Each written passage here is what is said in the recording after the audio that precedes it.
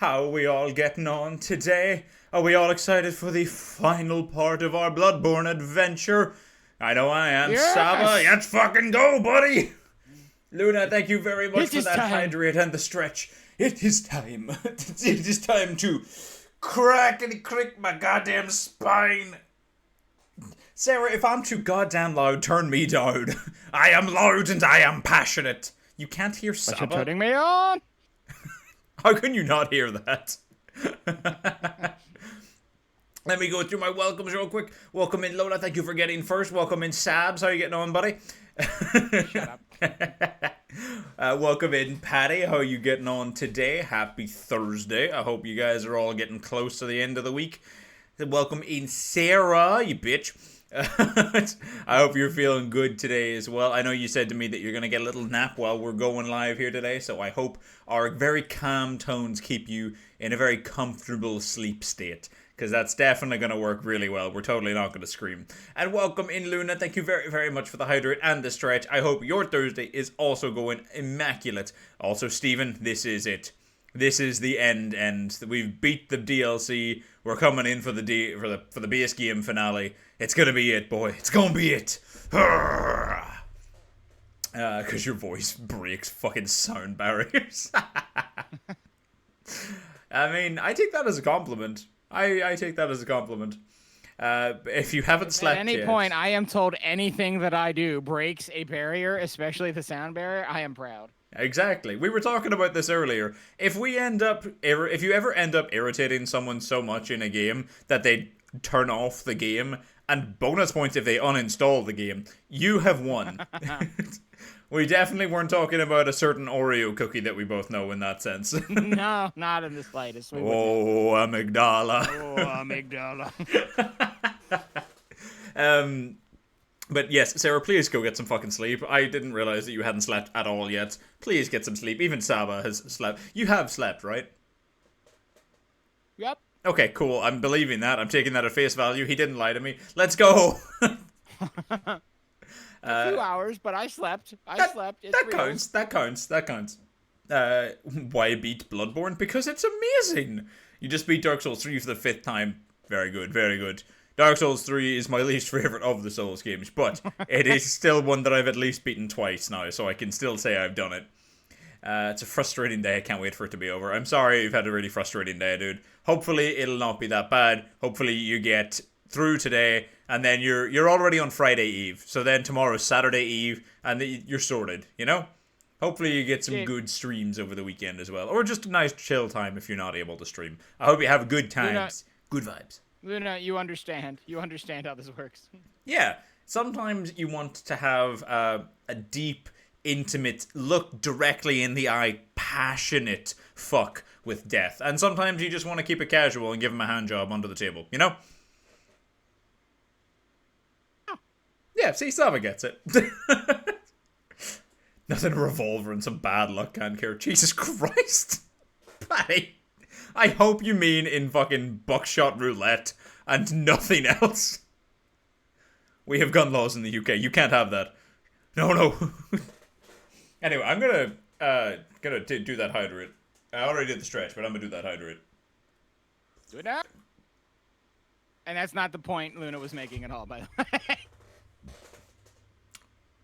What, about a casual relationship with death? That's what I've called sleep before. A casual hand job with death was not exactly what we were getting at, but, you know, I'm not necessarily upset about where it went. Exactly. Like, there's, you know, you're not having a casual relationship with death if you're getting 8 hours of sleep. That's a passionate fuck. But if you know, getting a nap slash sleep. Hang on. Oh. This must be addressed. Patty. You say you don't have access. Look down. Wait. Is it because he has a shotgun in his pants? Oh, that's going right in your letterbox. He's right. See? Wee pistol. Pee-wee pistol. God damn it. I thought that anyway, was I'm okay. sorry. Continue. No, that's fine. So, we are going to be continuing with the final part of our game today. We don't have a lot left by any means, but we do have some fun little things planned for afterwards. We've got a very fun... Hang on, let me swap over. We've got a very fun tier list to work with afterwards as well. I hope you guys like the setup here.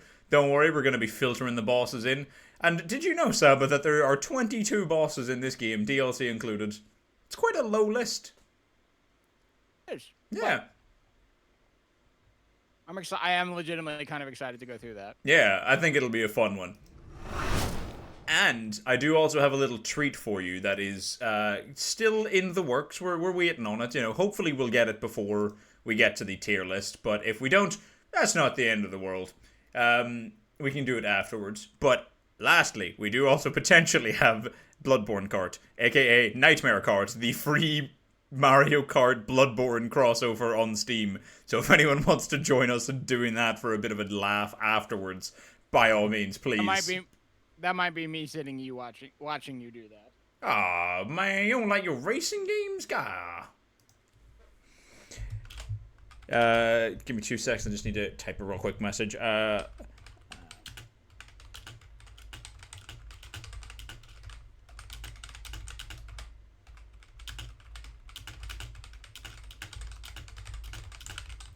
Sorry. I meant to do that beforehand. Just 22 bosses. Wait, how many has Dark Souls 3? I have no idea. I only just know that because of having to get an image for every single boss, so I just went through them all and got them. It's the only reason I know there's 22. That's if we ever get to the damn tier list with your damn lore dumps. Alright, the lore dumps at this point, we've basically established the entire lore of the game. It's just putting the last little pieces together. This is going to be minimal lore dumps and more just like, hey, remember this? Nudge, nudge, hint, hint. Hey, remember this? Nudge, nudge, hint, hint. That's what today is going to be. Yo! Welcome in, Cactus. How you getting on today? And welcome in, Bauer. How you getting on, buddy? What's going on? Hey, what's good? What's good? We are prepping for a final part of the Bloodborne stream today. But welcome in. How has... I didn't catch the end. Did you manage to beat Millennia yesterday? How did that go? And if you didn't, then best of luck on the next run. Doing okay, I burned myself, but that's fine. Jesus, Cactus, come on. You're a plant. You can't be burning yourself. That's dangerous. What if you catch fire? You already exist in a desert. Come on. So I'll mute when you start. Gotta keep lurking. No worries, Steven. I appreciate you lurking in, dude. 19 base game, 5 in DLC. Fuck Spears of the Church. It doesn't count. It definitely counts. I don't like Half-Light Spear of the Church, but he's still a boss. You can't count him out. Not even close. You know what? You're gonna get him today, Bauer. You're gonna get him today. Him? Her. Saba, how many times have you beat Millennia? A few. A few. That sounds like you're really just playing it casual. Like, oh, I beat it a few times. I'm trying so hard not to, like... I'm not trying to be arrogant or flex. I've done it a few times. I have beaten her twice. Not a lot. I've beaten her twice. And I will not lie, because she is a hard fight. She is a skill check that I've not had the time or just mental capacity to overcome. Therefore, I have summoned both times I beat her. I don't think I could do it in a level 1 run. Like, that's insane. I can't even beat her solo. Insane. I have not done that. No, that's insane. And my hat's off. How dare you take your hat off in this hot tub with me? That is just like dick out. No, that's not allowed. I will stand up half naked in this hot tub and take my hat off and respect when it is due. You know what? You're going under. Hold your breath. No, don't do it. Don't do it. No. There you go. That's what you get for your punishment, you son of a bitch. Thank you, Double. Oh, thank you, Double. Thank you for the double hydrates, Cactus. Shut up. I'm gonna grab that. Hope you got drinks with you as well, Mr. Saba. I do. Ah, delicious. Alright. Also, folks, even better fucking news today. We got our audio issue fixed. So we have Saba's audio again. Let's fucking go! Get to exist. How many times he beaten himself to Millennia? Now see, now you're asking the real questions, Patty. For me, personally, it's a 0. I get some people really lean into that whole Scarlet Rotussi joke. I really don't like the actual thing of it. Nope. Nope, Nope. that's kind of kills it for me. Yeah. I won't lie. It's funny, but it ain't it. It don't do it for me, Chief. You know, not judging if it does do it for you. Thank you for the stretch, Luna. But it ain't for me. Ugh. I don't want to risk my dick falling off. Oh, I really don't want to risk my dick falling off just for some, I don't know. I'm technically godly pussy, I guess, but it ain't it for me. No worries, Cactus. Enjoy yourself. Hopefully we'll see you back here afterwards. Hopefully we'll still be going. But have a good time and try not to burn yourself anymore. God damn. No Necrossi for you. No. That's so much worse than Scarlet Rotussi. No, I don't. She's a shard bearer. I'm a yard bearer. That is immaculate. Holy shit. And obviously it has to be followed up with a 11 inches. I'll take that. Fuck yeah, boys. Come on, Saba. I'm nervous. I've had such good luck. This is not. I'm so sorry. 5. Yep. Yep. I figured.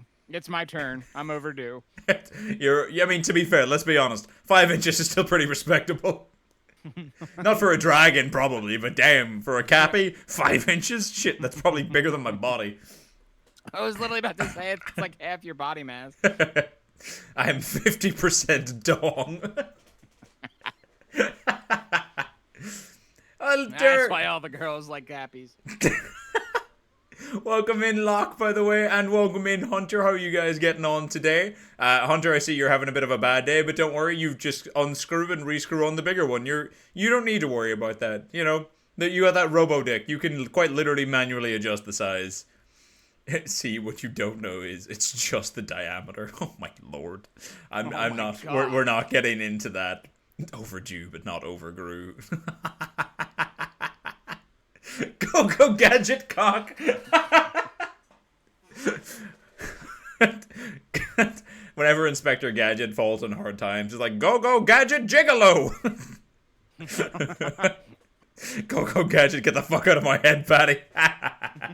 I'm not gonna lie, I also had a Go Gadget thing. Me and Lemons, I don't know why we were talking about an inspector yesterday, and Gadget came into my head, obviously. So whenever Patty said that, it came into my head as well. Go I can't. How about we play the game, huh? How's that sound? That's a great idea. Before this gets any more deranged. So, we beat Mikolash. He dropped his cage, which, by the way, I feel like I should point out that you missed a stellar pun here because you could have said Mikolash cage. Yeah, all right. You don't love it, but it's not bad. Correct. Let me read this real quick here. Saying is, we were in Yahar'gul. We've seen a lot of these fuckers wearing cages.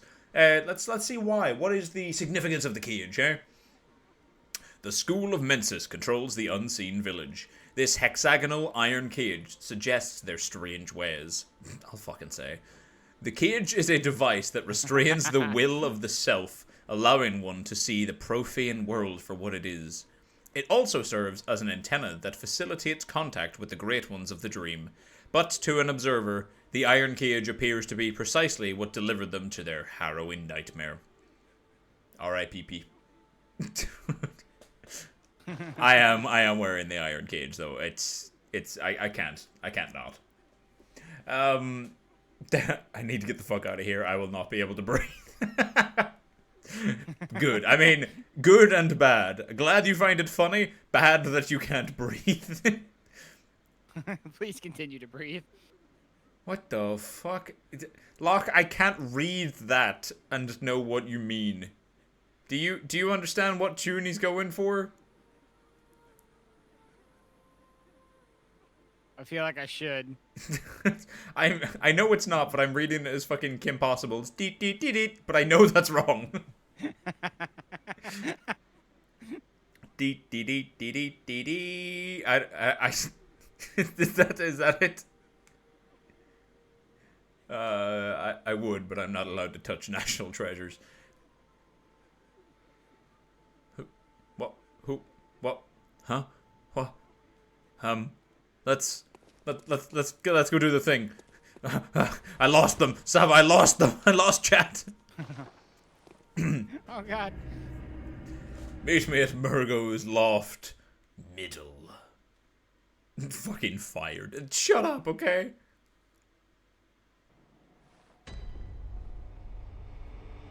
I can't.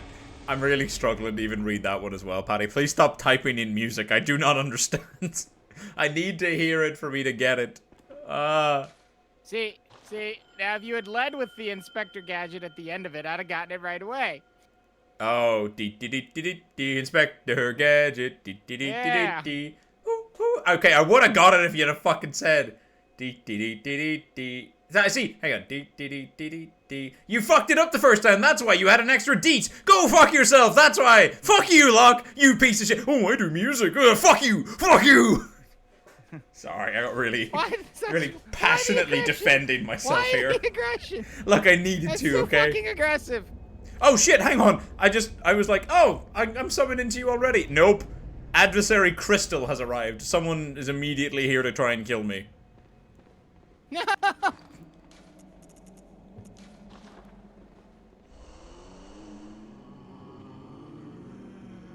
Don't worry, I'm the messenger gift. I'm trying to hide. I don't know where they are. Okay, found them. It looks a lot like you, not gonna lie. Fuck! It didn't work! Ah! Jesus!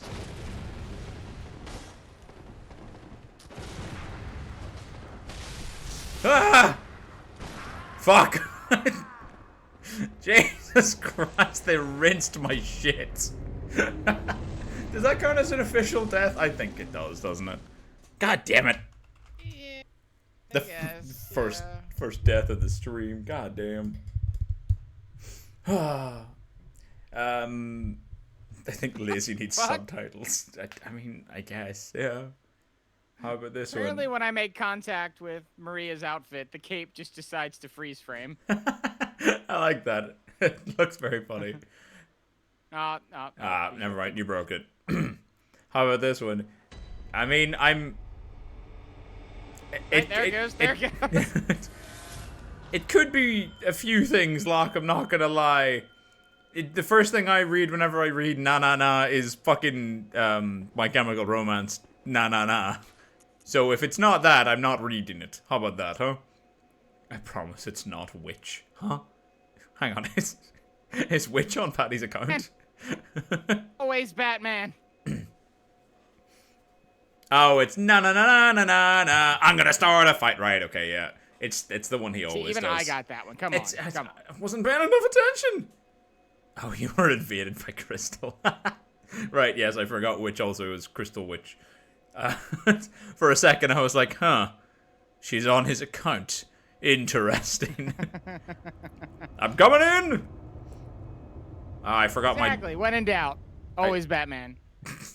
When in doubt, Batman. Hang on. Yes. Hello, my friend.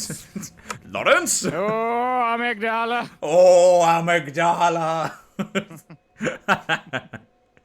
So, where we last left off, we kicked the piss out of Mikolash. He deserved it. Fuck that guy. And we have ascended ever higher in this loft. This Murgo's loft. Shall we continue? Oh. Squash banana. Some banana, squash banana. See, I do. What's that from? Because I fucking know it, but I know it. It's from Lion King. That's it. Yeah. Okay. It's one of those things where I'm like, I hear it and I'm like, I immediately get it, but I couldn't tell you what it's from. Some banana, squash banana.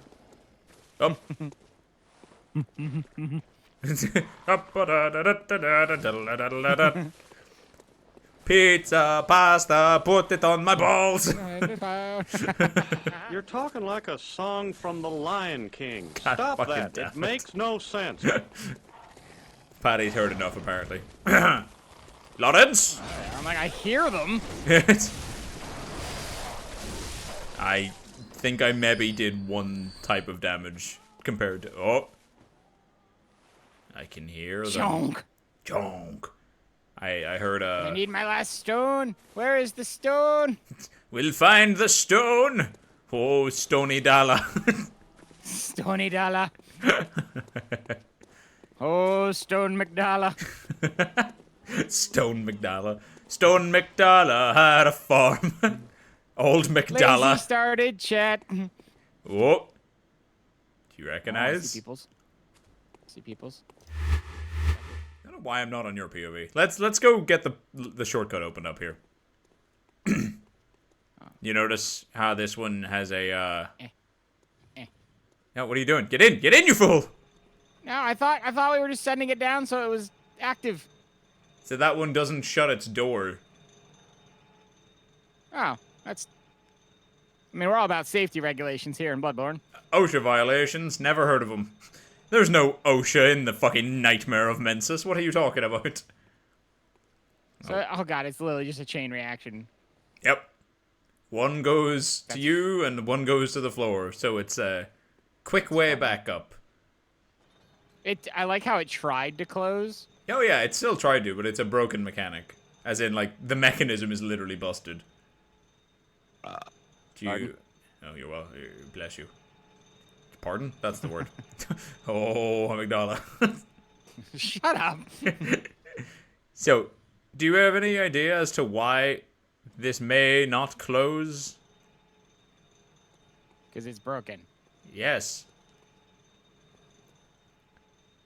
I mean, I also saw a little tunnel. I may have failed just trying die? to get that tunnel. I was like, I think I saw a tunnel possibly, and it has something saying that here. Ah! I'm like, did you just die? Look, man, I'm a capybara, okay? If you're gonna put me in a cage, close the door for safety. Jesus. Oh. See, this is another. Oh my God, there's another shortcut here that will activate. Uh-huh. It all connects. It literally just becomes a chain of elevators. Uh-huh. I mean, there's a lot happening here. Like, you start at the bottom, you work your way up this giant fucking loft. It makes sense. Yeah.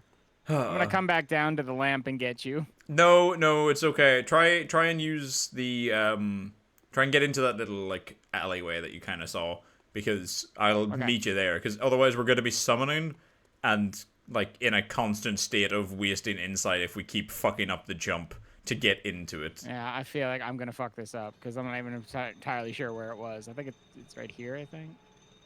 Looks like it. Yeah, it's one of the most annoying ones to get. I can I can tell you why it's annoying, or I can wait here for you and just see how you get along. I should just copy paste this a few times a while. Yeah, you should be prepared to copy paste up. Because if the door isn't open, lazy doesn't fit. Are you fucking calling me fat? You son of a bitch. I know it's a fathead joke, but fuck you. That's in my head now. Fuck. At least your echoes are up there. I'm not sure how many you're missing, but, you know. Could be worse. Yeah. Fuck you, Locke. So, like, here. Try to be, like, as close as possible. Okay. It's kind of smart that you're doing it on the way up rather than on the way down, because then you have to wait at the top. I mean, it's the same, like, amount of time waited regardless, but it seems better this way. I don't know. You get what I'm saying? I do. Yes! Aha! Nice! Okay, ring your bell. I'm already here. I'm waiting for you. That's... Ring your bell. Bow. Enchanté. Enchanté. I... Also, I hate you for that. For what? What'd I do this time? I've been doing a playthrough of Elden Ring with Sarah, and that's like every time now. Just enchanté. Every time someone comes in, because I only have a few of the bows right now, and it's enchanté. Hang on, wait. Do you want me to blow you up with my cannon real quick? Here. Aim! It looks like a fucking cannon when I'm bent over like this. It really does. Let me just. Oh, Yeah, yeah, I put that... Oh! Oh, for fuck's sake. I'm gonna miss this. Yamate! Oh, fuck. Alright, yeah, let's continue. So this is a little secret bit, or like a side area, so I want you to... Secrets? Ooh. Secrets. I want you to appreciate all of the little bits and pieces here. There's no, Of like... course, I want to do everything. I know you do. Ew. Well, you said you wanted to do everything. If you're not gonna wear a condom, you're gonna get an inflicted organ. Yeah, you're right. You right. I made an AIDS joke. or gonorrhea, you know, whatever floats your boat. Whichever one just happens to tickle you. Or, you know, whichever. Oh god, not one of those. Not one of those. Whatever sinks your penis. Ah. I'm thinking you. I'm okay. I just got a kiss that I didn't want. Oh god, I'm gonna die. Please don't die. Frenzy exploded me. God damn it. I saw it. That's the worst part. Is it was just in my purview that I didn't see it. I heard it, and then I just see the out of the peripheral. Like, oh god, no. Yeah, Please he come back to me. I had some trouble adjusting. I may have died. It's okay. We're gonna, you know, we're live and learn. And maybe instead of trying to dodge frenzy, you know, things that you can't do, I will heal through it instead and keep me alive. That would have been a smarter choice in that instance. I enjoy. Yes. Some banana, squash banana. God fucking damn it. Was it you that put that in my head? I think it was, because Locke typed it, but I'm the one that started singing it. You fuck. So it's honestly either one of our faults. Oh, brilliant. So now I just need to fucking place an official complaint in with Ugin. That's gonna go down swimmingly.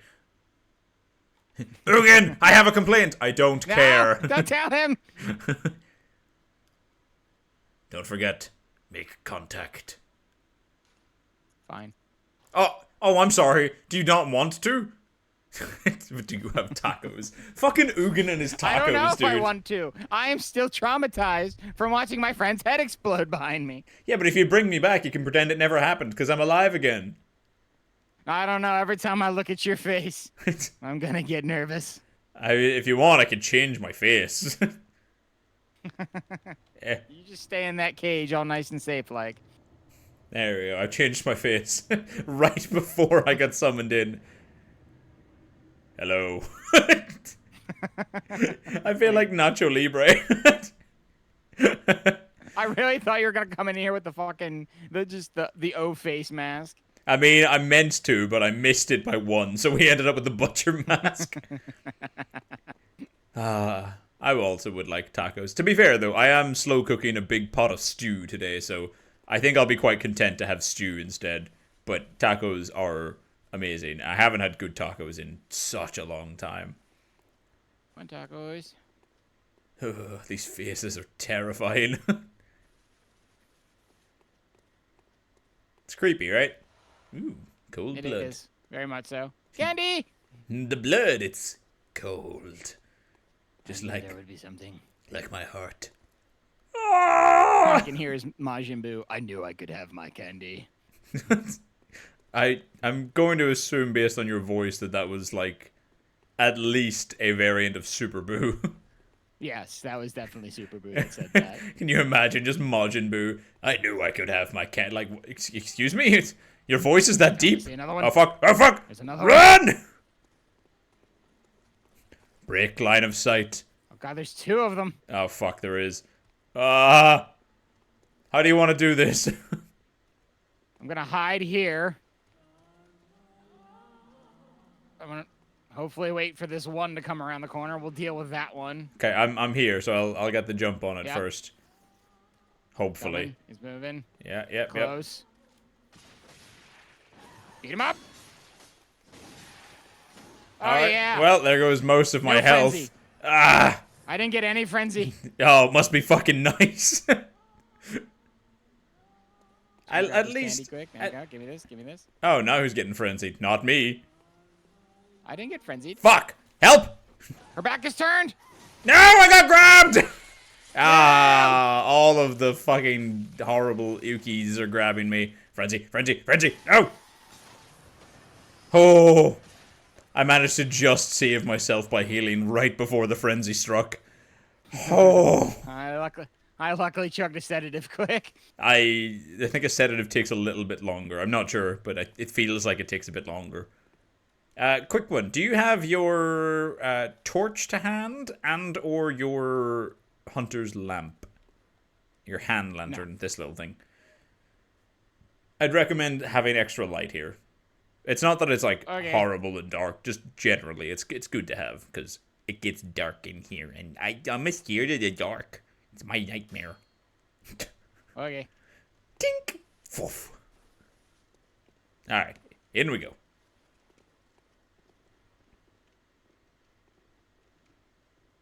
Oh no, more speeders. But look at them. Look at their Daisy, faces. I'm sorry. Look at their faces. Daisy, I'm sorry. Oh, cool. SABA started a voice call. Oh my god. I don't know what I would do without that.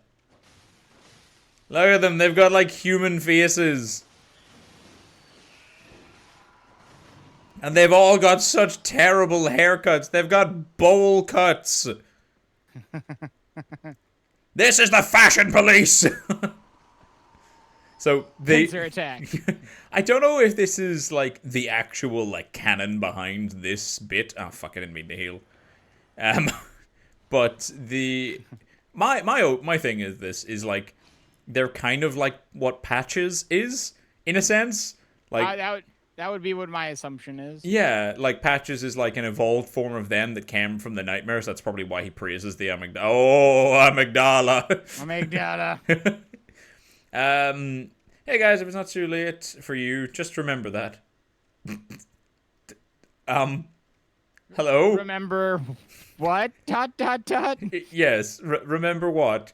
Also, Saba, maybe don't read in case there's spoilers in this. God, that would be frustrating right now. I remember a Demon Slayer enemy that looked just like that, but a little less John in the face. I mean, he looked like a John. Those spiders looked like Johns. So before they're we Johns now. Yeah, before we drop. Does this just drop down to where we just were, or is this a new level? This will be a new level. So before we drop, let's go pull the switch. Sav, welcome in. Appreciate the lurk, buddy. Cutscene. I thought you pulled the lever. Sorry. Cutscene.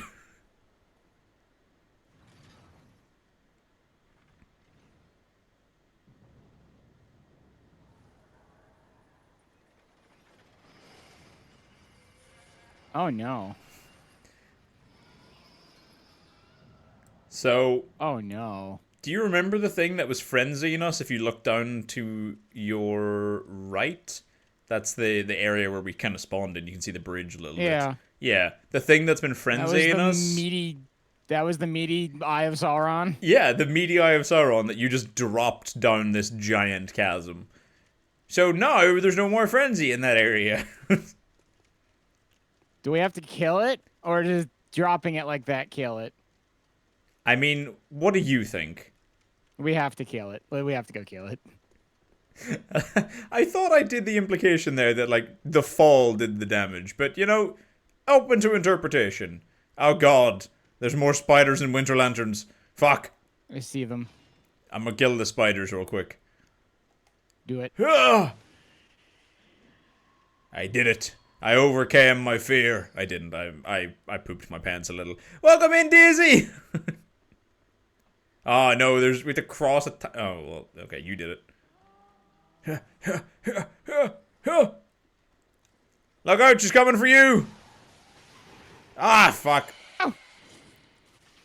Leave my friend alone! Oh, I'm getting frenzy too. I'm in trouble. I need a drink. Come on. Yeah. Woo. Woo. Why did I start Now getting take the frenzied? I was right behind her. That makes no Ah. sense. You're Okay. screaming. Oh.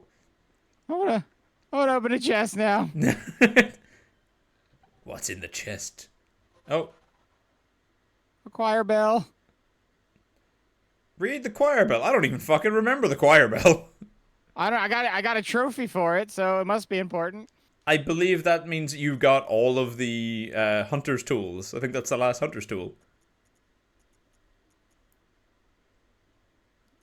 There it is. Special hunter tool of the choir, high-ranking members of the church, fashioned after a bell that projects an arcane sound across planes of existence. I know what The that's sound like. of this smaller... Huh? I said I know what that's like. That's how we summon each other. Correct. The sound of this smaller silver version of the bell does not cross planes, but grants vigor and healing to all cooperators. Oh, you can heal me! That's kind of cool. That is cool. That's the last hunter tool. I completely forgot about that. I mean, it's not something you use often, let's be honest.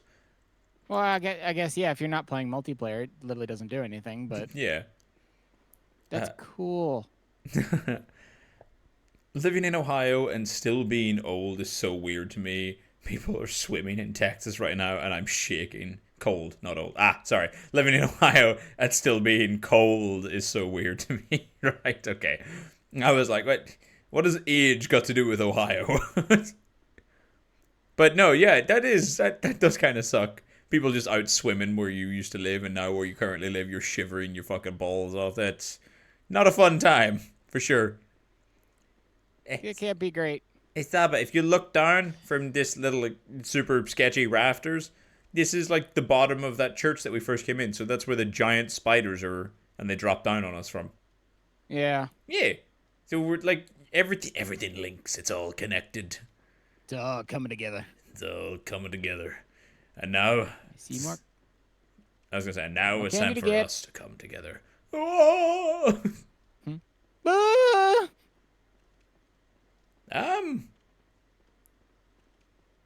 Where the fuck do we go from here? I thought it was a straightforward path. God damn it! Hang on a minute. Holding. Oh no, we fell into this room. Sorry, this is the right way, isn't it? Yeah. I goofed. So we were supposed to go over there for the chest only. We actually didn't need to technically kill that Winter Lantern. It's fine. We always kill the Winter Lanterns. They deserve death. Nothing else.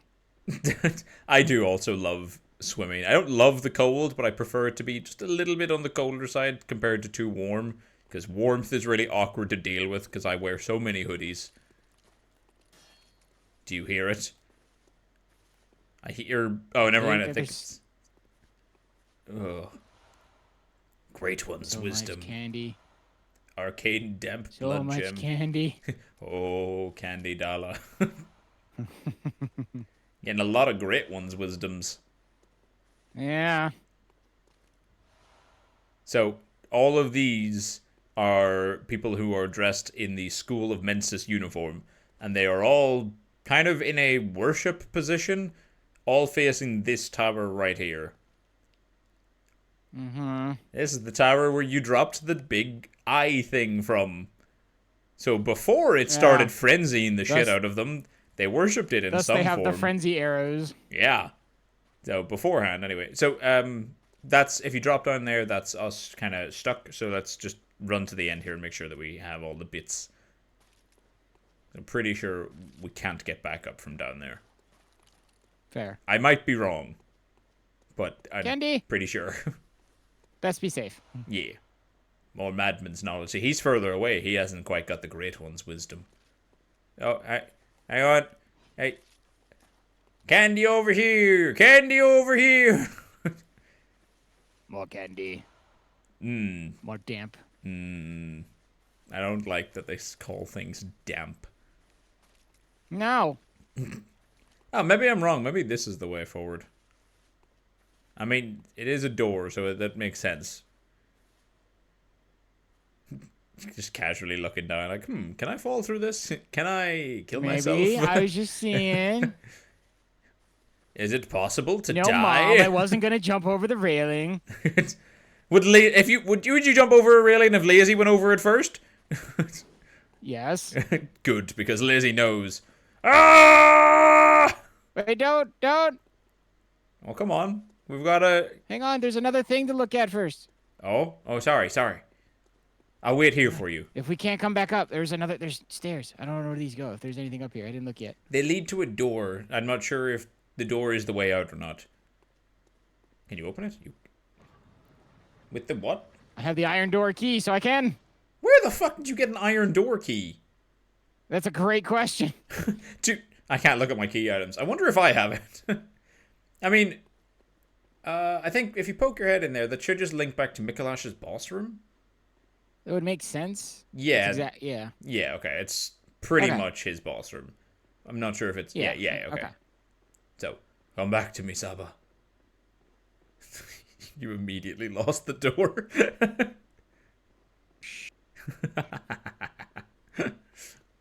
I remember once, probably 15 years ago, I had a CTO who said the average difference a person will wait for a page to load versus leaving the page is 0.3 seconds. I wonder if that's decreased in the past 15 years. I would say it definitely has decreased in the last 15 years. Because, God, the fucking attention spans these days. Yeah, that. So Saba. I guess that's an interesting, I guess that's kind of a shortcut. Like, if you spawn at that, you just run down the stairs and run out here. Yeah, I guess. It's another version of a It shortcut. just seems like an odd thing to be there and to require a specific item to open. Yeah. Look down there, Saba. I saw the hole. I see candy. That's what I'm pointing at. Don't we die from this height, though? Nah, not that height. Do you want me to go first? Yes. I'm not trolling you. You need to get the item. Okay.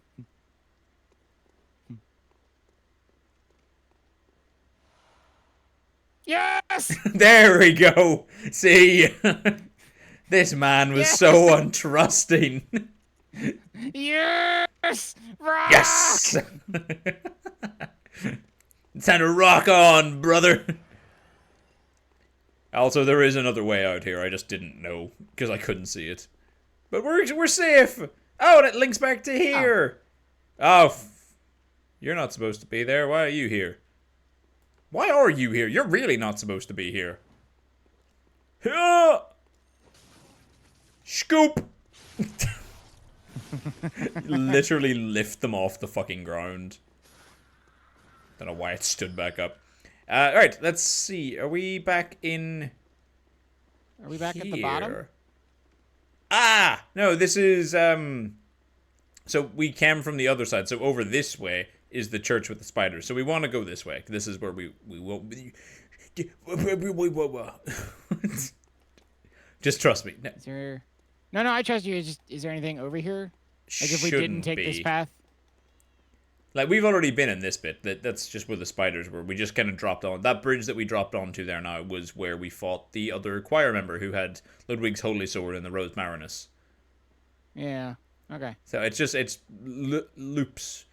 Loops on loops on loops. I keep, like, really stuttering on my words today. I'm not sure why. Having a bad day. Please be okay. Oh, God. I need you to be okay. Ow. I'm good. Don't worry. You sure? Don't mind the bodies. I got echoes, so I assumed you killed something and it wasn't the other way around, but you good? Don't mind the bodies. If these guys are non-hostile, let's just walk. Nope.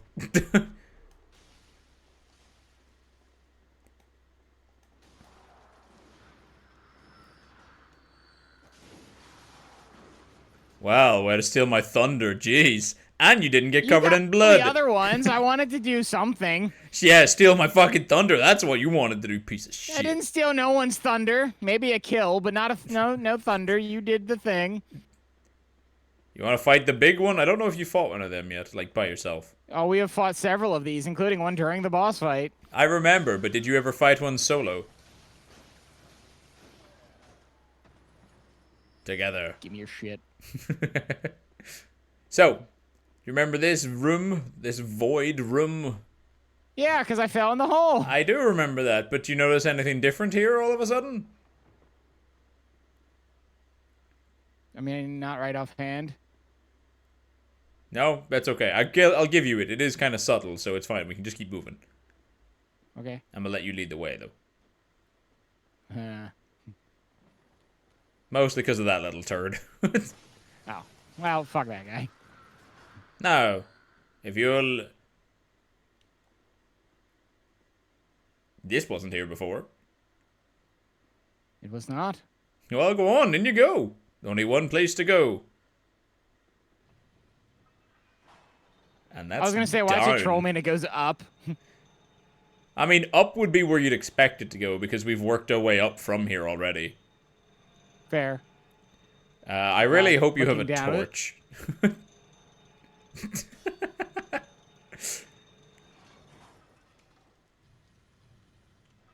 No, what did you... Ah, Wait. damn it. I barely turned around. Well, we gotta He wait just for wanted that. to let me have a peek. He just wanted me to have a peek. Okay, you saw it. Come back up. Got another $1. Yeah, you actually need to subscribe to the channel in order to see what's down there. Son of a bitch. All right, here. Take my money. Take my $5. Jesus, I'm going back down. All right. This time, Subscribe to the void. please step out whenever you fucking get there. I tried to.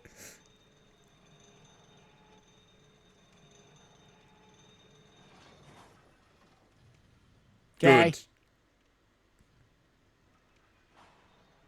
And then he left me down here. So, we are now in the void. I honestly do No. not. I do not know if there is a way to fall when you're down here, but you know, fuck it.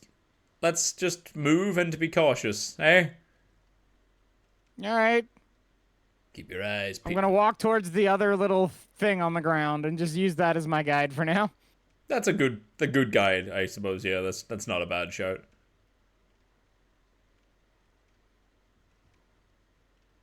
This is your antithesis, this area.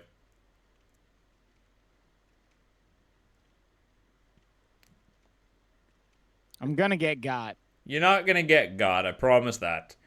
I've been to Ohio once, and it was exactly as sad as you think. The only bright spot was the Cleveland Museum of Natural History. It has one of the best collections of pre-Columbian artifacts in the country.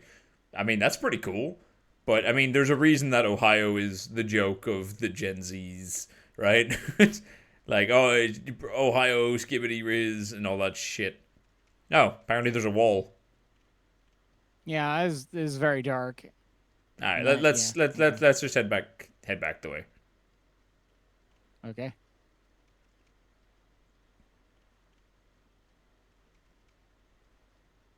Oh, he's brave enough to run. Well, I just we go together. Together. Actually, kind of watching us walk in unison like this is kind of fun. Oh, God, there it is. So we walked really close to this beforehand, but you slightly missed it, so I wasn't going to say anything. But look at it. Giant eyeball thing. Uh-huh. This is the brain of Mensis. It is a kind of created great one. Mensis love to fucking make their own great ones.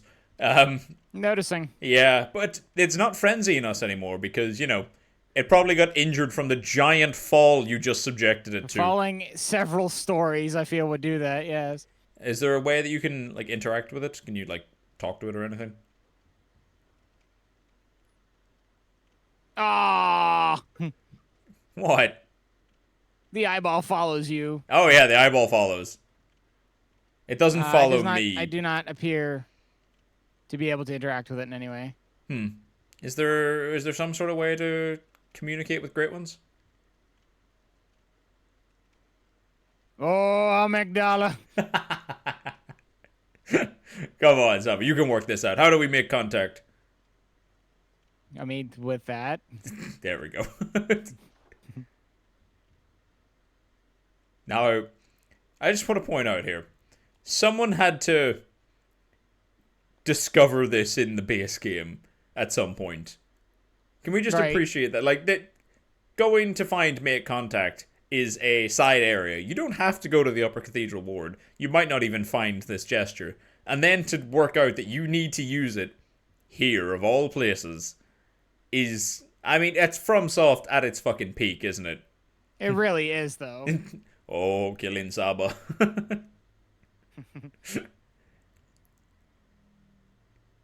So we're... Don't worry, it's working. I believe you. There you go. You have communicated with a great one. Do you want to read Moon? Head just explodes. Well, this is the thing. You're not being frenzied by it because it's being completely non-hostile. Probably because it's got a concussion. But that's besides the point. That's not the main bullet point here. So we have a few moons, but this is the best moon rune.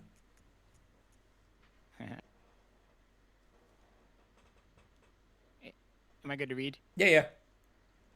It's been a while. I want to reread.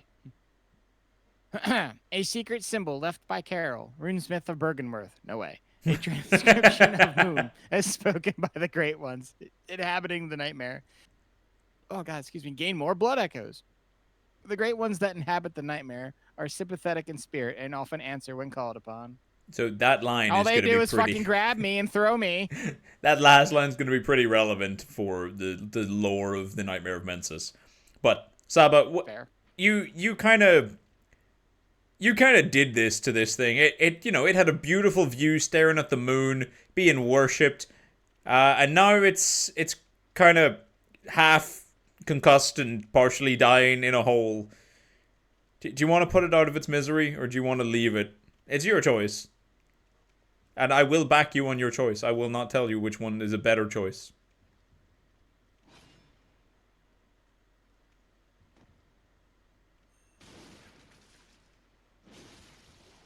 Do you feel good about yourself? Should I not? I mean, I'm not gonna lie. I'll help. I thought it was gonna be a quicker death. This does not make me feel great. It's you know what? You chose to get your hands bloody. I'll join you. Together. Oh. Living string. Yeah. Yeah. Give that one a quick little read. And then we can get out of here. Item? It is a ritual item, so it should be towards the last little section. Sorry, second section of the fucking game, isn't it? Yeah, materials. It's the second one. As in, like, literally second from the left, yeah. Yeah. There it is. Special material used in a holy chalice ritual, I'm sure.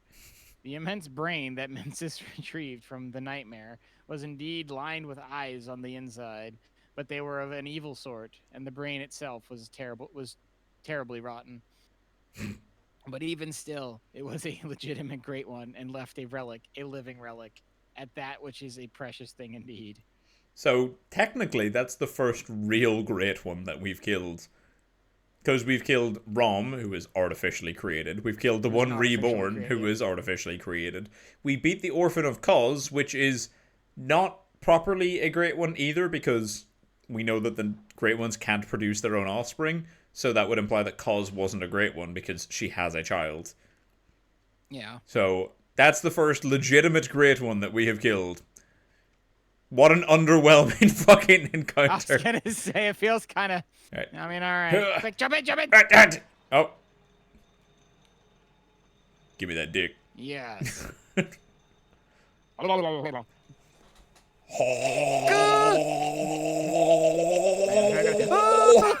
Ah, jeez, already? Didn't you see me chug the potion? Oh, I got spun around there. Jesus. Ah, no! Well, no! It's your turn. Get to work.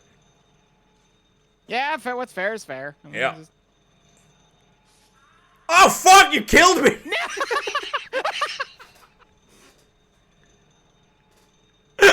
It was too much.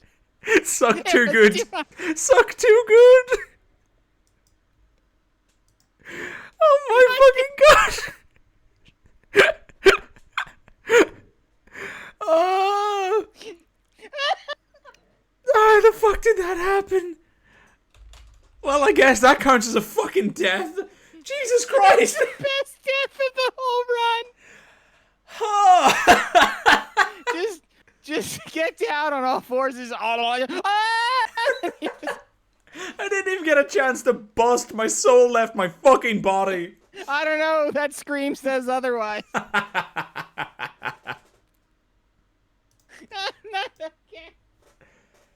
Oh my lord, I was not expecting that. I have not seen that one happen before. Oh my god, why? How? Shoop Daddy dead. Oh my fucking stomach, dude. I'm so glad there's video of that. Oh, don't worry, I clipped the shit out of that. Oh, I don't have enough for a level, fuck. Alright, you get back up to that lamp. The Murgo's Loft, I think it's middle, and then we can summon from there and progress. Or we can redo that in my world. It's up to you, I don't mind. Oh, I don't care either way. It needs doing either way, so it's fine. What's the quickest way to get back up there from here? Just go up that lift there on the left. Hang on. You said quickest, right? That means avoid conflict. No. He dies. Never! Right, I'll ring my big one this time. It's a good thing you spotted that. Just That is kind of my your weakness. my trademark. Some people have a weakness for big old donkey dicks, not Saba. Saba's weakness is not fucking looking. Oh hey, what's this? Oh, you made someone cry. Oh, yeah, myself. I mean, that's perfectly valid. Eh.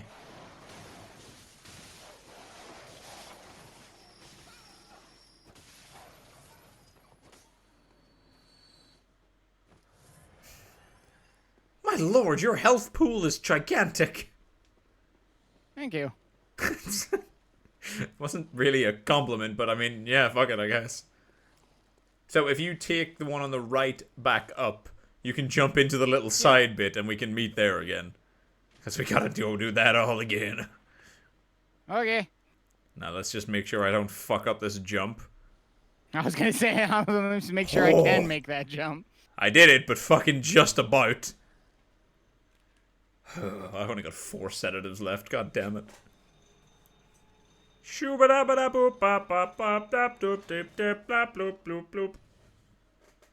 Yeah, that. I was looking at your screen and I'm like, why isn't the Chian moving on my world? Oh yeah, we're not here yet. Nice, that was clean. Alright. Pull the lever, Kronk. Wrong lever. Some of the hats in this are so stupid. I'm going... hello? Oh. Fuck off.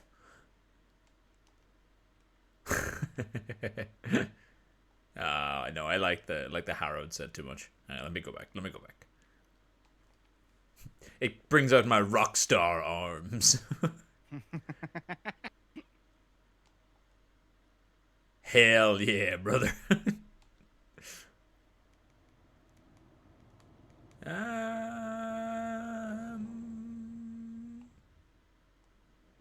I've been found. Hello.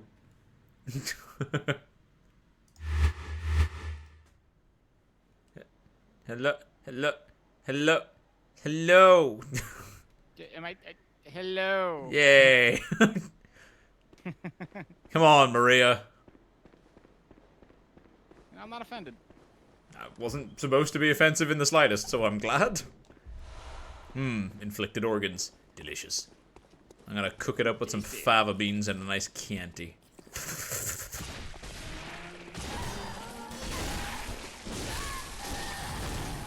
Good. Ah! Not in time. Well, it worked for me. I'll take Hey, that. that's what's important. We're in your world. As long as you stay alive, we're good. That is kind of true, yeah, I guess. Let me just grab that. Damn. That's an 11. That's some big numbers. I don't know how to count past 10. I'm assuming 11's past that. Alright. You go first. Once it's safe. hang on. Yeah, once it's safe. Whoa, move! Hang on. Let me. Ah! Jesus! Nope. Oh dear. I got at it. We're good. We're good. Oh, I was here for moral support. This didn't work. You should be careful. I think the other one can see you.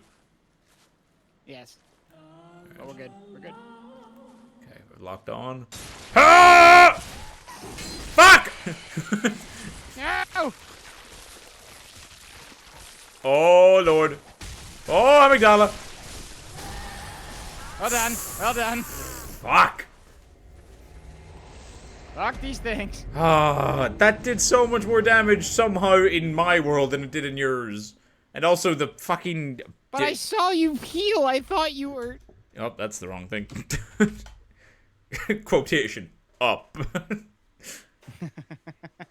No, I healed through it. But I was like mashing triangle, but it didn't seem to work quick enough. And then, for some reason, I frenzied super quick again. So I just took 2 wafts of frenzy, which really did me in. Ow. Yeah. You know what, actually? This seems like an appropriate time for me to have my frenzy meter on screen. Yeah. Just You have a constantly just... Ah! Ah! Ah! Oh, right, yeah, you don't have to do this again. Ah, damn it, if I fuck up this jump, I lose all of my echoes. Oh, I put the pressure on. Fuck. Why would you say that out loud? No. Yes! Well done. Well Oh. done. Oh, praise be to the amygdala.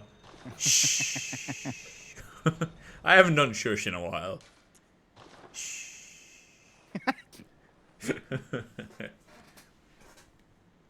Stooby dabba da boop bop dop dop. That's you, right? Yeah, okay, cool. Yep. My brain panicked and I'm like, oh lord, no, we're getting invaded. Oh, crappy Bara. I'll give you that one, Locke. That was kind of funny. God, we gotta kill this thing again. I fucked up. Oh, she's not paying attention. Oh, she is. Damn it. Don't worry, I'm here for the... No, I'm gonna get hit by the frenzy and her. I don't know if I live this. Oh, she's dead at least. I did. Ooh. She dropped a cursed tempering blood gem. Jesus! Why? That's so loud. Just heard you explode from blood. I'm like, oh my lord. My friend. It just hurts so damn much. Alright, where is she? She's coming around this way. But if I don't shit my pants, I might be okay. Fuck! I didn't shit my pants, but she's still here. Jesus. I love how they drop bullets, but them dropping blood vials would be so much nicer. I don't understand why they drop bullets. They don't shoot anything. I know. Okay. You have engaged the subject. Perfect. Oh, she dropped 10 pebbles. Why? Yay! Fucking stupid. Oh, fuck, it's a spider room. Come here! What do we call them? John? Come here, John. John, yep. Oh, god damn it. Oh, god damn it, I'm gonna die to a John. Please don't die to John. At least I'm not dying on the John. Isn't that right, Elvis? Poor guy. Thank you very much. He just comes back from the dead to call me a dick.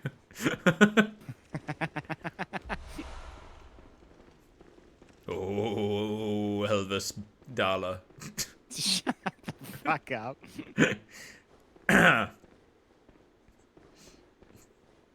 There's no biddies down here. It's just this, isn't it? Yeah. Oh, that's right. I forgot there was a cutscene. Like, my game just froze all of a sudden. I'm like, oh no. Oh no! Oh shit! Well, you're going down. I mean, I felt kind of bad for it before because I was like, oh, you know, it was just chilling, beautiful view of the moon. Then we get the spinal fluid thing and the living string, and it's like, yeah, this thing was actually super violent and really angry. I'm like, okay, you know what? Fuck it. Maybe it deserved a lot of pain. Pain, suffering, death. Oh god, don't see me. Nyum. Why is everything dropping bullets? Oh. I mean, She knows we're here. If she's glowing, she knows. I'm gonna heal up. God, fuck it. fuck.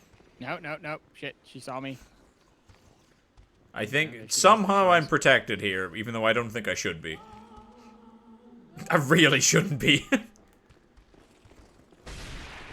Oh, great, I'm getting frenzied. God damn it. Yeah. I mean, yes, No, but I no. still... Oh, damn it. It's okay. She You're dropped not another... dead. Let me try using this to heal you up. Never mind. Oh, hey, let me try and heal you. Oh, okay. Well, fuck me, I guess. I mean, last time we did that, it killed you, so. I mean, this is true. I would like to not die. Ah, oh, God, Sav, thank you for the hydrate, but it's the worst hydrate noise. Drink up. Ugh. Drink up. We'll sneak a beverage. Stupid-dap-a-dap-oop, dap-dap-dap-dap-dap-dap-dap-dap-dap-dap. Just be headbutting all of the old ones. Come on, line up. Giving them fucking nosebleeds. So much wisdom. So much wisdom. Oh, amygdala. I didn't say it. I didn't say it this time. Tricked up microwave water boy. No. No. God, it's like you hate your friends or something. Hey, hang on. What the fuck did I do? Oh, it's locked. How the fuck do I not have the key and you do? I don't know. What the fuck? This is some next level bullshit. God. Look up the iron key, see where it comes from. No, fuck it, I don't care. We're dropping down Yes, anyway. no, I want to know. Maisie, fine. find this for me. Fine. Thank you. What is it? Just iron key Bloodborne. That's not how we spell Bloodborne. I typed blood boner. Oh yeah, I can't. I was like, well, I'll just check. Oh yeah, I can't look at my key items. The iron doors used to open the door inside the area where the player fought Mikolash. Yeah, okay, cool. Where do you get it? In the Nightmare of Menses, in the Mikolash Host of Nightmare boss fight arena, on a corpse in the basement of the second fight. Okay, so it's in the boss room. I just didn't do the run through to pick up everything, but you did. That's the difference. Gotcha. God damn it. Right, hang on. Owen, I'm still curious. What did I do to have you say that I hate my friends? Have I offended you? Have I offended SABA? SABA? No, you're good on my end for now. What did I do? I broke my legs. Don't worry, you break your legs and I'll heal them. Oh, what a guy. Oh, hey, it heals me too. Hell yeah. Oh, it does heal both. Okay. Oh. All I did was tell you to take a sip of water. Alright, it's because of the sound that gulp was. That was it. Because I said it was the worst sound. I understand what I did now. It's okay.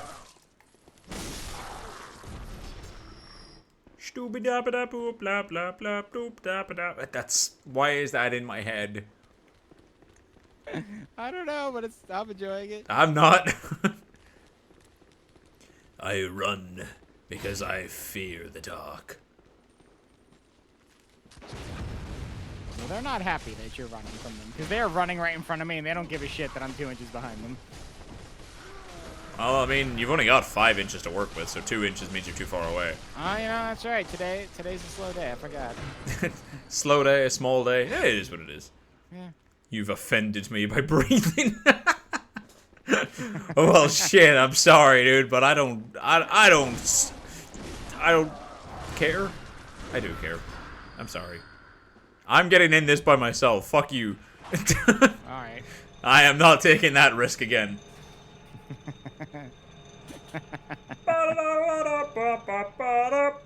I'm not gonna bother doing the make contact because I don't need the... Oh, but maybe that would be a quick way to grind in the cum dungeon. You know what? I would get the moon. Get the moon. You've talked me into it. I'll do it. I'll wait up here.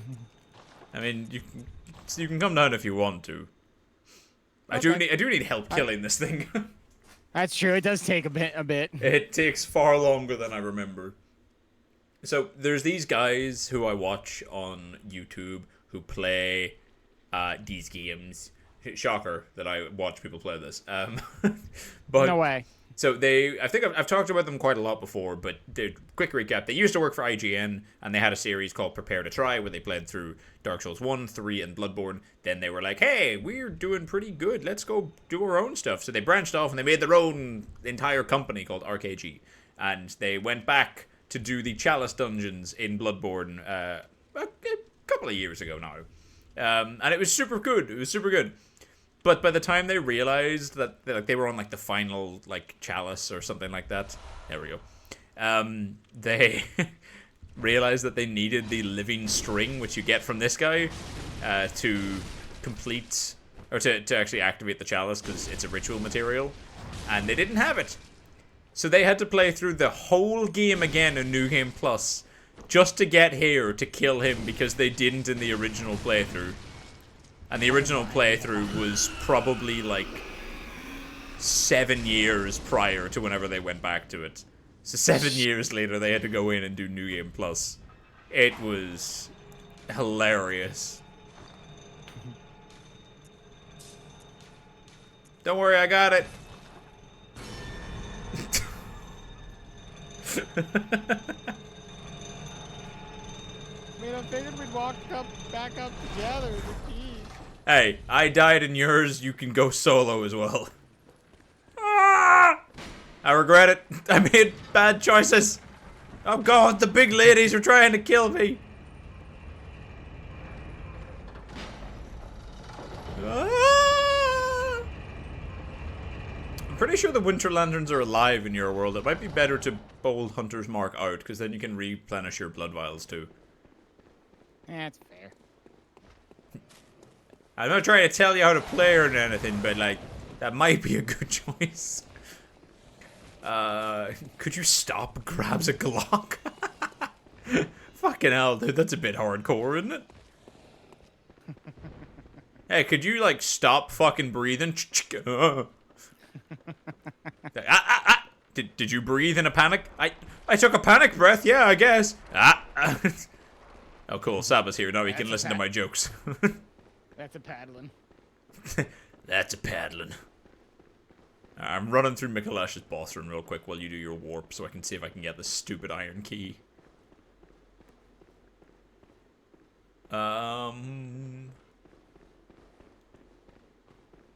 Is it in here? Did I miss it in here? No. Also, I thought about this earlier today. You know the Shaman Bone Blade that we pick up just at in the chapel where the giant spiders are? Yeah. Yeah. So the idea with them is that you can like stab an enemy.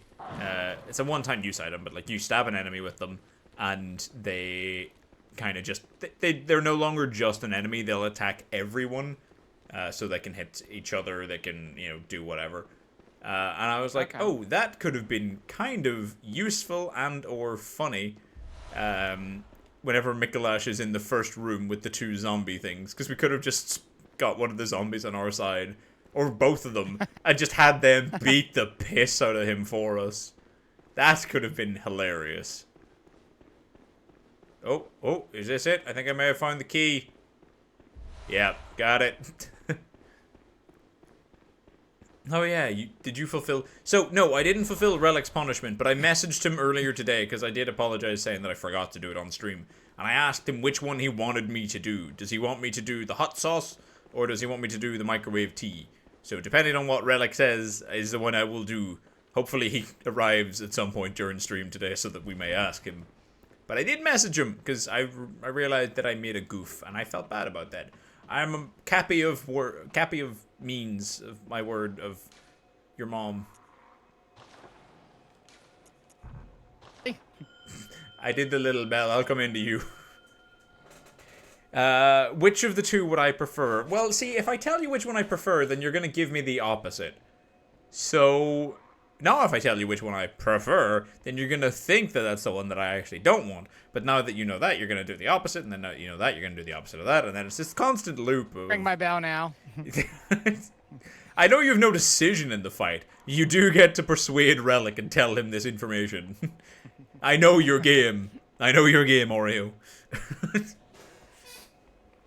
I mean, it's a lot less effort to spin the wheel and eat a hot sauce because the hot sauces are all next to me. I have to go downstairs and make the tea. So, that's just more effort. That's the only reason I don't want that.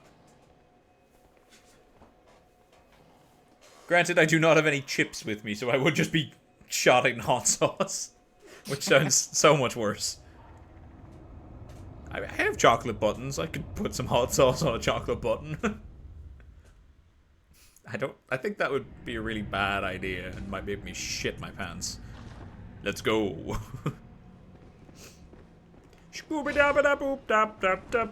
Stop. Fucking stop, lazy. God fucking damn it, dude.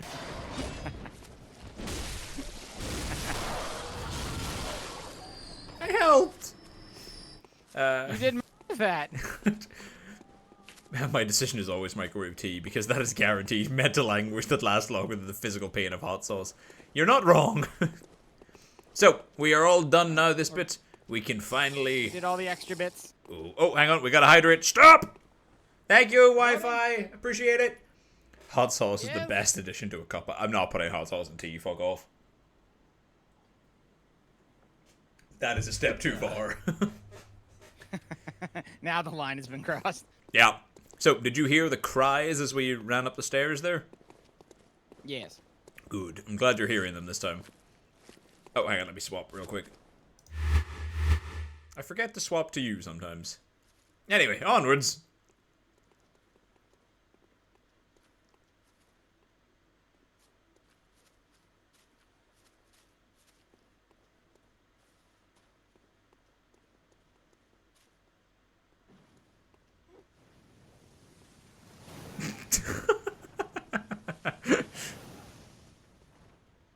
I knew he was there. I'm just watching this. I'm like, I wonder if he's gonna get burned.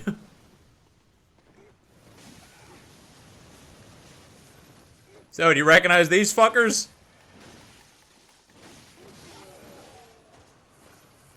Yes? No?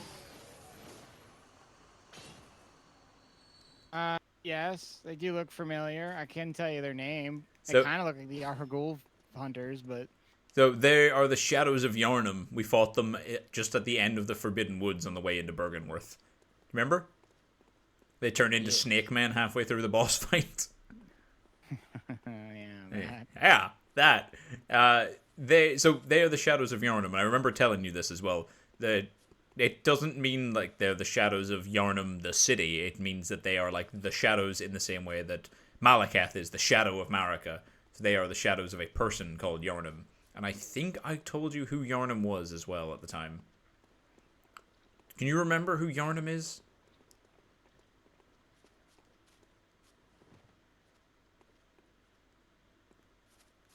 Dear God, the cogs are turning.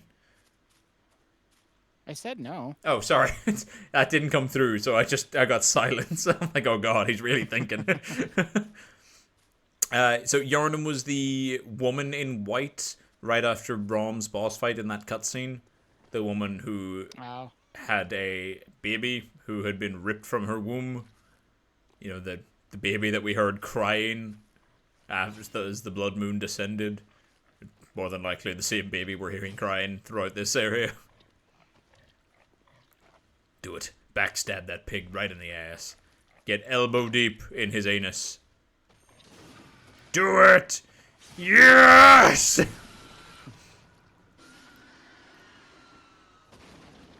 So how does it feel to fist Fuck a you, pig? Oh, blood vials.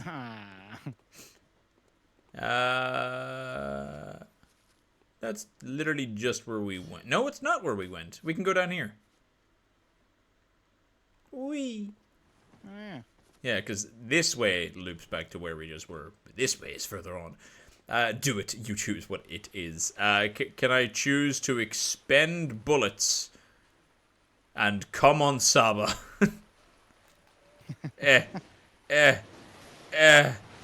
Oh! There, that's what I choose. That's my challenge complete. Isn't Yarnum where Nigel Farage recently won? What the fuck does that even mean? Obviously, I know who Nigel Farage is. I'm not being that dense, but I'm lost aside from that. Bell woman!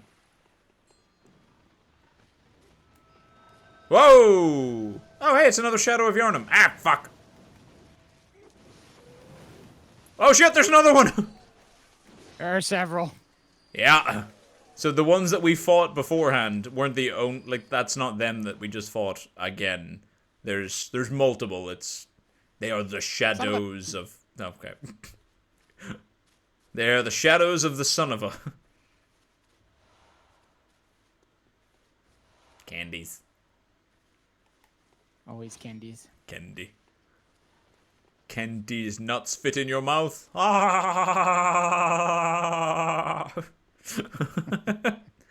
You were fine until you did that. Oh, look, there's 4 more. Jesus. It's a good thing they're not that bad.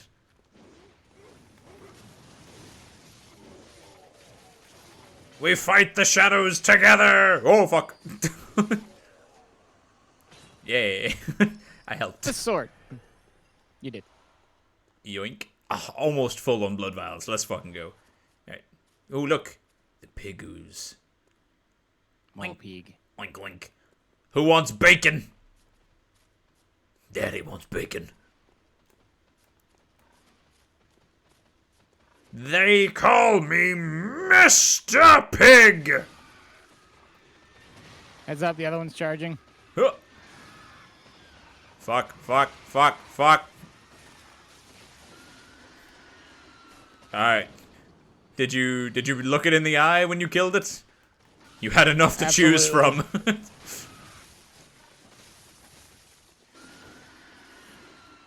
I wonder at what point, when someone was designing the pigs in this game, that they were like, yeah, that's enough eyes. Because if I take one off, that doesn't look quite right, but anymore it just looks ridiculous. So, you know, there was a sweet spot that they discovered. And I want to know how. That is a lot of cold blood. That is a lot of cold blood. Finally, I hath finished work for the day. Now to torture myself in Expedition 33. I thought you were loving Expedition 33. That's not torture, it's fun. Torture is fun. Like a FromSoft game. I was gonna say, what are we doing right now? Oh, this is where the first pig was. So we just circled back. I didn't realize you could go down that way to dodge all of those. Although, I suppose dodging is relative. You do end up fighting more shadows. Fuck, man. Make one mistake and the whole team wipes. Fuck. To be fair, yeah, if it's anything like Persona, it's hard as balls. Torture is fun, like my wife's previous gig as a dominatrix. Look, it's Yarnum. She's so pretty. Yeah, we can go up to her. Don't worry. There's no like, she's not gonna aggro. You don't have to worry about that. You can go up and take a good little look at her. It is. Still missing her womb. Oh yeah, it's harrowing. So if you get around front and pop on your monocular as well, you can kind of do like proper little investigation of her. Do not need to do that. I mean, I'm not saying fucking get all up in there, Jesus. I'm doing it from a respectable distance. Ah, I see. um.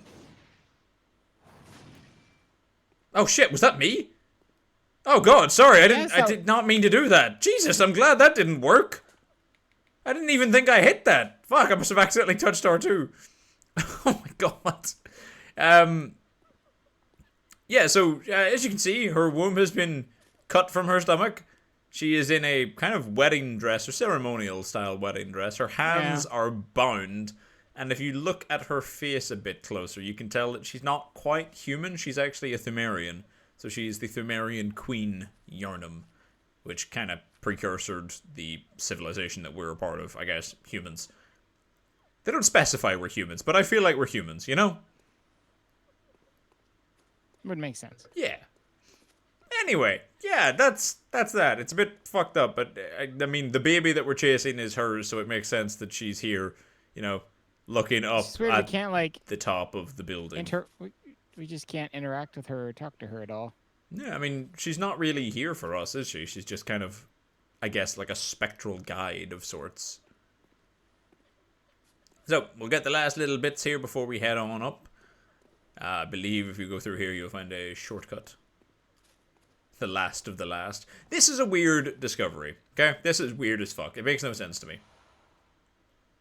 Why? Yeah, why is that here? I don't know. I feel like that's just there purely because they were like, hey, you might need a good healing item right now. I think that's it. It's weird. Yeah, I don't know. But it's the only, like, the mechanics outweigh the story part of the entire game. Bye! Fucking hell, that's a quick one. Especially when there's, like, 3 different counter mechanics, like a turn-based bobbit. Alright, I have a quick request. Yes! Can we reconvene in a quick second? Yeah, do you have to... I would like to use my stone. Oh, yeah, of course, of course. You can ban it to me, because if I kill myself, it'll add to the death counter.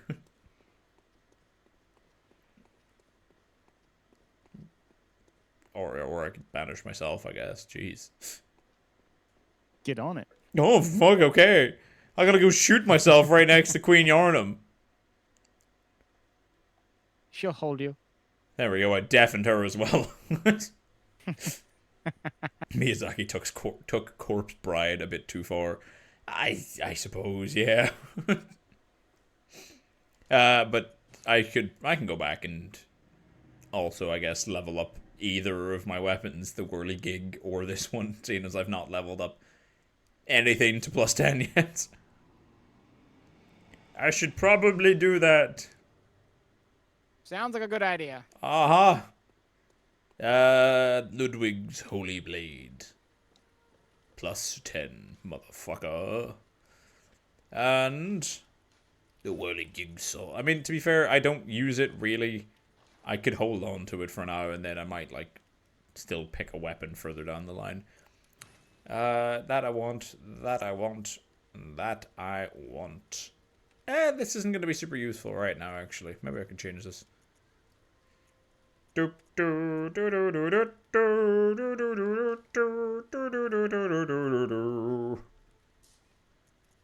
there anything in the inside path I can get that's new before we head on here? Oh, I can now buy living string. That's actually kind of useful, so you're not, like, limited to 1. It does cost 10 fucking insight, though. So it's a pretty high-end ritual material.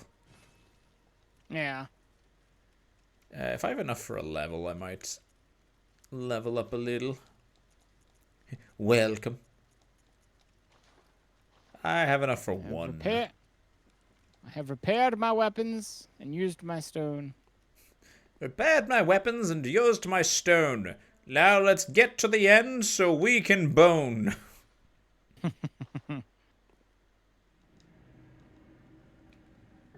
Why am I holding Ludwig's blade? It just doesn't make sense, but it's fun. That would have been a good time for our ads to come in. That's a shame.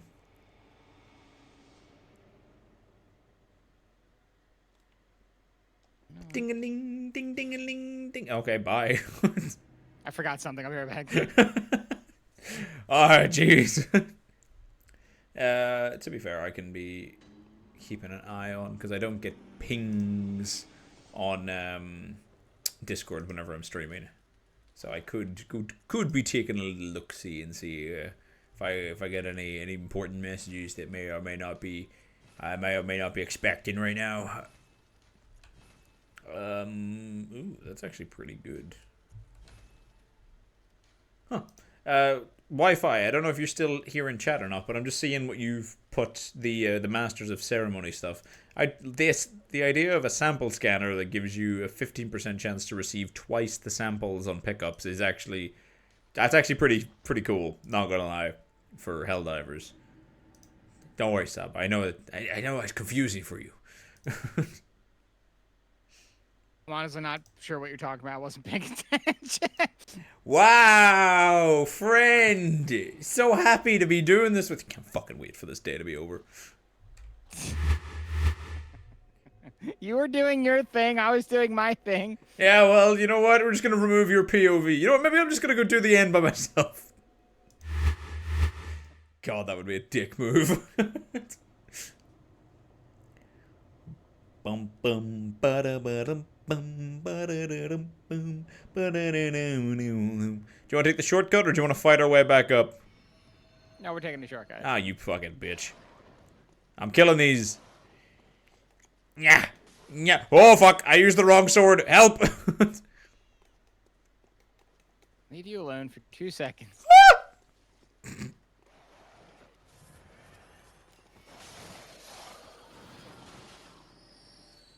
Together? Together. Oh, no. What could you not pick up? They had too many. Too many pebbles. Ah, too many pebbles. Too many rocks. Too many rocks. Too many rocks. Too many rocks. You bitch!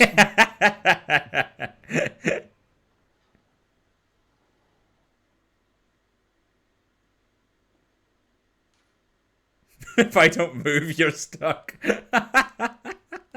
I will banish you, fool. That is fair.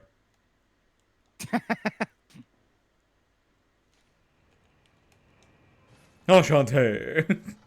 Oh, you even came back down with it to get me. I did. All is forgiven. Yay. No, I know what you're trying to do. Maybe not. Maybe I don't know what you're trying to do. Were you trying to kill yourself? Or did you just go the wrong way? I figured it was going to end that way no matter what, but I was trying to do something stupid. Oh, what were you actually trying to do? I was trying to get around on the edge of the cage. Because I was going to do something stupid. And I'm like, I feel like this ends with me dying, but I'm going to try. I died a lot quicker than I thought I was going to. I mean, you committed to it, you know, kudos there, but yeah, that you may have fucked that up a little. It's okay. You know, it still counts. I earned this.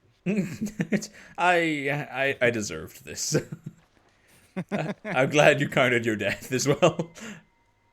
I didn't want to be the one to force that one on you. I chose this. This was my mistake. I own this. Roar, Sabimaru!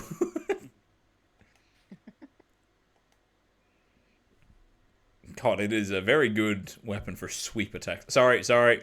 Make contact. It is a cool weapon, though. It is, yeah. It's a shame that it is so fucking slow, because it would be a lot more fun to use otherwise. On the plus side, welcome back! The ads are done! God damn it. Good, then everyone who was in Adland didn't see my horrible blunder. No. And I didn't clip it. But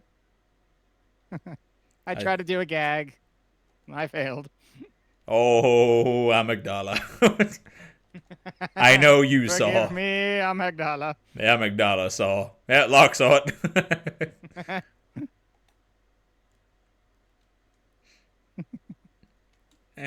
I'm just kind of fucking around with the different weapons. I did have a lot of fun with the boom hammer. Yeah, I've currently equipped the boom hammer. God damn. It's a very good weapon, but the fact that you have to transform it every single time, and you only get one swing with the transformed attack, it's not just the heavy, it's any attack.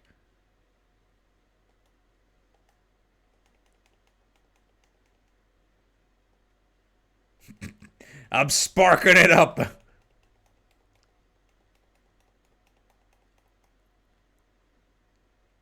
I'm gonna actually. There it is. Fucking hell, that took a while. To be fair, though, we know that connecting in FromSoft titles can sometimes be an experience. Let's go.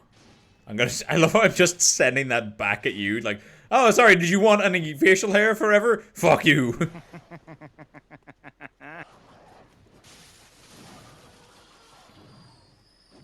If it ain't boom, it ain't worth it. I was gonna say something that rhymed, but it didn't make sense. Careful! Yeah, you get your blood echoes. You pick up your bloody little echoes. You pick up your bloody little echoes. Piece of shit. Get in there. Enchanté.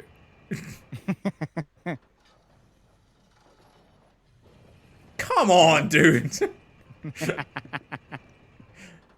Do better. It's a lift. If I wanted no facial hair, I'd have been born Irish. You know I have so much facial hair. Fuck you. I'm trying to send it back down. I see that. There you go. I did it. Proud of you. Thanks. You know I got facial hair. Fuck you, man. She. Oh, look, another lift. Look, another lift.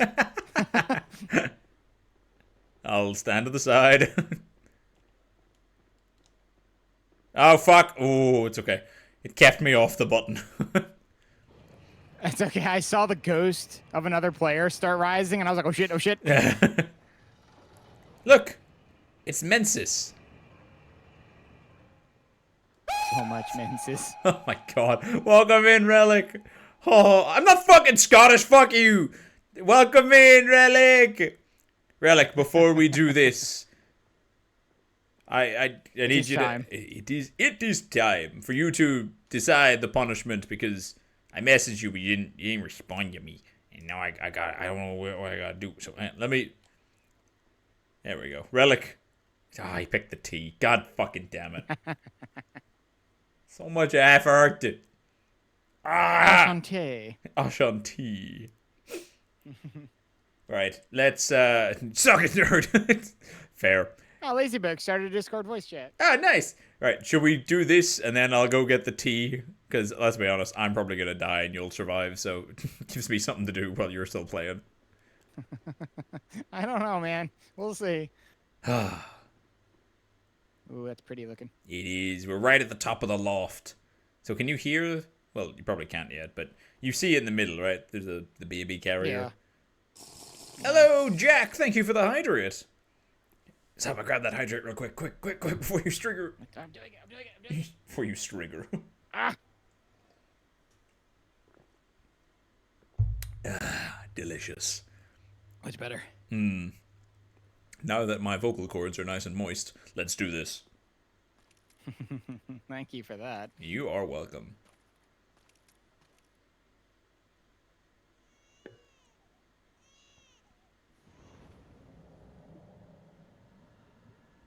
Why, not what I was expecting.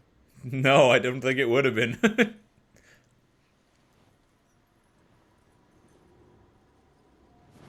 So are you ready to fight the four-armed Nazgul? Yeah, kinda. Murgo's wet nurse. Gross. Why? It was fun. Why did I have to use that word? Well, you know what a wet nurse is, right? I do, but it's just because of everything else. Like, It's not wet as in, like, this fucking nurse I is know actually that. fucking moist. So, ow! She cleaned my clock. whew, Ah, bitch. damn. Where'd she go? I don't know. Oh! Under. I'm afraid.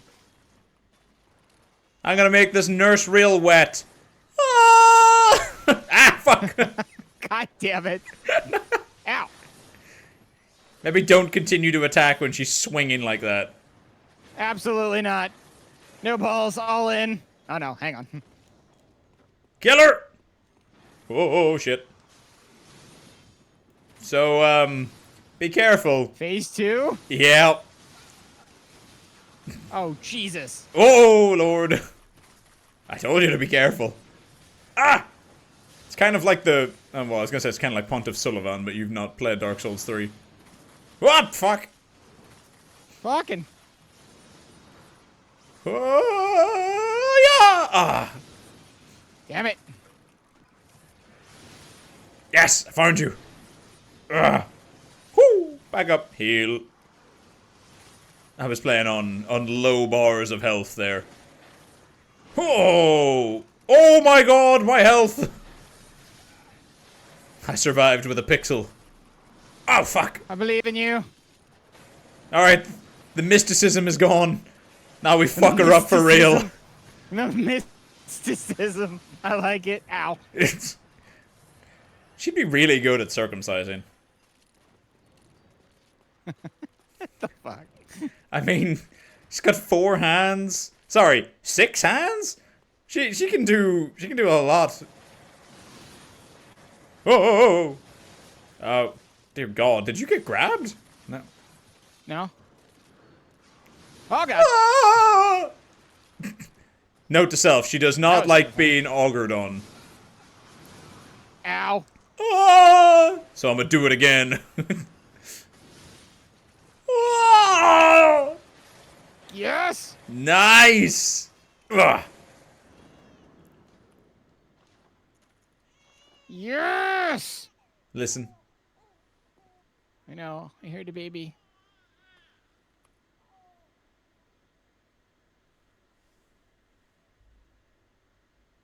Oh. Come on. Oh God, it is. You silenced the harrowing cries of the nightmare newborn.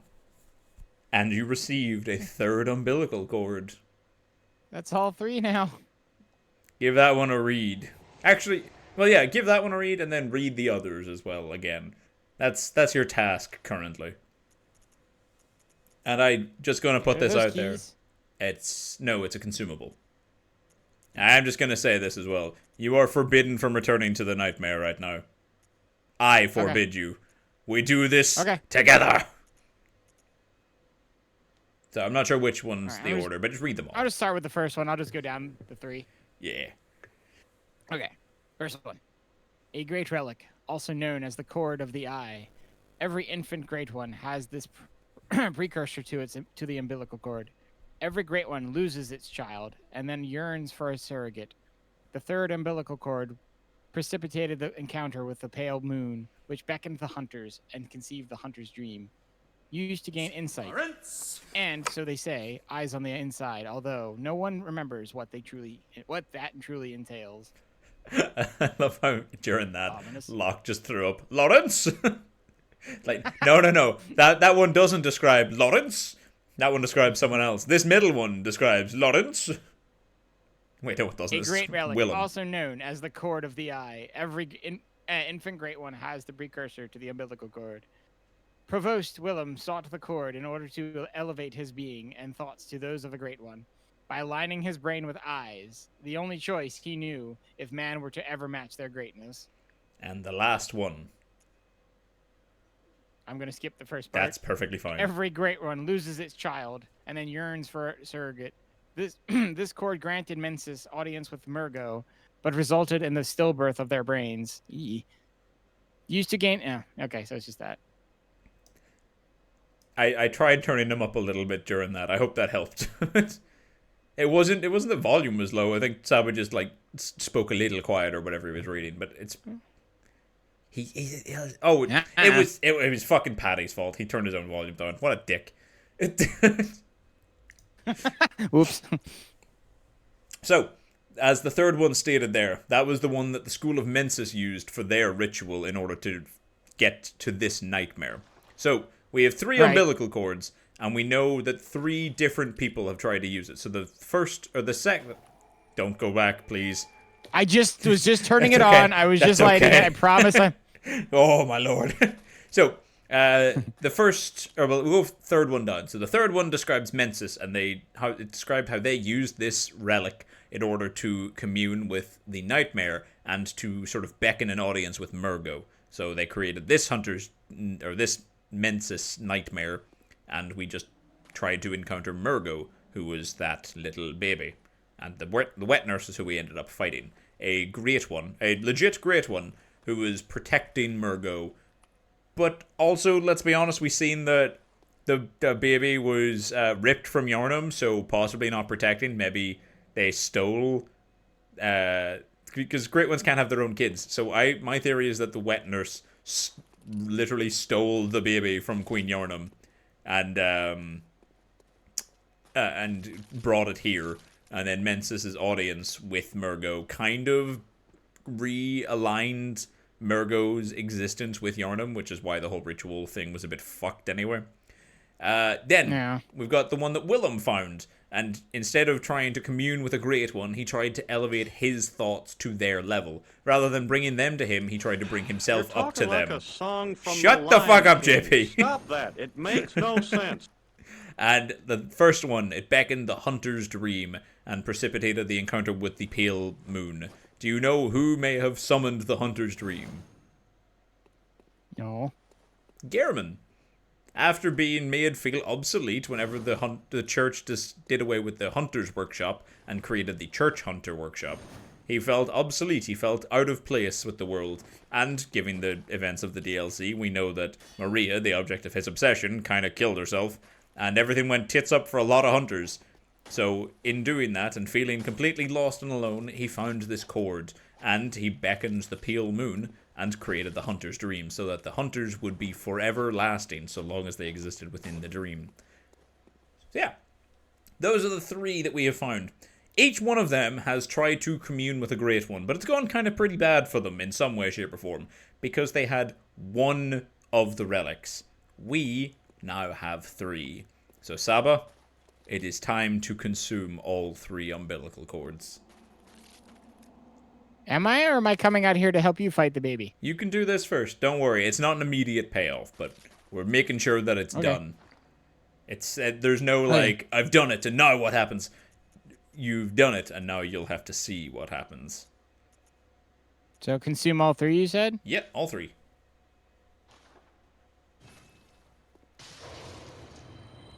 Eat 'em. Eat 'em now. See, JP gets it. I'm doing it. Consume. I don't know what that is, but it sounds gross. Consume Prilosec. What the fuck It'll bring is you that? joy. What is Prilosec? It's a drug. Oh, brilliant. Thank you very much, Trigrim. Welcome, or is it Trigrim? Welcome in. Thank you for the follow. I appreciate that. You guys are legit great ones. Aw, thank you, Patty. That's very kind of you. I just seen that. So kind. Heartburn meds advertised by Larry the Cable Guy. Amazing. So, you're going to walk back down, and, you can take the shortcut, I guess, but come back down to me, and we will do it in my world. Hello. It's Trigrim. You had it right the second time. Welcome in, Trigrim. How is your day going? Oh, do not let your controller die. No, I'm getting my question. In this song. Just like, oh shit, scrambling. You hear him dive off his chair, just. Not today. Find your browse in the category for some Bloodborne while I'm working. Hell yeah! I hope work's going pretty alright for you at the very least, and at the best, it's almost done. And then you're almost on Friday, so you're on Friday Eve, and then tomorrow's Thursday. No, not Thursday Eve. Saturday Eve. I can speak words. Oh yes, actually, look at Yarnum as you do this. She changed. She's like, oh. So you've helped free Murgo from the wet nurse. So she bows. It's Okay. it's her way of saying thank you. You've helped put her soul to rest as well. Oh my god, we did a good thing. Yeah, we actually did a good thing. I don't think you understand how good that makes me feel right now. Yeah, I know, we did a good thing. We did not kill her, JP. You shut up. She's not dead. They just started. I'll let you know in a few hours. Oh, I'm sorry. I'm not sure what time zone you were in, so I was like, maybe you're in my time zone, because for me it's 4:30 in the afternoon, so it's close to home time for most people. Just hear coins crash along the floor as SABA kicks over his hoard trying to get the charging cable. SABA's hoard of all of his coins just... I'm really bad at making the coin sound. If I had my wallet here, I'd shake some pennies in my hand to make the appropriate sound. Oh yes, sorry, I forgot to make contact. Oh, amygdala. Oh, amygdala. Oh, amygdala. Every single time, it makes me think of there's an Irish song called Liston Varna, and it makes me think of that every time, because it's said in the same, like, rhythmic thing. Like, oh, Liston Varna. It just makes me think of that. You meant his Yu-Gi-Oh cards as well. Yes, all of the things that he, all of the things that SABA hoards. His Yu-Gi-Oh cards, his Elden Ring trophies, his Elden Ring characters, let's be honest. Fucking dick. Fuck you, Relic. Well, I killed SABA.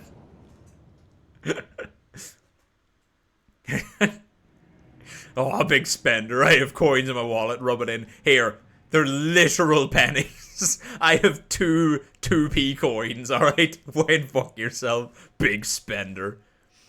Nah, we're in prison. The hoard is, in fact, cigarettes, Cheetos, and ramen noodles. Fair. I would actually fuck with some Cheetos right now, I'm not gonna lie. I'm kind of snacky. I would love a bag of Cheetos right now. Yeah. How about whenever we beat the game, in the interim between this and the tier list, we take it just like 5 minutes and we go get some snacks. I like this plan. Yeah, we'll do some snacks while we're doing the tier list. That sounds like fun.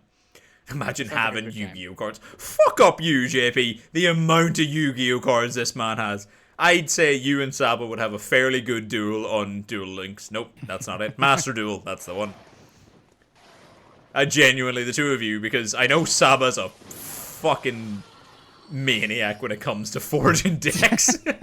But JP, I know you have your very good ones as well. I don't have the shortcut. We gotta manually walk up here. Oh yeah. That's right. Sorry about that. We gotta fight the No, shadows. no, we have to do the things. We have to do the things. Ah!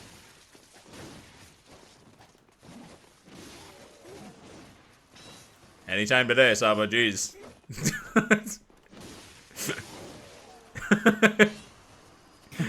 That was an interesting dance between the two of us. Yeah, it really was. It's crush the Cheetos, sprinkle onto ramen noodles, delectable. Nah, you're doing it wrong. What you gotta do is you gotta leave a few of the ramen noodles uncooked and sprinkle them on top like a garnish.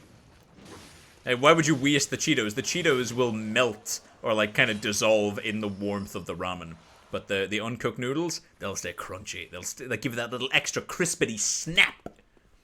I am I like it. 100% stealing that from Brooklyn Nine-Nine. I'm just saying. I did not come up with that. But you thought it was a good idea, so I'll take credit for that. SABA's a bully on Master Duel. That doesn't shock me in the slightest.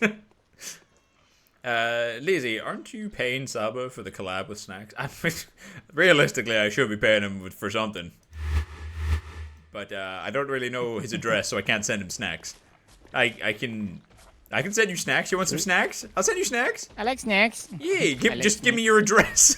Are we doing the walk around thing again, or are we just going straight in? Oh no, we'll do the walk around. I'm just fisting a pig. Oh yeah, we're gonna kill the pig. No, he didn't die. That was weird. That is weird. That's slightly concerning for the amount of damage I didn't do there. Incorrect. SABA's the adjudicator, righting wrongs of the format. You think SABA's righting wrongs in Master Duel? This man is out here wronging the people. He needs to wrong the people, Piccolo. what Master Duel has become is a crime. I do my best to do my part. I mean, that is not wrong, let's be honest. Cheese noodles. That's no. What? Wait, hang on. You're doing the cheese Cheetos? It's spicy Cheetos or nothing. You're out here with your cheese or cheese Cheetos. Get the fuck out of here. No. Don't get me wrong. The spicy Cheetos are delectable, but I must disagree that the cheese noodles are. Oh no, my controller did the thing! Simon, protect me! I'm gonna die! I got you! I got you! I can't stop moving! No! Leave him alone! Okay, good. I'm safe. Jesus. I got you. Oh fuck. Well, we're gonna have to. I think I have you safely planted on a post. Fuck. Oh, I forgot to turn off Frenzy this whole time. I'm still losing my mind.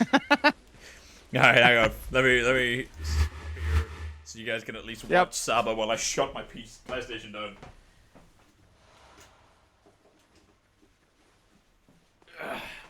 Now SABA's gonna get kicked in a minute. Oh. SABA, what deck do you play? Mostly I know you have a good few. What deck do I play? Yeah, I mean, isn't You it know obvious? the answer to I that. was reading JP's question. Oh. I have 8 million. Oh, I'm dead. Not dead, but silenced. I definitely. It is pretty much always some version of Blue Eyes. Yeah. There's a few. My entire deck list is just Blue Eyes and then add a thing. He is legally distinct Blue Eyes White Dragon. I recently concocted a new list that I'm rather proud of, but I don't really know how I got to it. So Mateus got a kick out of the deck's name is Blue Eyes Dash. I don't know. Because I was only just spitballing. It's like, what do I call this deck? I don't know. Am I still not allowed to return to the nightmare? You are still not allowed to return to the Hunter's Dream. You must wait. Okay. Also, Locke, what the fuck? Why can't you stop pooping? The fuck's wrong, bro? It's blue. I don't know. White Dragon. Yeah, that. Why is Locke poopy? Why is he a poopy dragon? I don't know. Saba, what did you do? Poop. What did you do to him? Why is he poopy I dragon? did nothing. You poopy dragon. I haven't played Master Duel for a good bit, but I don't know what the best is anymore. Of course, the Blue Eye stuff came out. This is gonna sound defensive, and I'm not trying to sound like this, but I have been playing Blue Eyes every format long before the new Blue Eyes stuff came out. Yeah, he's totally not defensive about that. I'm just saying. I've been playing Blue Eyes before because now the that new stuff one. came out, so many people are on Blue Eyes now, which I understand why. Like people, as soon as a new format comes out, people, if especially one of the OG ones like Blue Eyes or whenever the Egyptian Gods came out again, and the I think Red Eyes got an update at one point, somewhat recently, not like recently, but kind of recently. Yeah, they do. Red Eyes actually does get a lot of stuff randomly here and there. Yeah, like people will always go back for it, and there's nothing wrong in that. Like, oh hey, this is a fun deck to play, but it's no longer really viable. That is terrifying to see in words, Locke, but I hate that you're right. Saba has been white lightning in things for almost 30 years. Saba, use white lightning! So, I have triggered the pigs to try and get back to you. Oh, that's right, Relic. I forgot about that. That is cool. That is very exciting. One more week till what arrives? Relic, tell him. Tell him what you've acquired. Relic! I'm glad you got that. Gentlemen, let's shuffle our decks. Relic! That's great. Armed Dragons are my favorite, but I don't always play them, so I allowed to assume he doesn't just play Blue Eyes. No, I know, we're not shitting on you for that. Come on, dude. No. It's just, this is kind of my thing. The deck that I've recently been using that's like not, oh my god, this is so good, but I've been having a lot of fun with is the Flame Swordsman support. Has actually been a lot of fun. That's not one I would have really guessed would be fun, but I never really liked Flame Swordsman because I always found him super fucking weak. It's really cool what they've done to him to make him like modern day Yu-Gi-Oh relevant and still do the thing that he's like especially in the anime, like known for doing. Like he's still him. He's still a big guy with a fire sword. And ginger. God, is he ginger? Thank you, Locke. My friends, it has been said that I like blue eyes. Yeah, blue eyes. To be fair, since the fish cards came out, I've been my best boys. You do love the fish cards. Okay, so Patty, follow me on this. A little while ago, they didn't necessarily get new support, but I definitely, for the early ranks, did build a Toon World deck, and it was very trolly, but it definitely got there. You building a troll deck? No. And no one uses it anymore because it's bad by today's standards. But I, of course, still had a blue eyes Toon Dragon in the deck. Of course you did. It had to be done. I think I tried to make the only thing when it comes to Yu-Gi-Oh, I've only ever put much effort into one deck in Master Duel, really, and then the rest of it has been like IRL decks because I mostly enjoy playing it IRL, and I mean like when I was growing up in school, like trading cards with people and like, you know, playing it for fun, not big competitive scene where, oh, if you can't beat someone in the first turn, it's game over bullshit. Like, that's my least favorite part of Yu-Gi-Oh! That's why I don't go into it anymore. But I put a lot of effort into his Cyber Dragon deck, and God, I loved Cyber Dragon. He was always so cool in the anime, and then I was like, he's really cool, and then I was like, he's probably not that good anymore. And then JP was like, oh, you know, Cyber Dragon Infinity's a thing, and I'm like, what? So I currently own, he might still be up there, he might not be, I might have sold it. I had Cyber Dragon Infinity, like IRL for a bit to be able to play a relatively good Cyber Dragon deck. I did not have 3 Cyber Dragons though. It is indeed. Hey, dude. I had a Cyber Dragon deck up until a few years ago. Cyber Dragon's fun. Like, I enjoy it anyway. It is. It is indeed fish, but it's pronounced goatee and not fish. There are too many fish cards in the game to just call the deck fish. I know, but have you never seen the fucking meme where you can technically read the word goatee as fish? Have you seen that? So do you like mermales? I'm assuming that's not a question to me. No. Samurai deck. I'm just because that's fuck. Oh, jeez, nice of you to fucking join in. Oh yeah, let me just stop moving and talk about that. I can't multitask. Fuck you, man. Learn how to multitask. I fucking got my shit stomped.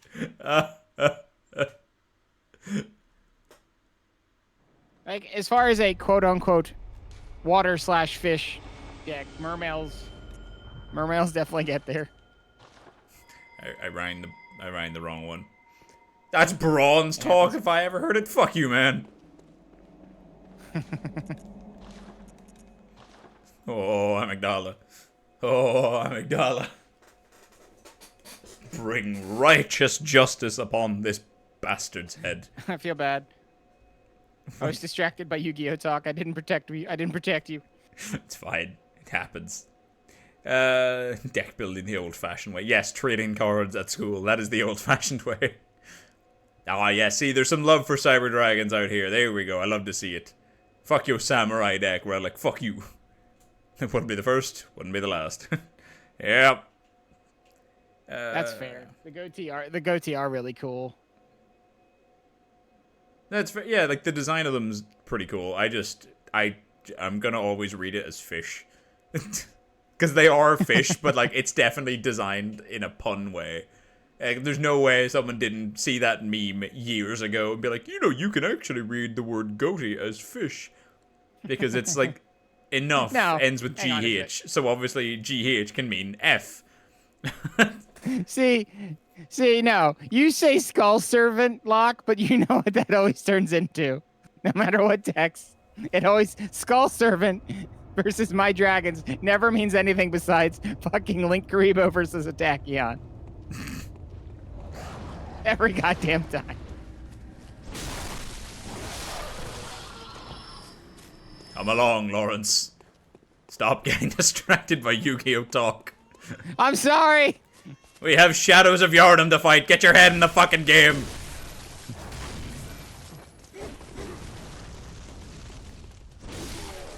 No one has ever made me rude Link Karibo as much as Locke has. Has made you rue Link Karibo? Oh God, what way does Locke use Link Karibo? Because Skull Serpents is a level 1 deck.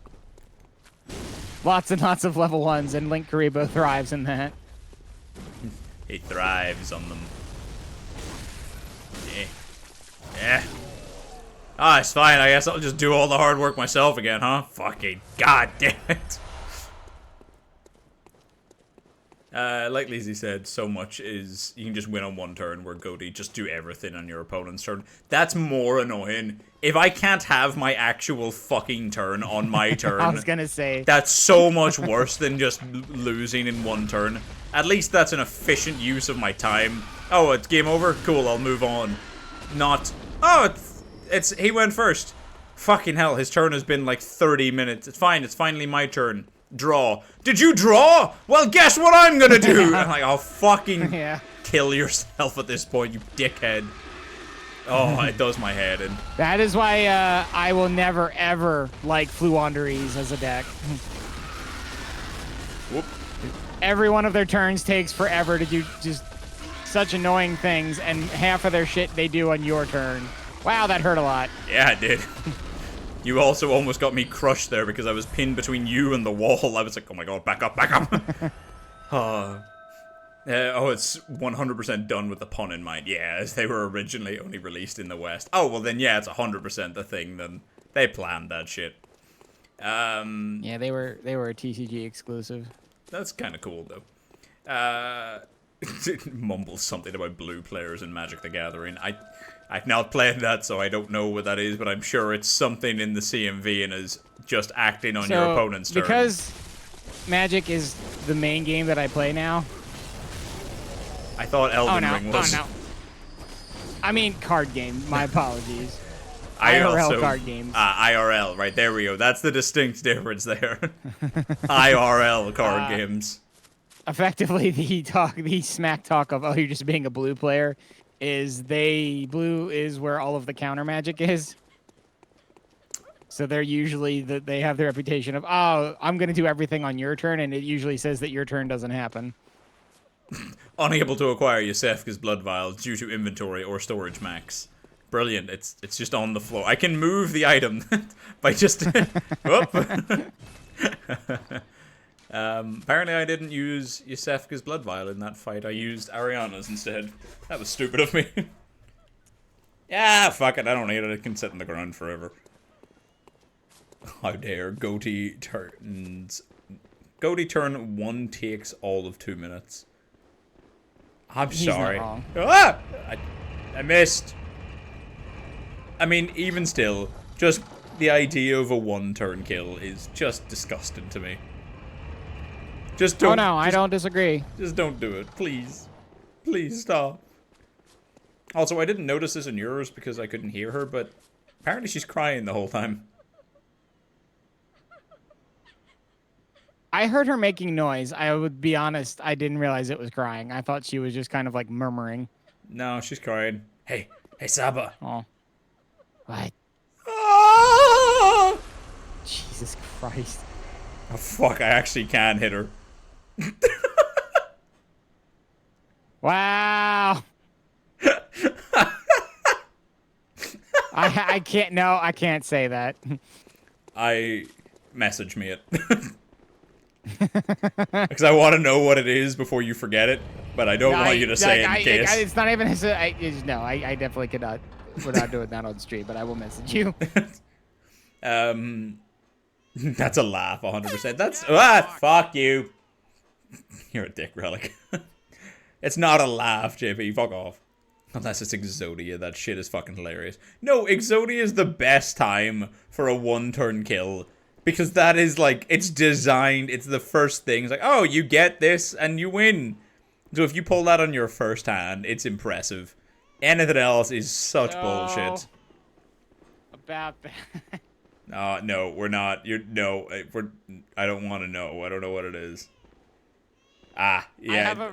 No, glad you did not make that joke. Yeah, no, exactly. That's what I was like, But no, what I was gonna say is I do have, and it's nothing like, I can't claim full credit for the design, but I definitely have a fairly consistent draw Exodia before your opponent gets to go. Fair. Are you sitting further from your mic? Because you're super quiet saying that. Oh, I guess it's kind of twisted. Is that better? Yeah, that's a lot better. Okay. You have a directional mic. Clearly, because I'm still like right next to it.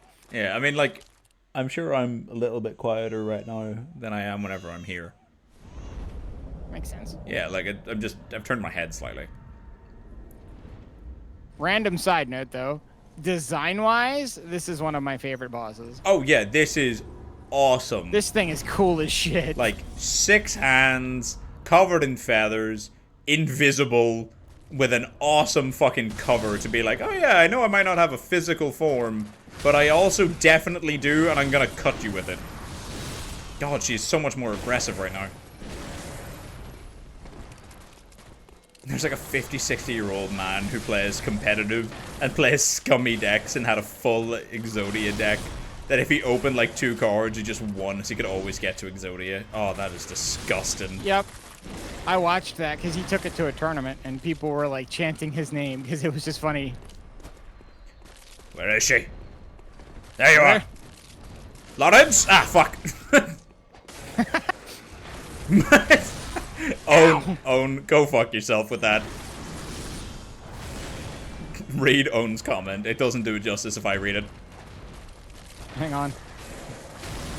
Ow. Ow. Oh. I was a little too close. No. It wouldn't have done it justice if I tried to read that to you. Fuck. Ow. Oh, fuck. Honestly, I know I made the horrible joke about her being really good at circumcisions earlier, but I think genuinely, in a less gross capacity, she'd be a really good sushi chef. Yeah, no. Oh. I remember a rumor if you had 100 insight, you could see her. Oh, that would actually be really? That would be really cool. It probably is just a rumor, but that would be so cool. That would be a really cool thing, actually. Oh, phase 2. Yep. Smack the shit out of her quick. Free hits, free hits, free hits. Crush it. Ow! The other one spawned on my side. Uh-oh. Fuck. Yes. No. Come here, bitch. Ah! Oh, God. Yes. Okay. Stunned. Okay. Together. Get her. Yes. Get her. Fucking. Yay. Murgo, you are saved. However, I killed your mother. Sorry.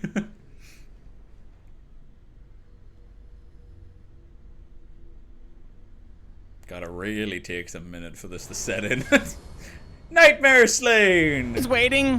When that happened in my game, I was waiting. I'm like, is this like a phase 3 boss? Like, I kept waiting for something to happen. I fucking love a good phase 3 boss. Are you? There we go. I was like, why are you still here? Yeah, I'm gone. Pissed off already. Same for mine. I was like, wait, do we get to keep going? Do you stay? Alright, let me consume these 3 umbilical cords real quick. So, also they are a good source of insight. So I'm gonna go from 51 insight to 54. So it's plus 3 insight. That's pretty good. Like, one of these is basically 3 summons. Yeah. There's an ice barrier support, Saba?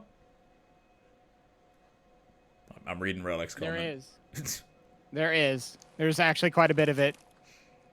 Alright. Not like recent, but like within the past few months recent, and like within, or I say past few months, but like within the past year, and it's actually really solid. That's pretty cool.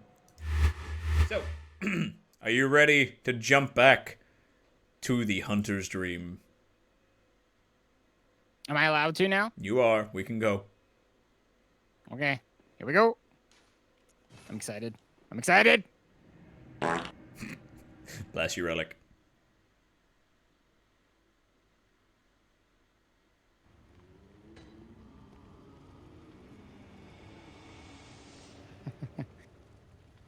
No, my hoose.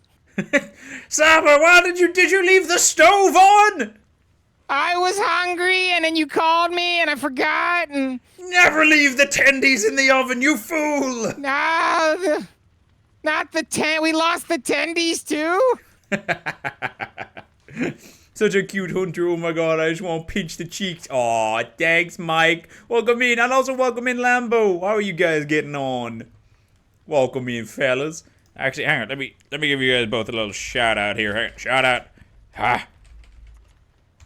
Guys, if you do not follow Mike, please go give Mike a follow. He's currently playing through Dark Souls 2. He's a real chill dude. He sometimes shows up on the Prison Realm streams as well. And he's really fucking good at really good Souls games. Like, really fucking good. He kicked my ass so many times.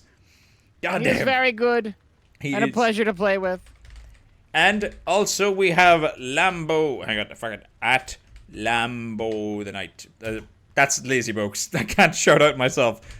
God fucking damn it. Shout out at Lam. There we go.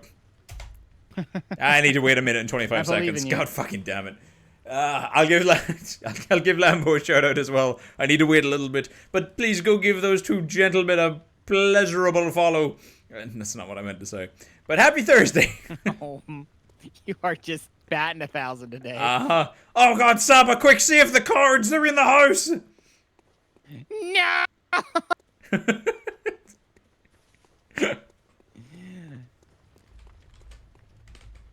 No, my blue eyes cards.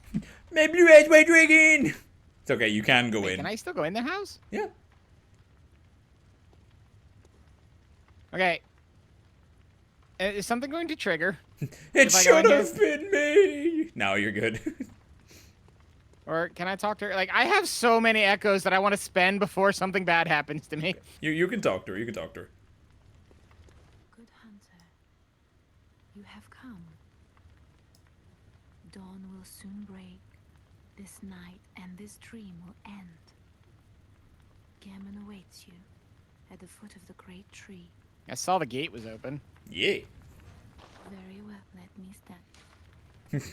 Oh, right, yes, the Yu-Gi-Oh reference. It should have been me, not him. I fucking love that reference. So, Gehrman awaits us at the foot of the great tree. We have completed the goal, I guess, of the hunter's dream. Farewell. We were supposed to slay a great one. That was our goal the whole time, if you remember that. Well, seek the pale blood. But, Right. So, you know, our goals kind of got handed to us a bit more and more. We had to stop the Nightmare of Mensis' ritual, which we did. We silenced the cries of the Nightmare Newborn. We stopped Murgo from crying.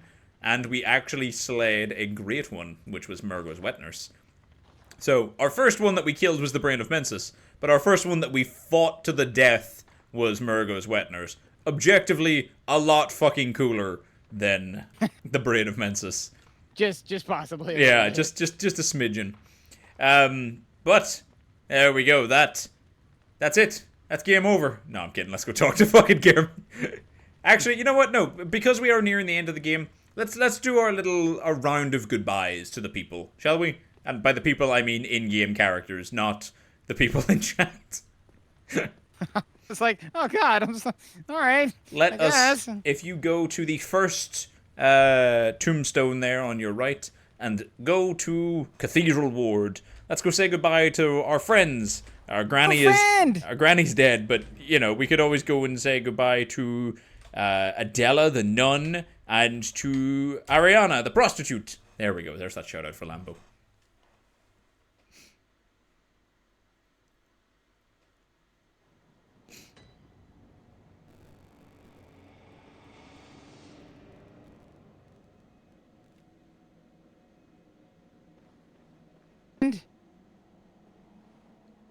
I did forget about the wee man who looks after them. We can talk to him. Another one you sent made it here safe and sound. This place is a real haven now, thanks to you. But I'm afraid that was the last of them. I ain't a peep to be heard, not in the old town. I doubt there's any more out there. God save us. Yarnum's done for.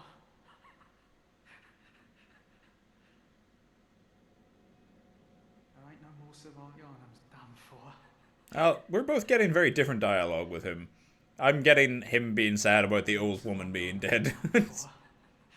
But I already knew Yeah, she was he's dead. not saying shit about her. No. So, right, let's CSI this shit, okay? So, she was sitting here. There's a trail of blood. What if we follow the trail of blood? There's no trail of blood for me. No, not the old woman. Ariana's chair. She was sitting up here and she's not here. Okay. She's missing. So, right, there's a trail of blood. Let's follow the trail of blood and see where it goes. This is gonna require you to use your eyes. I'm trying. A skill you have mastered. I mean, you can use your torch. It makes it easier.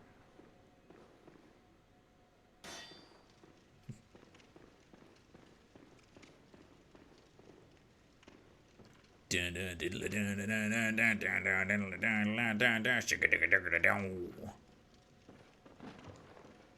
don't see any more blood? It's okay, we'll continue. Maybe she crawled down this giant fucking ladder somehow. We never give up the search. Expand the search radius.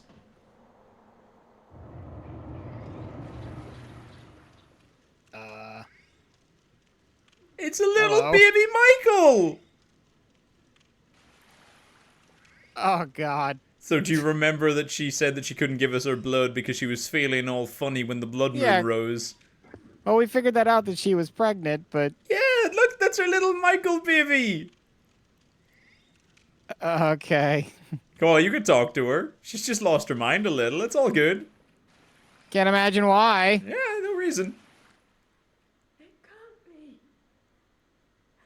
This is a nightmare. Well, no shit, catch up.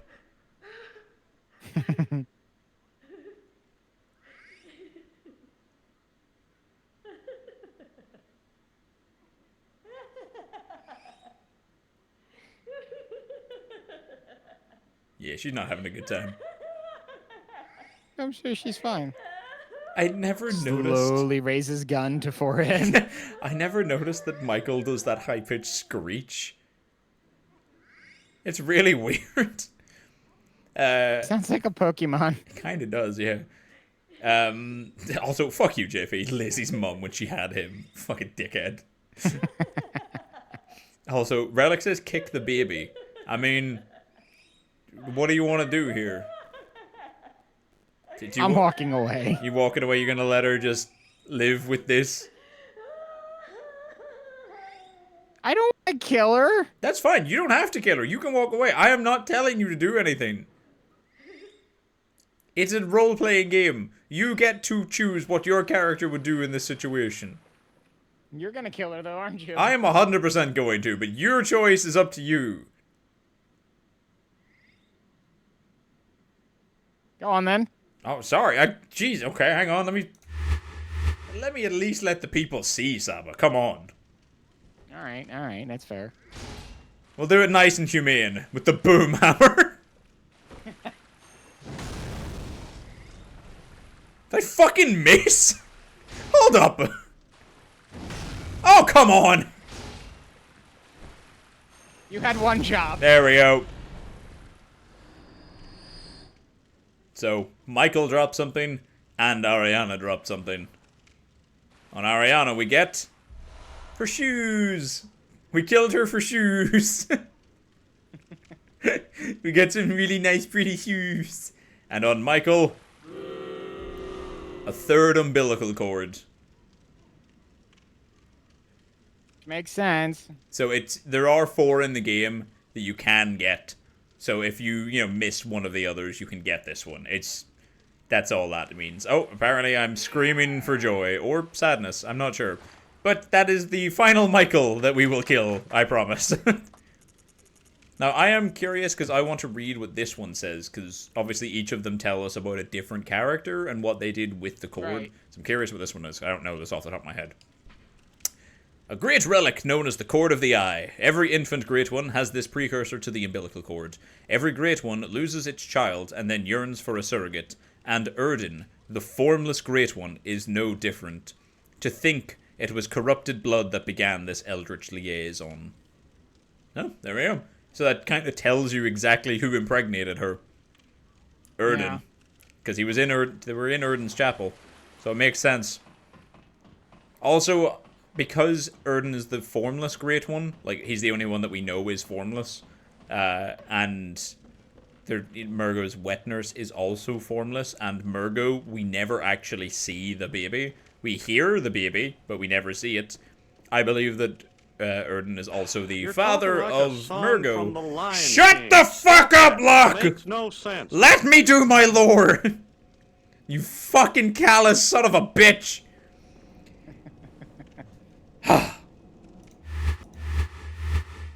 Okay. Do you want to talk to Adela as well and the dude? I'm sure you have the dude as well. Yeah, Yep. yeah. I'm not sure what these guys are doing, but it's the end of the game. If you want to kill them, no more consequences.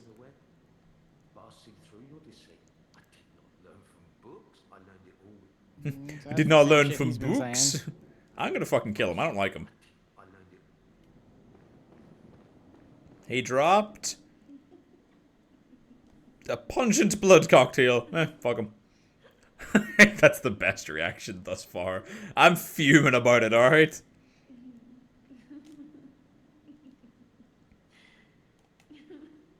I'm also killing Adela. I don't like her. Why? I just don't like her. She lost her mind when the blood moon rose, and she was also... So this is the fun thing. I didn't tell you this at the time. Do you remember when we first bring Adela back to the church? It is before the blood moon rises. Yeah. We do it whenever we go... Rescued her from the prison. Yeah, we rescued her from Yahor Ghul, so it's still just a full moon. And during the full moon, Ariana's not pregnant yet, so she offers us her blood. Same way Adela also offers us her blood, because she is a blood saint. If you take Ariana's blood 3 times in a row, so like, you know, you take it and then you use it and then you come back and get it again and then blah blah blah. If you do it 3 times, Adela gets jealous that you're taking a prostitute's blood over her holy saintly blood, and she actually kills Ariana. That ends her quest line. Oh my god. Yeah, you never get to meet baby Michael. You never get to get that extra umbilical cord. Adela straight up kills her. That's a fun little thing for you to know. That's kind of crazy. Uh-huh. She does also drop Erdin Writhe, which is a new rune. Writhe sees a subtle mucus in the warmth of blood and acknowledges visceral attacks as one of the darker hunter techniques. Visceral attacks restore quicksilver bullets. Human or no, the oozing blood is a medium of the highest grade, and the essence of the formless Great One, Erdin. Both Erdin and his inadvertent worshippers surreptitiously seek the precious blood. So it's very similar to, in design anyway, to the actual, like, formless Erdin one, in terms of, like, that last little bit. But yeah, there we go. That's the little bits of lore. I'm pretty sure that's all of our little bits and pieces wrapped up. I'm pretty confident we've not fucked anything up thus far. So, if you want, you can go kill Michael and get another umbilical cord, or if you don't, we can head back to the Hunter's Dream. Nope. They can all live, except her. She dies. Is it because I told you that she would kill someone out of jealousy? Yep. Saba doesn't like jealous women. He will kill them. So if you got a jealous bitch on your hands, Sab will take care of it. Just call them on 0100-555-3216. Don't call that. I don't know what that's a number to. Don't call that. When you shit if it was actually my number. You're like, oh. I guess I just have to change my voicemail real quick. Hi, this is John Saba. You just hear Saba's phone ringing in the background now. You're like, fuck. Alright, come on. Let's go back. Gehrman awaits us at the foot of the great tree. He wants to talk to us. But we are towards the end game, so I wanted to make sure we tick that off our list before we continue. Yeah. Don't mind me, I'm just opening a chocolate bunny. Maltesers. I'd say Yandere definitely counts. Saba, you'd kill a Yandere, right? Why not? Huh? I said, yeah, why not? Yeah, there we go. Good talk. Are you ready to go see the great apple tree? Yeah, because I never got the rare thing, so I never got to come through here before. So, here's the thing. I forgot that you get told to come in here. So, for planning ahead, to let you know that that gate might be open, I just told you that it might open sometimes so that you would check. So that I wouldn't have to tell you to come in here. I was planning ahead, but I didn't realize that the game tells you to come in here. Gotcha. I apologize for the deception, but I was trying to avoid me having to tell you where to go later on. Makes sense.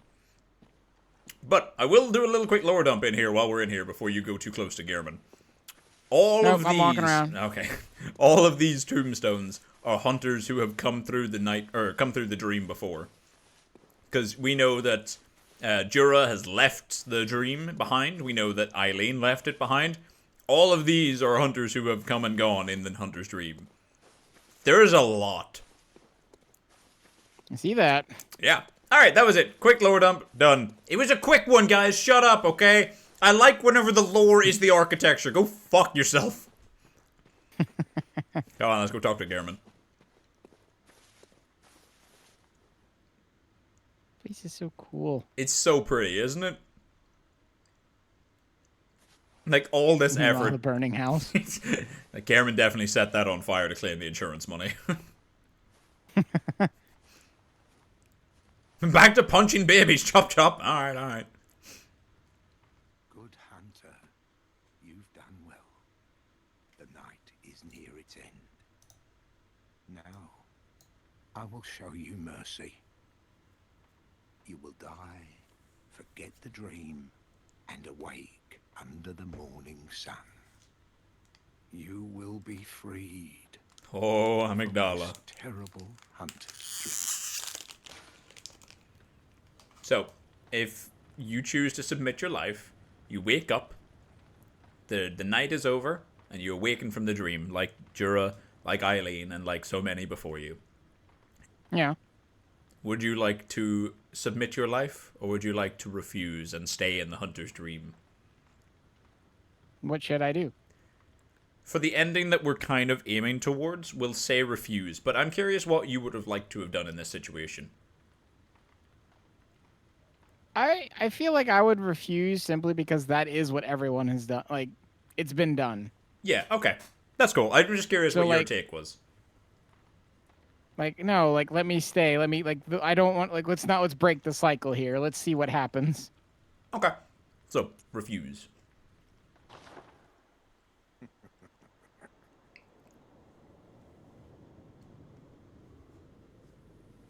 Dear, oh dear. What was it? The hunt?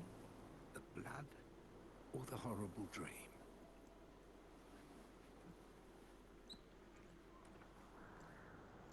Oh, it doesn't matter.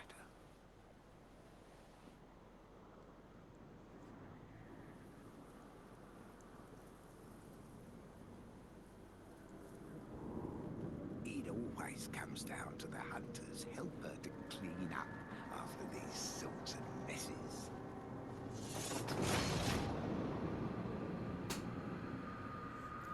This is such a cool line.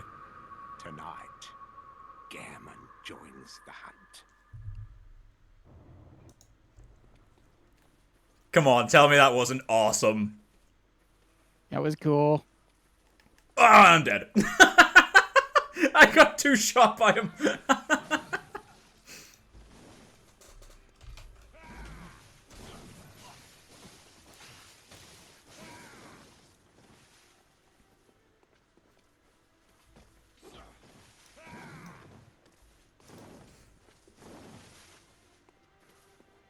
I'll not lie, I was not best equipped for this fight. I went in and got my shit stomped.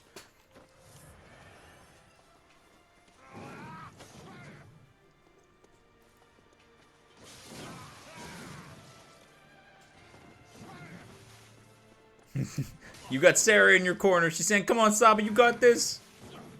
Oh, thanks.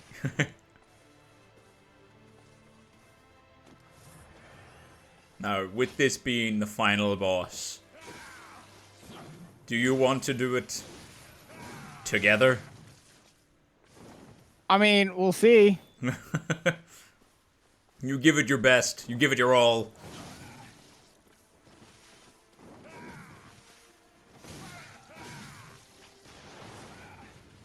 Make his ass grass! Kick his ass, Seabass! Let Saba. I can see Lazy is just being lazy. I died, okay? Shut up.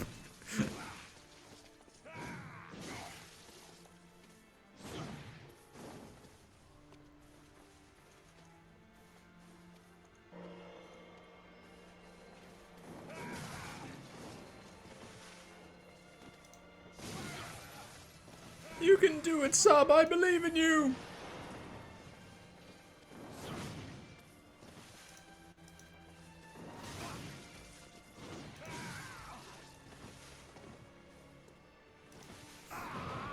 Yeah, get him, boy. Oh, you got everyone on your side for this. This is really wholesome. I like this.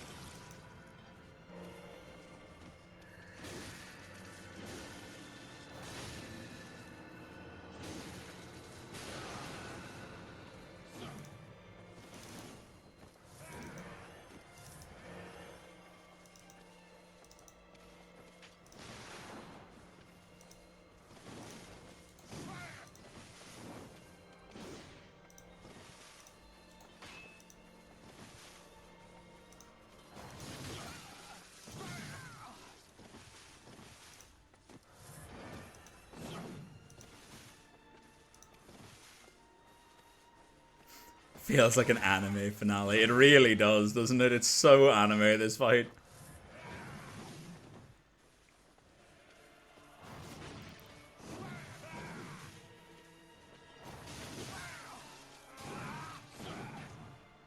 You can do it!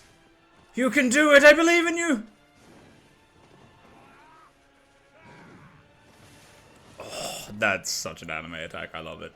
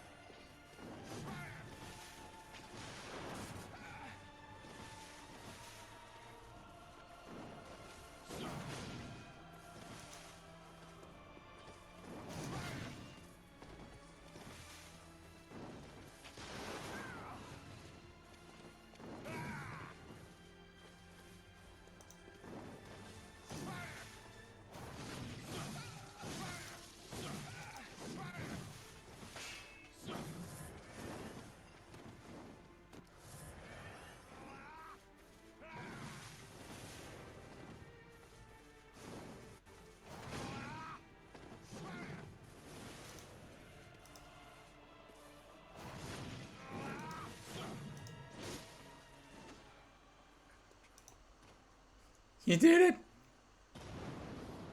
You did it! You did it, buddy! Let's fucking go! Yeah! Whew.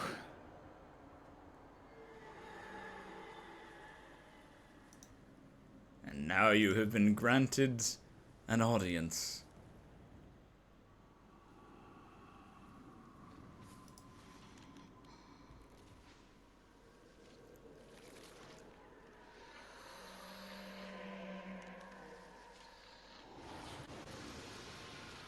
You have done what no one before you has ever done, Saba.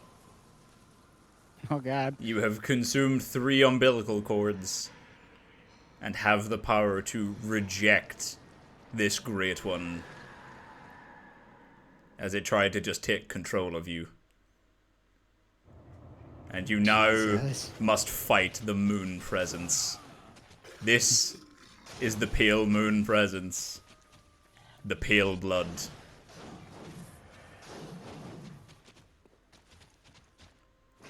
Seek the pale blood. Ah, fuck up, JP. You dick.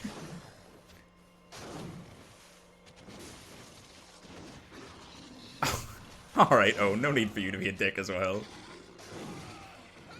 Come on, SABA, you can do this.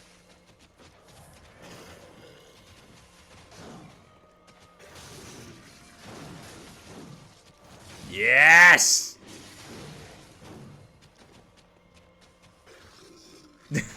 That's my wagon!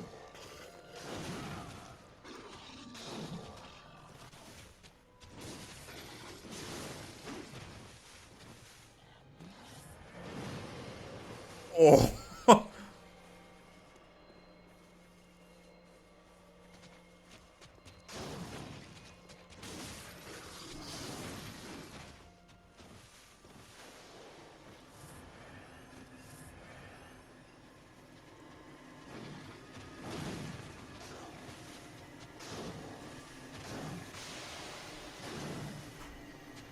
All the blood. All of the blood. So much blood. Oh gosh.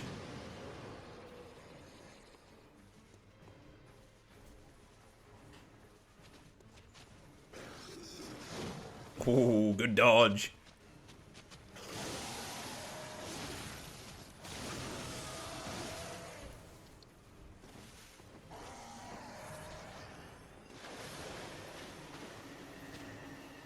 Oh shit, it's the weird floaty spider brains from the Matrix. Yes, come on, SABA, you can do it!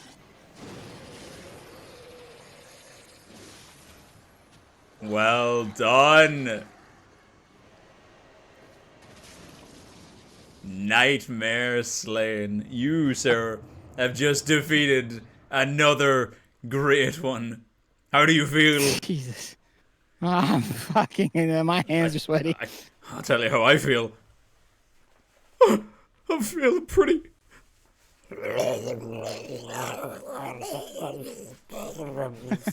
You guys are amazing. You all are so nice. Stop that. Stop.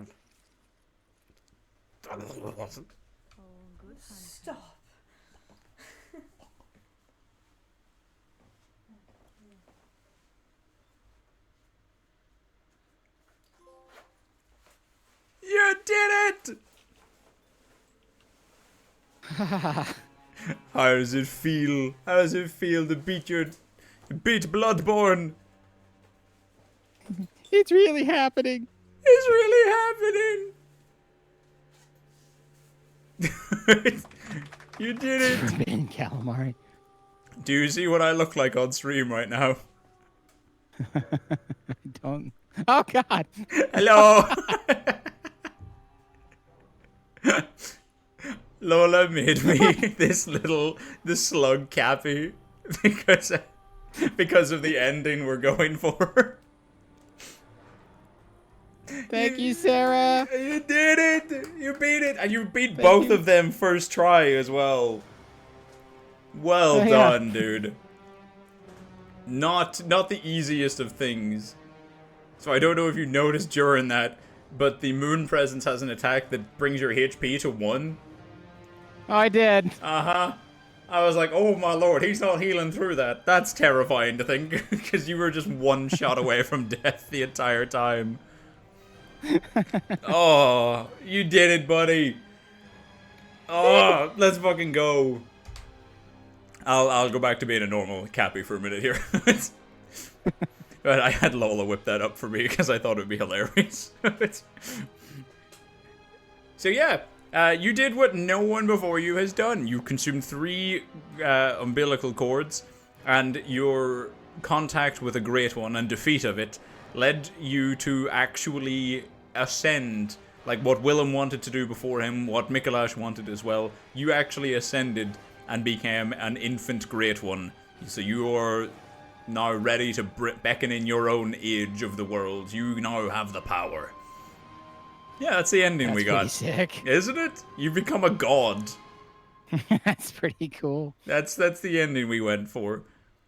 So if you don't grab the umbilical cords, whenever you beat Gehrman, you are captivated by the moon presence, and you vow to take Gehrman's place as the caretaker of the Hunter's Dream, so you become trapped by the dream in his place instead.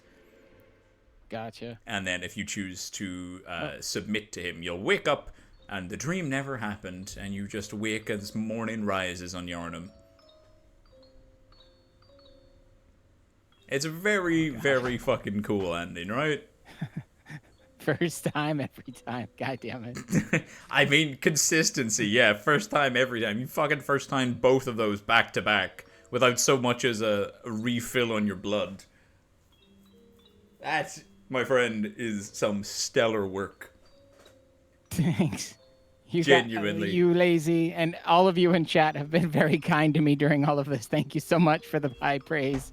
I'm so happy that you were able to wake up in time for this as well, Sarah. I'm sorry I wasn't reading or responding much in chat. I was trying, because I forgot to preset this. So I was trying to go and get that done while Saba was fighting. I was like, oh fuck, I gotta be quick on this.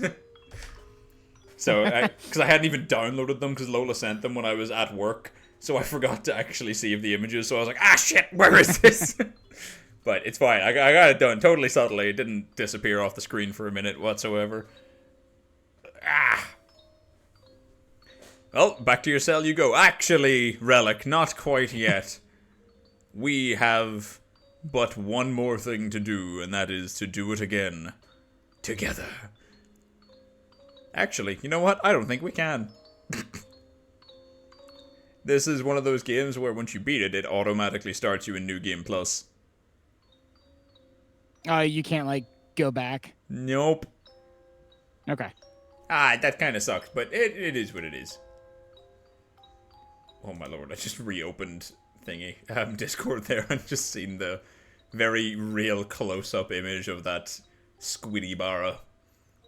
That was something. I mean, No, I'm okay I'm okay, Flock. I'm terrible with compliments, you know this. I gotta go vomit. You wanna take 5? You want to get some rest, some recovery, grab some snacks, shake off the adrenaline, and we can come back and we can rate all of these on a tier list.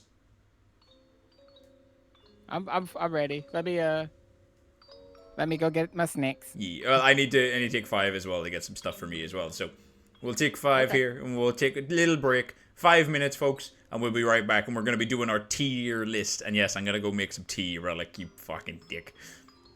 That's right, you have your punishment. Yes. Welcome in, Blaze. Well, we just beat Bloodborne. Well, Saba's just beat Bloodborne.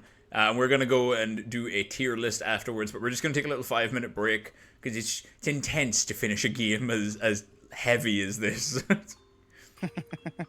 10 minutes, not 5. Okay, I guess, yeah, we'll take 10 minutes. That's fine.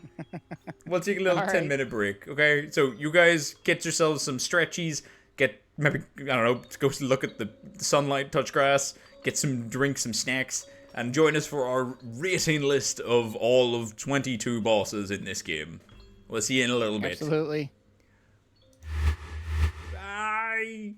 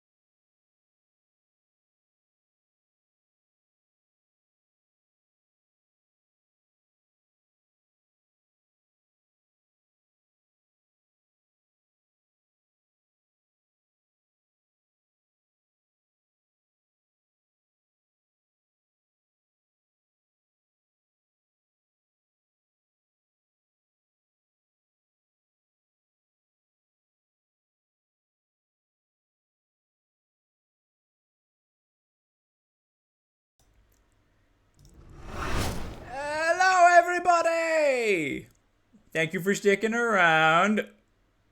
Owen, what the fuck is that? Get that out of here. Fucking, is that what you've been doing this whole time? My lord. That's what the fucking things you guys have been laughing at is. God fucking damn it. I don't know what the dog water one was. I haven't seen any of them except that. But, flashbang. I am going to be putting dog water in my mouth with this fucking microwave cup of tea. Which is actually currently way too hot to drink. Holy crap. I made sure I got it nice and hot this time, because last time it was not hot at all. Owen, can I please see the dog water photo? I am curious. Yes, for it.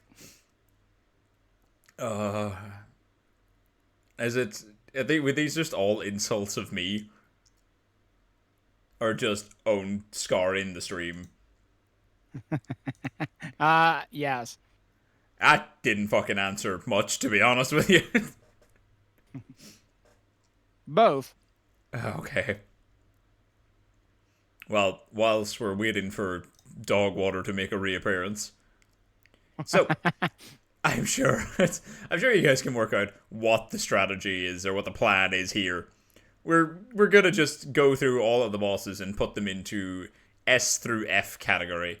Oh, brilliant! That's what it was. Fucking hell. That's mean. That's just mean. I gotta have words with you. I know where you live. I will burn your apartment complex to the ground. So, Saba, I was thinking for our rating system, before obviously we just give a flat out, oh, this is S, this is A. Like, what sort of things should we be ranking them on? Like, objective, but also personal, you know? I mean, I think, yeah, there's definitely a personal preference and opinion here, but I think, like, mechanics, gimmicks, aesthetics, if it was a lore-rich, I know this part will make you happy, a lore-rich boss, if it wasn't. That definitely makes me happy. how hard it was it difficult because it was legitimately a challenge? Was it difficult because, fuck, this game? Was it...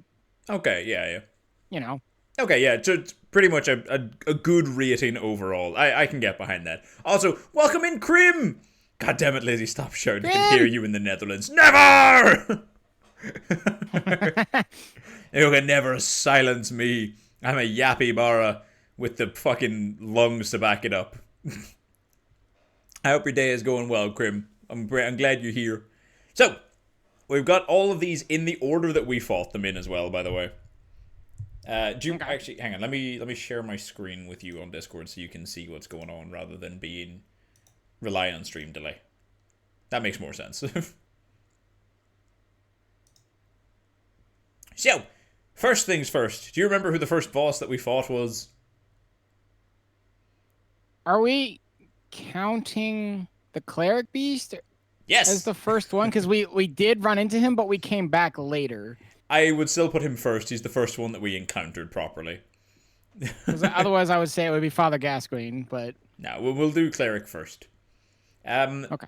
For me, I think the cleric beast as like an intro to the game is really strong because his kind of purpose is to be... You're told to cross the Great Bridge, so you go in that direction. He suddenly appears at the gate, and you're like, oh crap, what is this? And then he's supposed to kind of kill you, because realistically, if no enemies kill you up to that point, you've not gone back to the Hunter's Dream, and you've never gone there in the first place, you don't have weapons. You can't beat him without a weapon. So he's a big first, like, this is supposed to be difficult, but with the drops as well of like the hunter stuff, so it lets you choose which of the first hunter set that you want, like the weapons and stuff, with the addition of that being his drop. I'd say he's a strong first boss. In terms of like gimmicks and stuff, he grabs, he throws, his boss arena is kind of narrow, which makes it harder artificially than it should be. And then they repeat it later, but better, I guess, with Lawrence, so it's not even a unique boss fully. So it gets points for and points against with those, in my opinion, anyway. Fair.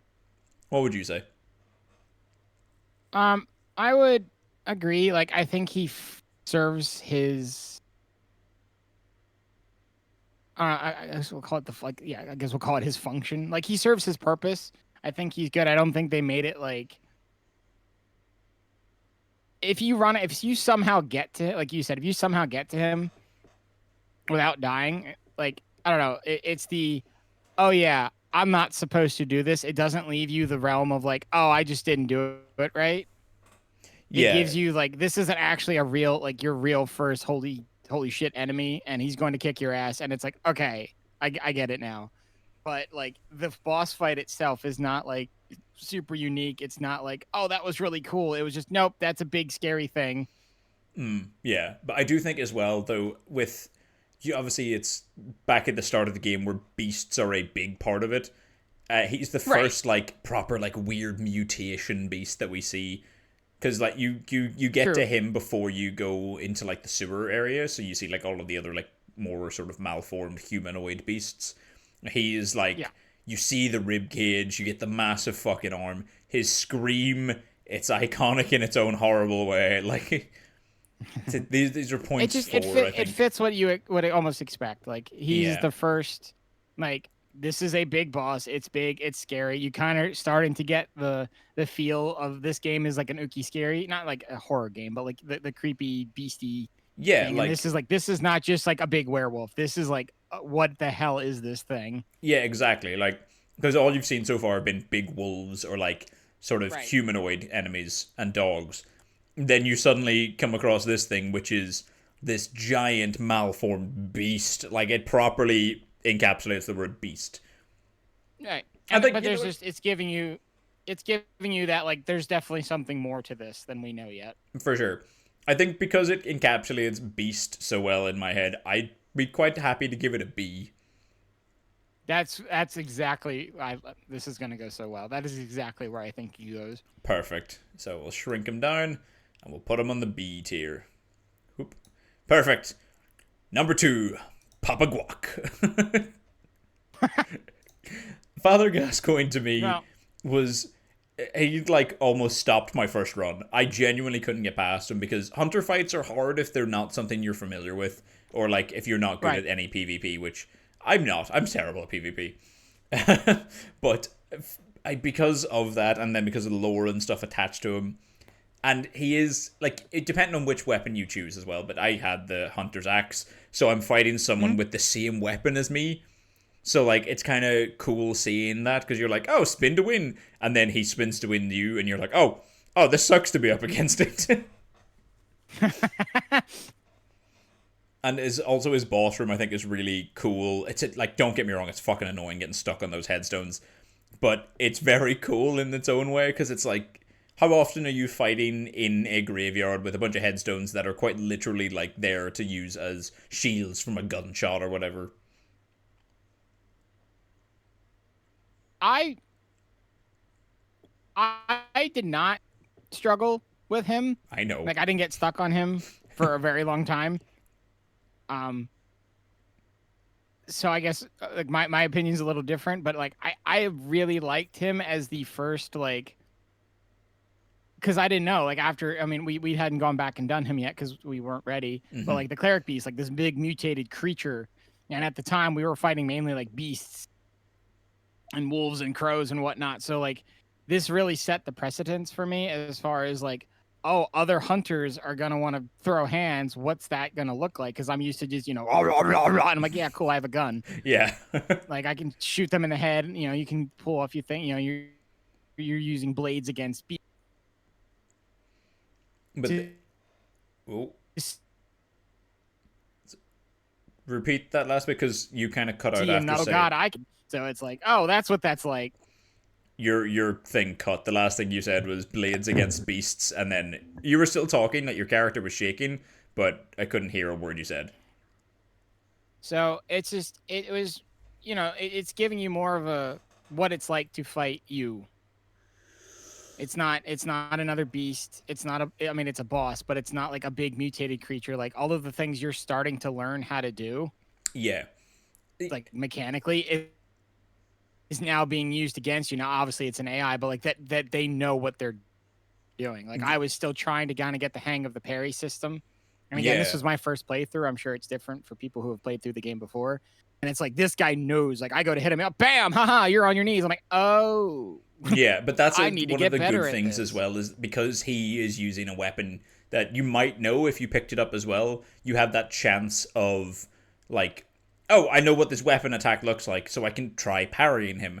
And human enemies obviously are a bit more readable than beasts because you don't know where their hitbox necessarily is. Whereas this dude's like, oh, sword, I know how to, or axe, I know how to read that Right. a bit more, and it really teaches you the parry system. Like, I love him as a first boss, and then the another awesome part is he's a first boss that's supposed to be hard, challenging, and as you said, he's the first hunter, so you're like, oh shit, hunters are gonna want to throw hands. But you get the music box item as well if you've obviously followed along with his daughter's questline and stuff. You get a unique item that Right. stuns him temporarily, that pulls him back a bit from the brink of going insane and going blood drunk, which is a really nice touch because it's like, you got the Moog Shackle and Margit Shackle in Elden Ring, literally pulls him to the ground and binds him to earth. That's also really cool. Visually, it looks cool. But stunning a dude by kind of forcing a bit of his humanity back into him with the song, with the sound of music, that's really human, and that's really like beautiful in a fucked up way, which I really love as well. And it's important It is for important. like what the precedents that this game sets. Like these are not all awful humans or awful creatures. Like a lot of them started in a good place. So to see someone so far gone doing these things and then you can bring him back Albeit a temporarily. little bit by doing that, by doing, and finding out about his family and his daughter and doing that little side quest. It's like, I don't know. It has like, it's not just, oh, big enemy with big sword must hit and kill. It's like you kind of feel for the guy.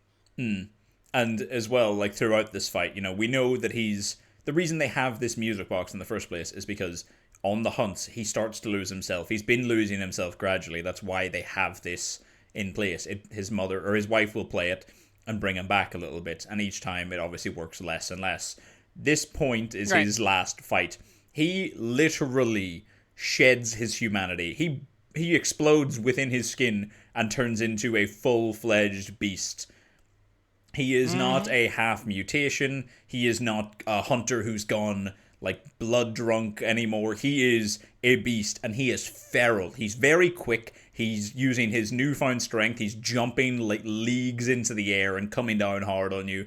Haha.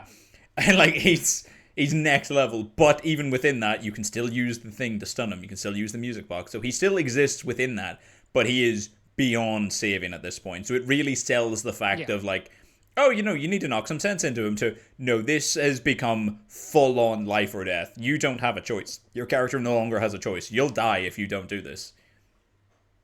So it kind of gives a justice to his having to die. And then also later on, whenever you start talking to Eileen and stuff, she even says, oh, Gascoigne must have been so far gone. I'm sure you did the right thing putting him out of his misery. So it gives justification later on. He's not one and done. He's talked about afterwards. He has a relatively decent effect on the other people you're going to meet. I've talked myself out of putting him into a B. I kind of want to put him in an A now. It's kind of where I'm at. Yeah, I'm glad we agree. Because I was kind of between the like under the same pretense of what we talked about the cleric beast. I'm like, yeah, he kind of is a B, but the more I'm like, he really does a lot for the game that early. Yeah, like it really sets That I the feel tone. like he just, yeah. So I think A is good. Yeah. Now we're going to get on to a bit of a stinker.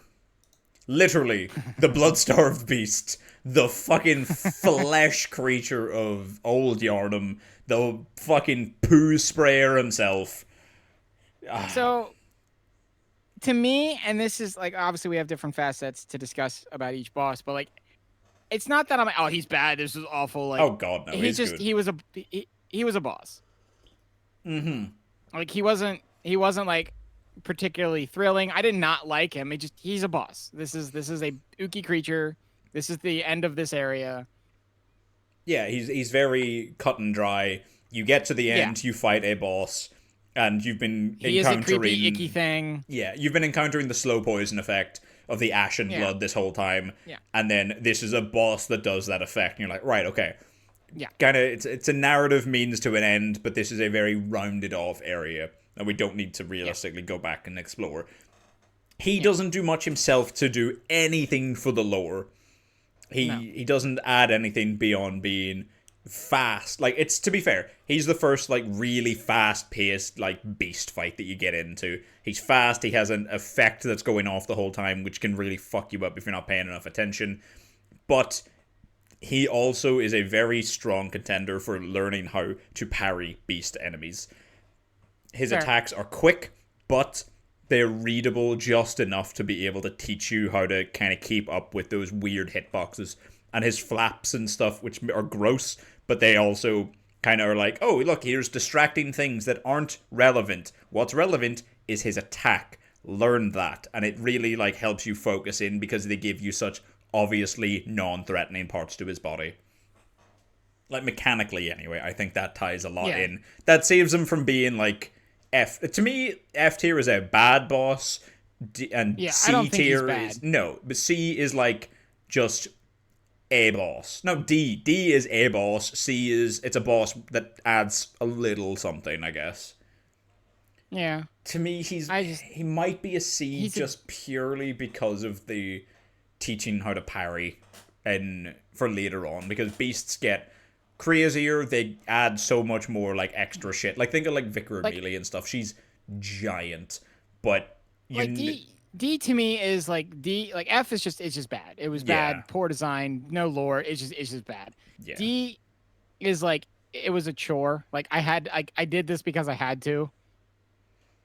C is like, he met the expectations, didn't go over the top, but like added something. And because of what you said about like learning the parry thing, and like you and I, when we did this fight, like we were legitimately having a good time. Yeah, he was a challenging fight. Like, he's not just, here's your next step up. And technically speaking, he is optional as well. There is a way to get past without having to go to Old Yarnum. But it does also, it's nice little tie-ins because you kind of get to, I think it's the first time you properly get to summon like Alfred for a fight as well, which is kind of a nice thing because they really want to sell you on Alfred being like a friendly and like charming compatriot before that all goes tits up and he's a psychopath. But so I am feeling a C. I'm feeling a C as well. I definitely give him a C. He's not quite D tier. He wasn't a chore. Granted, we struggled on him, but that didn't make him a chore. He was still a fun enough fight. No, it was just, all right, just trying to get like, what's our strategy here? How are we gonna, like, no, all right, oh, that was so close, we got this, we gotta be careful of this next time, or oh god, now he's gonna do this, like. Yeah, and it's also like, it's helping you kind of micromanage your inventory with the slow poisoning effect, so you need the antidotes. You need more Mentos in your pocket. And then also beating him unlocks the first chalice, which is also kind of cool, because like obviously that's a whole different facet to the game, but I don't think that can really be attributed to him necessarily, because that could just be anyone. Now, this next one to me is a bit of a stinker. The Witch of Hemwick. Okay, so the only positive I want to say about, because this was the I liked the gimmick. Yeah. I thought it was cute, like, because I think that was one of the first ones that wasn't just like, okay, here's a thing, hit them, and if you hit them enough times, they die. Yeah, yeah. It was like, I enjoyed the gimmick, and for what they do, that was cool. And that, I'm not trying to like shit on it, but like that was like the one positive I had. Yeah, to me, their positives are minimal and few. Like, I like I'm gonna set aside the lore tie-in for a minute because it's minimal as well. I like that the cool thing is if you were to go into this fight without insight, you don't have to fight their add-on summons. They don't exist. That's a cool thing. That's a nice touch. Yeah. That doesn't really do much for the base fight because you're not going to know that realistically. No. And you can't enter a fight with no insight. Meeting a boss grants you insight. So you'd have to lose, spend it, and come back. So odds are you're not going to discover that naturally. And I do like that it's secretly 2 bosses rather than 1. So like one resurrects the other, and it kind of has that little secretive thing. But the hunting them down endlessly and not knowing which one you're fighting. So if you got stuck in a really unfortunate loop and you weren't doing enough damage, you would probably be stuck in that fight for such a long time because one would be resurrecting the other almost endlessly. So in that sense, they do feel like a bit of a chore. And the area itself, cool. The boss itself, meh. I was gonna say I did enjoy that area. Yeah. Also, welcome in, Some. How are you getting on today? I did enjoy doing that area. Hello! Some! The area kicked my ass a lot, but I still liked it. And then obviously we get the rune engraving thing at the end of it, so that's awesome. But that's not it. You can't attribute that to the boss at this point. No. So to me, that's a strong D tier contender. Agreed. Yeah. Agreed. Nothing special, but not a bad boss mechanically. No, they don't deserve an F. It was there. Yeah, it was very much a boss. I just woke up from an after work nap. Whoa, that's awesome! After work naps are relaxing and they're comforting, and you get to refresh and reset and feel awesome. So I'm glad you had that. I hope you're feeling good. I hope you're not feeling too groggy afterwards. Oh, cool, SABA. You started a Discord call? Oh, thank God. All right, number 5. Dark Beast Pearl. Fuck that thing. I knew you weren't gonna enjoy this one. I am trying to be objective here. I just Relic's fart fucking got me. I did too. I almost was like, dude, did you really? Welcome back, Sav. Sav. Oh, did you hear the fart coming from the screen share? I did. That's why I was like, wait, is he? That's amazing.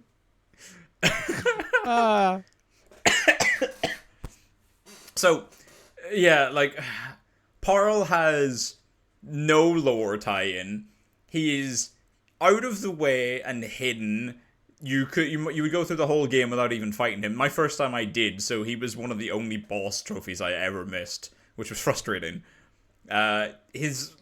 Aesthetically, he is awesome in design. And a lightning boss is pretty fucking sick whenever everything you've come across so far has been beasts and fire and blood. You're like, oh my god, this is bones and lightning. That's actually pretty fucking cool. And that is the only thing he really gets. His boss fight itself, he kind of sucks. Well, I don't like that there's, debatably, when I say this, a narrow window to encounter him. It's fairly big, but you are You have stuck, to get so far to get to him, but if you go a little bit too far, then you just can never fight it. And where that window is, where you can get in there, I feel like it's very easy. Like, I think of our entire playthrough together, he was one of the bosses we struggled with the most. Easily, yeah. I think he was just really fucking hard for the sake of being so. He was hard because we went, like, right as soon as he was unlocked. We could have gone on, like, if you beat Rom, you can't fight him anymore. But prior to that, you can fight him all the way from beating... Who is it from beating? From as soon as you beat Father Gascoigne, all the way up until Rom, you can fight him. So, realistically, you could do it at a higher level. We jumped the gun, because I got grabbed off stream. Fair. But, so, May, I hope you enjoy your dinner. Yo, God, please go get some you good dinner. It. I hope it's chicken. I know you love your chimkins. I really hope you have a chicken dinner. I got 9-hour work days. Oh. 9-hour days are long. Yeah. Very long, and I sympathize. Please 9-hour go continue days to suck. relax. Enjoy Din Din. Hopefully you get a good break with those 9-hour days as well, because, like, shit. It is chicken. Fuck yeah, let's go. Success. Yeah.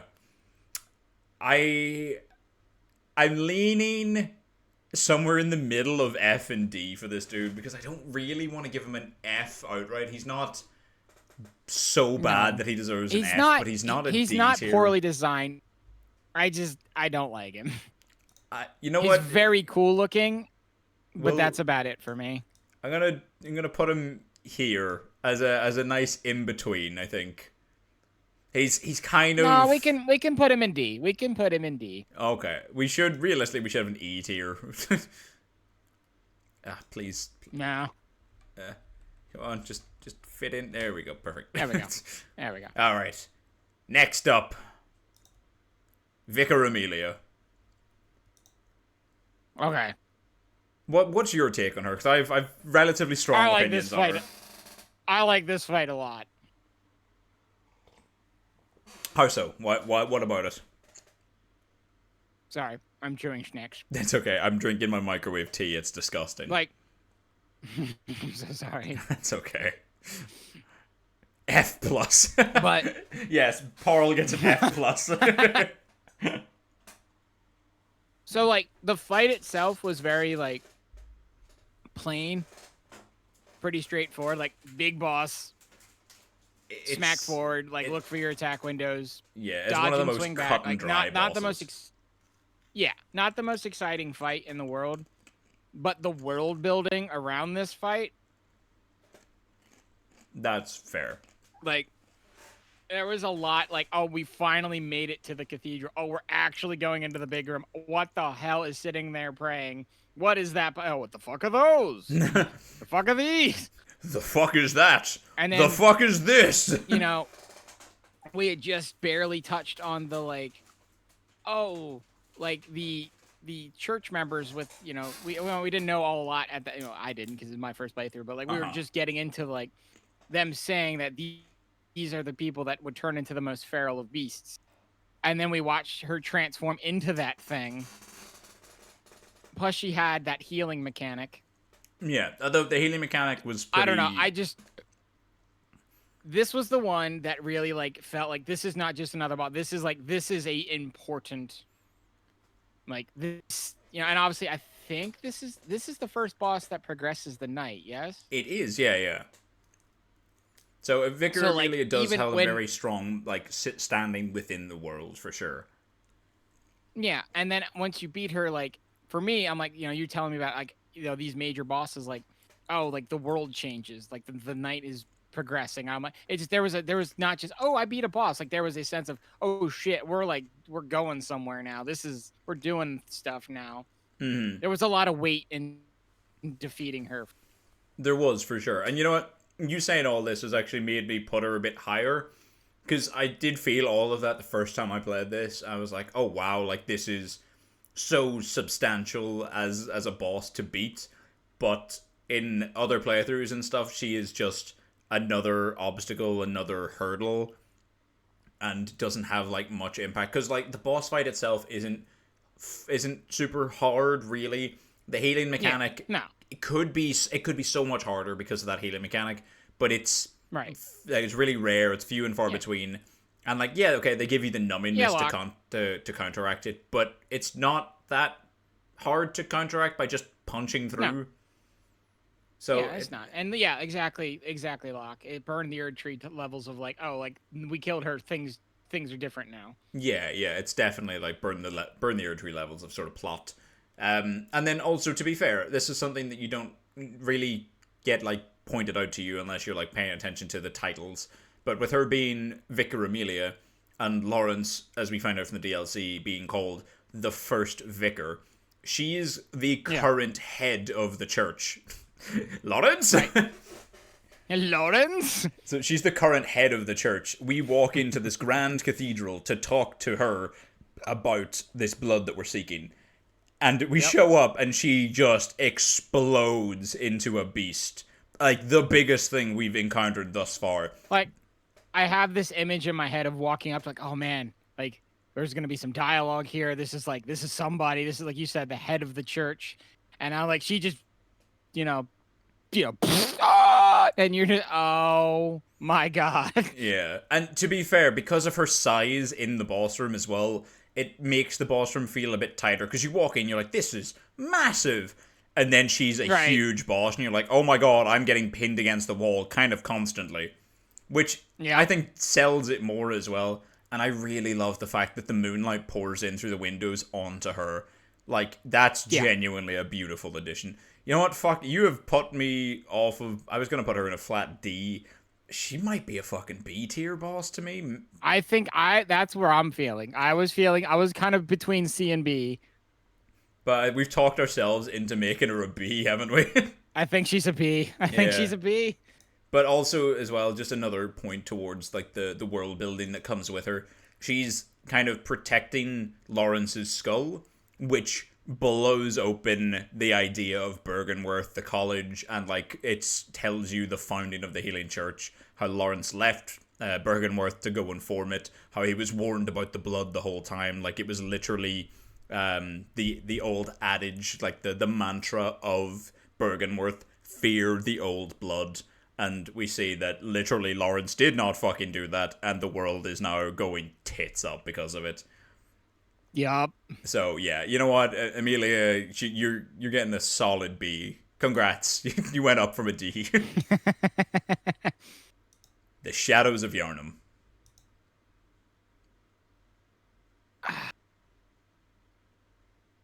This is a tough one for me. There's such a mix of positives and negatives. So much. But like the positives Yeah. are perfectly countered by the negatives, really. It's just like by design, they're very cool. Oh god, yeah, they're And, like, sick looking. Where you are in the story, like you walk into this dark graveyard and like these Dementor looking swordsmen come walking out towards you, and it's just like that hits you in the feels, and that was really cool. And not only that, but we were playing together, so we had two people. Yeah. Imagine you're like, oh my god, this forest has been a fucking headache, which it is. And then you just walk into this forest boss was room not and great. it's 3 enemies walking up to you. That's And they next all level. do different things. Like you got one that's in your face. You have one that's kind of like always seems to be waiting to come up and get you while you're fighting the sword one. And then you have one that's just hucking fireballs at you the whole time. Yeah. The one with the fire is So I just- one of the most annoying ones. But also, if you focus on the other two, like, or even if you focus on the fire one or the sword one, that mid-range one who has the candle, so it's like it spews fire and it has a sword. It is Yeah. literally both of them. It's a dick. And then the mid. Well, and it's just Oh, go for it. because we did it obviously for your game and mine, and whichever one of us went after like the fire one or that one, like it always seemed like that mid-range one would then immediately go for you. Mm-hmm. Like you always ended up like one of us was fighting 2 of them while the other one was fighting 1. Like if you just went mano a mano with the sword one, it was like, okay, like try to pull him over here and keep him busy so we Yeah. can like one at a time. But like if you go for the other 2, then someone always like follows you over and it becomes a 1v2 very quickly. Yeah, he's very good at bouncing between us whenever we were doing it as a duo, which was really cool, but also obviously really fucking annoying. But then the midpoint, like their phase 2 transition into these snake creatures, which again doesn't make any sense. The snakes are never explained, but it's still cool. Like it doesn't have a lore implication, but it's cool.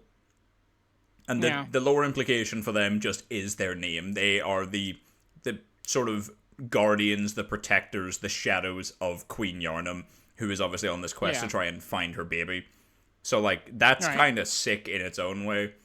And, like, that's something that you don't even remotely get touched on unless you have either beaten all of the Chalice dungeons to find out the lore that ties in the Thumerians, or you are playing with someone who knows that.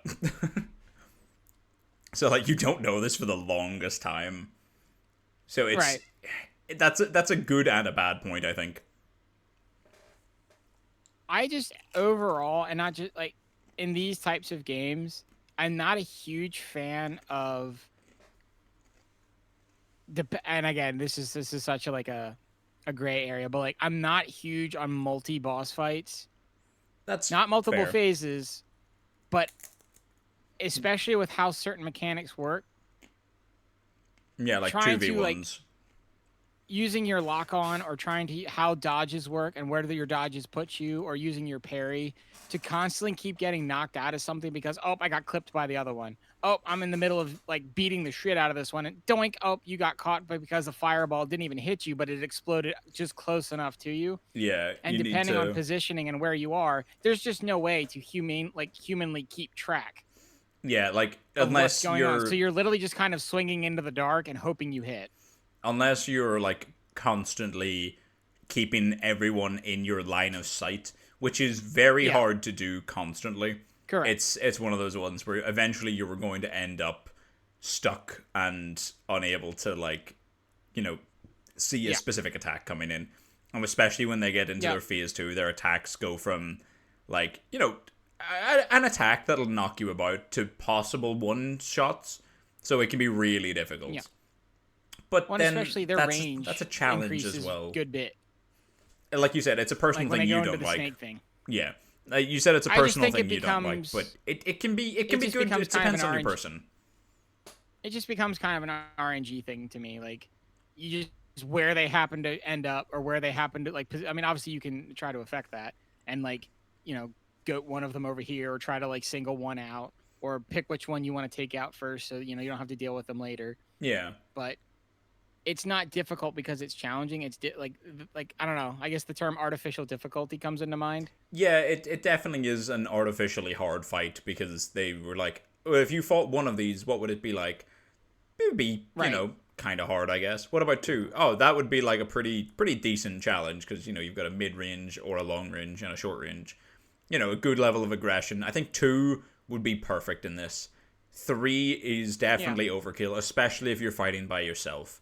It's one of the fights that stops people from playing. It's like an artificially, like, oh, hey, you know Ornstein and Smo from Dark Souls 1? We're going to try and do that, but 3...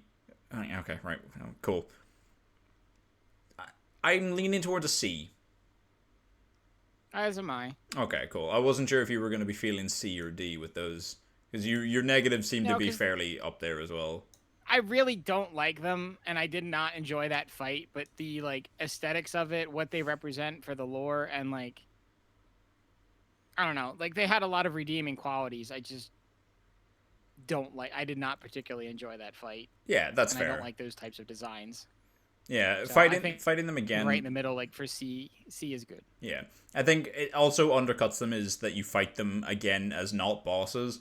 And, like, I kind of like that and don't like that in games at the same time. It's cool whenever it happens in some situations, but then you have things like in the original Dark Souls, you fight the Taurus demon, or the Capra demon, like, pretty close to the start of the game, and then you go to the demon runes, and they are a dime a dozen. And it's like, right, well, that really undercuts them. I can tie in a lore reason, you know, these guys escaped and they're kind of invading elsewhere, but it feels a little bit like just lazy rehashed assets. Yeah, I agree. So we know who's next. After Shadows of Yharnam, who did we go up against? Oh, I forget the order. We actually did Martyr Logarius next. Did we really? I'm pretty sure. We went and did Cainhurst, didn't we? I guess we did, yeah. No, we didn't. That was the night that I was fucking not hammered. I was, like, hammered with tired. I was, like, drunk tired. And Hammered with tired. In that case, you're right. We did do Raw. That's Amygdala. Rom next. I got the order of those wrong. Yeah, we did Rom and then went back and did Martyr Logarius. You are correct. Rom, the vacuous spider. Okay, I believe you. Okay, I believe you. I was so tired that night because I'd just come off of doing... It was after working like 8 or 9 days in a row, and then we did a pretty long and late stream. It's just like hammering in energy drinks and ordered food on stream. It was a whole fucking thing. It was hilarious. Oh, I spilled fucking sauce out of my chicken wrap onto my trousers, and then we started making fucking blowjob jokes and stuff. It was an evening. It was an evening, indeed. Welcome in, Avi. You think this thing's ugly? Pshaw, I say. Pshaw. Yuck. Vacuous. You don't like that word, Locke? So, for me... Rom is a strong B, maybe an A, but it's definitely up for argument as to whether that could be a D in some other people's opinions. Yeah. Because go ahead. No. I insist. Enchanté. You were talking. Enchanté. Good sir. Good sir. Please continue. Oh, amygdala, give me strength. Oh, You've been lurking but focused. I appreciate it, Avi. You said blowjob jokes? You mean the old split on Lou and swallow some goo? Jesus Christ. Ah. Right, Rom. Lore. Fuck. Lore-wise, So- Rom is one of the fucking biggest tie-ins. You hear Rom mentioned by other bosses. Like, everyone knows who this is. She is protecting the world from everything, and other people are aware of this. Even Mikolash mentions it. It's kind of uncanny how much of the game is dependent on Rom. She's the perfect halfway point of the game. Her lore is almost immaculate in terms of just all of the pools and the tie-ins and everything. But her fight so kinda sucks. her fight is tricky because of all the little spiders that try to swarm you. But I thought it was very manageable. I think the only thing, and again, this is probably not true in most cases because we were doing it together. We did a lot more damage. Obviously, 2 swords are stronger than 1, and we kept skipping phases. Yeah, we did. We kind of just That kept happened- thumping through her. So then when we did that, she would move to like her phase 2 or phase 3 spot, but her phase 2 spiders would still spawn, and then suddenly we had like 8 million spiders that normally I think would have been more manageable, but they kind of got so many because we were skipping phases so easily. Now again, I wouldn't say that's a necessarily guaranteed argument because generally, I mean, most of the time people playing this, you're playing by yourself, Yeah. and that wouldn't happen as easily in that. But that was something I noticed that I was like, fight wise, that was annoying. But I don't know. I didn't mind her fight that much. I think the thing that bugs me with her fight is... Yeah. Yeah, shut up. Is that it doesn't feel like a fight, really. You know, it's like fighting a wizard who can, like a necromancer or something, you know, they create distance, they summon adds, and they pepper you with spells. It never feels like a satisfying fight, because all you need to do is close the gap and thump. And, like, that's all this ever felt like. You're chasing the boss rather than fighting the boss. You're not really fighting her. Yeah, like, her Once spiders you get to do her, so you just much kind more of beat damage. the shit out of her. Her spiders you're not carry wrong. for her damage. Well, not for her damage. Her spiders carry for her fight.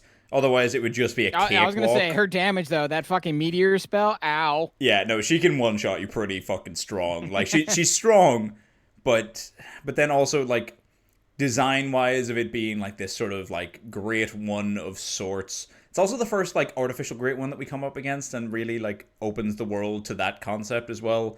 Fuck, I think I gotta give it A just for the big lore tie-ins. The boss fight itself really pulls it, but... I'm really leaning towards A. Okay, I think we can agree that it's an A, but it's mostly for what she represents rather than her fight. We agree on that as well, yeah. Like I said, I actually really enjoyed her fight, but I see your point. And but what you said earlier when we first started talking about it, I could, if someone came up to me and said, "No, she's a D, and here's why," I could understand. Yeah, for sure. Also, Saf, I have been reading your comments. I'm not reading them because, like, oh, they're gross. I think they're fucking hilarious. But because we're having a discussion is the only reason I'm not just like, oh, hang on, Saba, you're making a really great point. But however, eating from a yum-yum cannon, like, that's the only reason. Like, you're making a really great point here, but just real quick, $5 snake shine?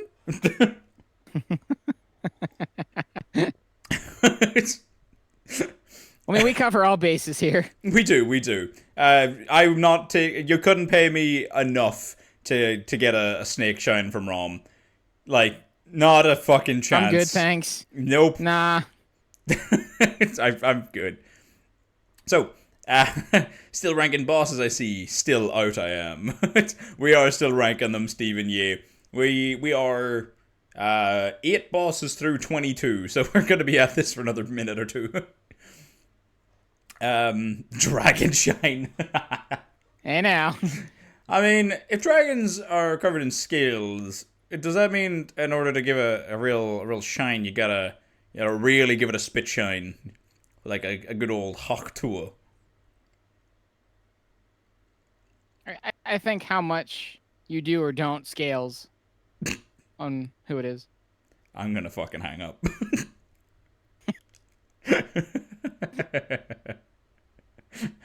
Oh, for fuck's sake. Right. After fighting Rom, I believe, Then we fought we went to Kianhurst after fighting Kianhurst. Rom. Yep. Yeah, that was the one, Yep. yeah. So, at the end of Kianhurst, we have Martyr Lugarius, who is such a cool fight. Right? Like, just so fucking cool. He's, like, one of the only bosses that isn't just it's the only human fight, one of the only human fights anyway, that isn't just another hunter. He has so much, like, power behind him. He's so much gravitas behind him. He's got so much, like, lore leading up to him for an entirely optional boss. He ties in all of Kianhurst's existence, really.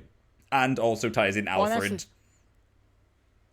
Well, and that was the thing, too. Like, I very much enjoyed Canehurst as an area.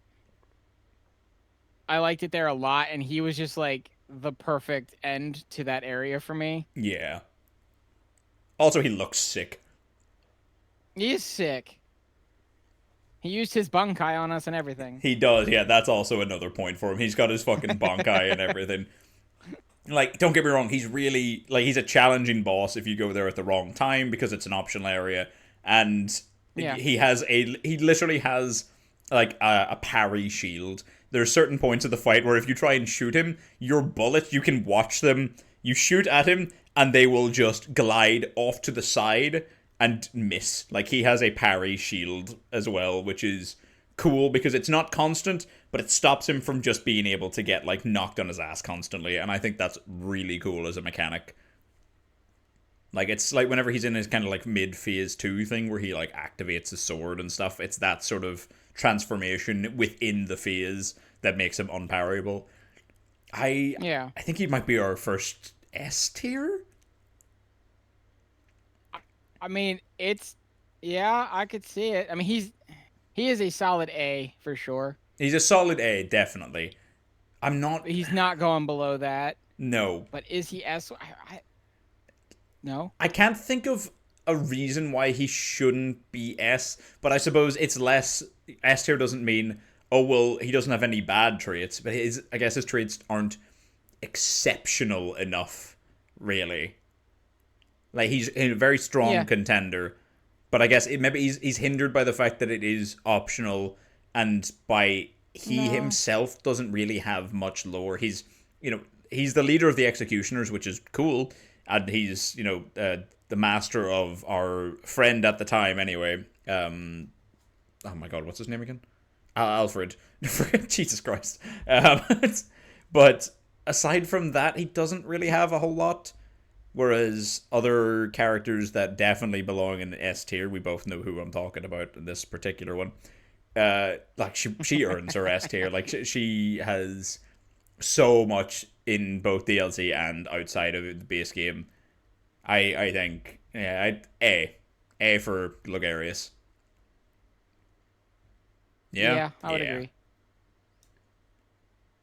Are you able to hear my music as well, by the way? Because he's not like I said, he's not going lower than A, for sure. But thinking in my head ahead of the ones that I know for sure we're gonna put in S, I'm like, what they have that he doesn't. I'm like, okay, yeah, you have a point. I love how it's just more blowjobs in the like everyone's doing blowjob talk while we're doing this. The entire chat has been blowjob jokes this entire time. 100%. Yeah, that's fine. I mean, I'm okay with it being blowjob jokes the entire time. It does mean that we're not fucking talking about it, but like, we're acknowledging that they exist between discussions. Now, Saba, will you join me in summoning our next boss? Oh, amygdala. Oh, amygdala. Oh, amygdala. Oh, amygdala. No, that's obviously an instant S tier. S tier, best boss, hands down. Changed my life forever. That said, mechanically, there's not a lot going on with the amygdala. Like, it's a cool fight. It's like the giant head, all the arms. For the fact that it rips its arms off to imitate the hunter in using a weapon. All of that, amazing. But they literally are a dime a dozen. I guess the theory is that they kind of have a hive mind and stuff, but they don't have a lot going for them. As much as it was talked about, as much as they were kind of like in-game hyped up, and like even getting like grabbed and having to get the insight to even be able to see them, to not just get ganked, to just everything. I'm like, oh god, now we actually have to fight one of these things, and then it was like, oh, yeah, this is okay. Amygdala's... I was expecting so much more from that fight. Yeah, like, all right, if you were to look at Amygdalas as a whole, I'd say they're pretty high up there because of so much stuff they've got going on. But as a boss fight exclusively, not thinking about any of the other, like, not ignoring the lore, obviously, but like the other Amygdalas that do better things, really. As a boss fight, it's fairly underwhelming. Like, I'd say it's B. It's on the same tier, I guess, as Vicar Amelia for me. Yeah. The fight's pretty good. No, I would agree. But mechanically, it doesn't do anything special. The lore and like the story behind it saves it from being lower more than anything. There we go. Look at that. 10 through. Oh. Hang on. Let me just token the poke. Nice. If it's a blowjob, I better get paid. Looks like a ball sack. Oh my god. You better not be talking about Lord Amygdala over here. Oh, Amygdala. See, Patty gets it. Sucking my sugar stick, the old sucky fucky. A breakfast of sausage and eggs. I mean, that just sounds like a good breakfast. Breakfast meat cute. Now that's funnier. The Ron Swallowson. No, nobody likes runny eggs. So we're 10 of the bosses through with 22 total. So we've got 12 more to get through. It could be worse. We could be doing this with all the Elden Ring bosses. We'd be here forever. Well, yeah, there's like 100. What is it? Like 100 and shit. I forget the number. There's so many. It's a lot. Yeah. Right, scroll up. Which one? I'm assuming I'm looking for Savs here. Swallowing the baloney pony. Oh, that is horrible. I also quite like slurping the gherkin. Who is next? The One Reborn! Wow, I didn't think he was going to be the 11th boss. Not gonna lie, I kind of forgot about him. This is the thing with The One Reborn. He is just a creation. He's like Wish.com ROM. Wish.rom. Yeah, there it is. I tell you, he definitely had some shock factor, though. For sure. Because, like, going through that area and you go into the boss room and then, like, the moon kind of, like, spits it out. Yeah, kind of like Digimon hatching from the moon sort of thing. Like, that was my first out loud, if you remember, like, as gory and, like, eldritch lore or horror as this game is. That was my first out loud, the fuck is that thing moment. Yeah, for sure. I remember because I'm working on a clip at the minute where we beat this thing, and the end of it is SABA's just like, oh god, because it's the first boss that so explodes. Like you beat it and it fucking explodes in blood. It's really something else. In only something. That. It's like mechanically as a boss fight. It's just got a lot of hitboxes, and it can poison the entire ground, and you have to fight some ads to kind of make it so that it's a bit easier. Like, it doesn't sing any massive praises. It doesn't tie into the lore in any huge way, because it's like, oh, the Mensis Ritual, they're trying to make their own great one. But then they actually just went and kind of ascended to a Nightmare plane instead. So it's a bit like undercut, I guess, by the rest of what Mensis do. C. Nothing wrong with him. No. But perfectly, like, nothing great about him. This is a boss at the end of an area. The area is hard, therefore the boss is hard. I have nothing against him, but it's definitely nothing special. Correct. I think now we're gonna go into the DLCs. Oh, no, of course, sorry. The Celestial Emissary. Fucking... The Celestial Emissary, to me, is, apart from being a fucking hilarious gimmick, probably the only F-tier boss. It's not... It's almost not a boss to me. Yeah, that's the thing. Like, there's... It was like, go in and do this thing so that you can move on to the next area. The fact that it had a 100%. health bar is the only reason I can even pretend to call it a boss. Yeah, there's not much going on with it other than that. No. I agree. I think he might be our first F. Yeah, which is sad because, like, I don't want to give any of them an F, but God, it doesn't do anything. He doesn't do a damn thing. He really doesn't. Ah, it's really sad, but it's, yeah, he's our first F for sure. Yeah. But, like, no, it's not even saved by, like, the gimmick of the boss fight, which is, like, you have to find the right one. Nope, that's just annoying and a way to pad out a squishy boss. That's another thing that I don't like. Yep. You're trying to save him, and I respect it, but you're just digging the hole deeper. I know. Like, lore-wise, obviously, we find out that these are, like, the perfected versions. They help make contact. That's how all of this kind of comes about with the really, like, eldritch area of it. But fuck, it just doesn't carry enough. It's definitely an F tier. It's a joke boss, let's be honest. That is a very accurate. Sorry, shaking the man bacon. Let you know how shit a boss bro is. Let's take a sip at the man meat tip. Oh god, playing with my Jackie sack, dear god. Kissing the fupa the hard way. DLC downloadable cock tent. Jesus Christ, can you guys chill? Now, this one's gonna be a tough one for me, I think. Ibridus.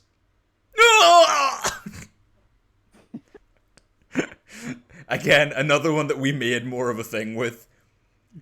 Lore-wise, I think Ibridus is fantastic. Ibridus is the first one that I just legitimately felt awful. Mm-hmm. Yeah. Like, it's a boss. We have to kill it to progress. And there's a lot of cool things from defeating her, but I'm like, every time I'm hitting her, I'm like, you did nothing wrong.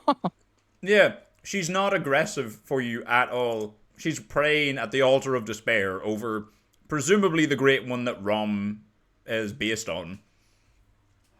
And she's just... I mean, she's the left behind great one. She's part of the same race as the rest of them. But when they all ascended, she wasn't able to. Maybe she was a bit too dumb. Maybe she got, like, left behind for an actual reason. No idea. But the church just find her in the dungeon, steal her, and put her under the fucking cathedral. And I'm like, alright, we're gonna take this thing's blood. Like obviously it's not, like, mechanically an option, but the entire time, like, do you want to work with us? Do you want to be our friend? Do you want to fight with us? Do you just want to join the team? Do you want a hug? Like, you want to take vengeance on the church together? Yeah, no, Rom is for sure... Sorry, not Rom. Ibridus is for sure a really tragic one. However, I'm going to give her some bonus points for her being... She's an optional boss, which, it's... That whole area is optional. Which, that kind of gives... I like optional bosses. I think that adds a bit more to them, especially when they have more lore to it. And Augur of Ibridus being such a... Like, it's obviously it's our joke. It's our joke thing that we were doing the whole time. That aside for a second. It being one of the most, like, unique looking hunter tools. You can parry with it. You knock enemies on their ass. You literally summon the embodiment of this left behind great one who attacks your enemies for you. It's very cool. So, like, you're hinted at her from the moment you go to Bergenworth, really, because that one choir member is using the Augur of Ibridus against you. So it's this thing that's there the whole fucking time, really. And it's very cool mechanically. Her boss fight has absolutely nothing wrong with it. And even still, like, you might think you're at the end of the area when you fight the Celestial Emissaries, but she's even more hidden from that, which is also kind of cool. But the only thing really saving her from being, like, kind of D tier, I think, is that she's got so much cool like bits around her. The boss fight itself is very run of the mill. You know, she flies a little bit. She spits blood, which deals frenzy. All really cool things, but by this point in the game, you've encountered so much of it that none of it's unique enough that it's like poses a problem, and she's not the hardest boss fight you'll encounter by any means. Right. C? I'm feeling C. Yeah, okay. I'm feeling C. It makes me sad because I want her to be better. Because I feel for her so much, but God, she just doesn't have enough going for her. Agreed. Oh god, I'm really bad at getting these lined up. It's really pissing me off and stressing me out at the exact same time. Oh, you're good. You're good. I know, but then you see like Bloodstarved Beast cutting into the sea and stuff, and I'm like, no, the DLC, Ludwig. It's got to be the first S tier. God, this guy. It's got to be the first S tier. Yeah, it is 100%. We'll still talk about him. The amount of but that's the easiest the amount S. of lore surrounding him, the amount of build up to get to him, all of the things we learned, and how many things revolve around him. It's the just fight 10 out of itself 10. Was maddening, but so fucking cool. It's so cool. Because, yeah, like, all of the stuff building up towards him, we were using Ludwig's Holy Blade, like, every time. Like, we weren't going to forget who this boss was before we got to him, because that was our weapon of choice. That is a name that you know forever. Also, this is a cool little thing, right? So, this is a cool tie-in. I don't know if this is lore or what, but this is cool, and I like this. I'm not sure if I said it at the time. Do you know of any real-world people historically called Ludwig? Not off the top of my head. So Ludwig is the first name of Beethoven. He's Ludwig van Beethoven, who's one of his big things is the Moonlight Sonata. Ludwig uses the Moonlight Greatsword. I think that's part of why they named it that way as well. The fact that the Moonlight Greatsword has the reputation and the iconicness that it does just in Souls games in general. I mean, to be fair... I just legitimately... No, you go. Go ahead. I was going to say legitimately, I just get excited every time I hear about it or see it. Yeah, like, it's hard to... What I was going to say is it's hard to have a point in any of these games that has that weapon, and it's not immediately like, okay, this is probably the best area to do or something. Don't get me wrong, it sucks in Demon Souls, but in most other games, it's pretty cool. But yeah, no, like as you said, like the lore leading up to him beforehand, like we heard about him from the Cleric Beast way early, right at the start of the game. We know about the name Ludwig. Way at the start, and the DLC's first boss is Ludwig the Accursed. He is this writhing mess of a creature, way beyond any of the other beasts we fought at this point. There's not even really any hair on him. He is an amalgamation of everything nightmarish. Even the intro to his cutscene, you have some of the undying bodies whimpering because this thing is horrific to even be in the presence of. And after kicking his ass for a little bit, he regains his humanity. He finds his blade, his guiding moonlight, and becomes so much harder. Like, that sword really changes the pace of the game. It's so difficult. And then even at the end, he's still a noble spirit at the end. He's like, we're my church hunters, the valiant, like, gladiators I always hoped they'd be. And if you say yes, he kind of dies in a nice sense of, like, peace and quiet. He feels a bit more accomplished by it. It's just, he's so good. Like, there's very few bad things about him. I can't think of anything bad to say about him. Yeah. Like, lore-wise, mechanically, the boss room, getting to him, like, I don't really have anything bad to say about him. No, it's a hard one to say anything bad about, really. No. We're going to move on. Who's next, Saba? I don't know.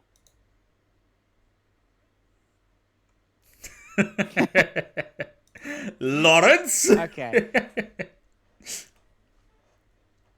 Lawrence was another one. Like, because we see him before we fight him, he's just kind of passed out in the chair, and we walk up and like if I can just, I'm gonna take that real quick. Can I just grab that eye pen? Sorry, you don't. And You we don't mind if I gotta grab it. go. Okay, bye, So there bye. was always that like intimidation factor. Like, look at this thing. There's no way we're not fighting this thing at some point. Yeah. So like the first time you see him, the fact that it's not when you fight him, it's kind of like, oh god, I'll just put that in the back of my brain for now, because Yeah. oh god. It's like the Chekhov's gun. Like, it's there. You know it's coming. And obviously with Lawrence, there's a lot of lore. We hear about him constantly. Yeah. He was one of the pivotal people in kind of why the world is where it's at right now. But So a pretty big Yeah. but with Lawrence. big butt. He is a reskin of the cleric beast, but just with some Correct. fire. And like his attacks are just big AoEs almost constantly. So Constantly. it's And such his- an artificial difficult fight. And his phase 2 is kind of like, okay, he just like wobbles around and he does that charge like diff, like over and over Yeah. and over. I'm like, okay, I get it. Or he I get it. I floods can't the interact room with with you right lava, now. and you're like, oh cool, constant chip damage. I can take maybe 5 hits of that before I'm dead. It's Right. It's so artificially difficult. But don't get me wrong, it is very difficult. But because it doesn't feel genuine, like, it's not, there's such a good give and take of difficulty. It's just Yeah. this, like, you either are hanging on and doing damage, or you're getting your fucking shit stomped. There isn't an in-between. Yep. No. I He's a B for me. Fair. I was leaning more towards D, so middle ground of C maybe. I could Like go C. Yeah. the lore and everything saves him beyond anything. If you don't follow any 100%. story or anything and you just do the fight for the sake of the fight, you're like, oh, Then he's pretty bad. this Yeah, sucks. Actually, yeah, no, yeah, that kind of changes. Yeah, because he falls in the same line as like Shadows of Yharnam. They've got a bit of good lore going on, but Yeah. they kind of suck. Ebritus, it's really good lore, but nothing special. Whereas he is Yeah. bad mechanically. That's why I was looking at D, but I'll meet So middle other now C. you're kind of convincing me more of the D. Yeah. Convincing What you are of the doing D, off the huh? stream? Let me just. Oh, hang on. That's. You gonna- I'm just gonna.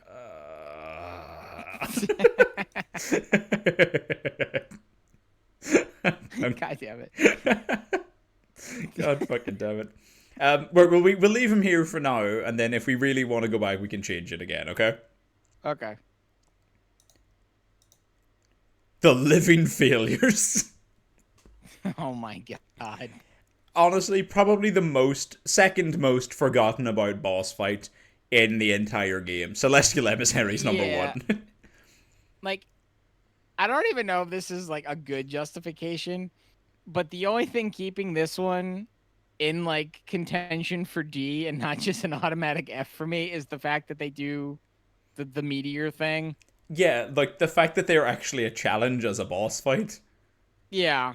But they have the same negative gimmick that the Shadows of Yharnam have, in that there's just an endless wave of them. They are the most literal DPS check, because they keep spawning, so if you don't wipe them out, you're just stuck fighting an endless horde of them, which are all spamming this massive thing. And like, we did the fight in my world, and obviously I got my shit stomped pretty quick, and then found out I hadn't even put my gems on, so fair enough. But like, Yeah, that. I was doing the damage type that they're weaker to, and it was still such a struggle. But again, in the most artificial way.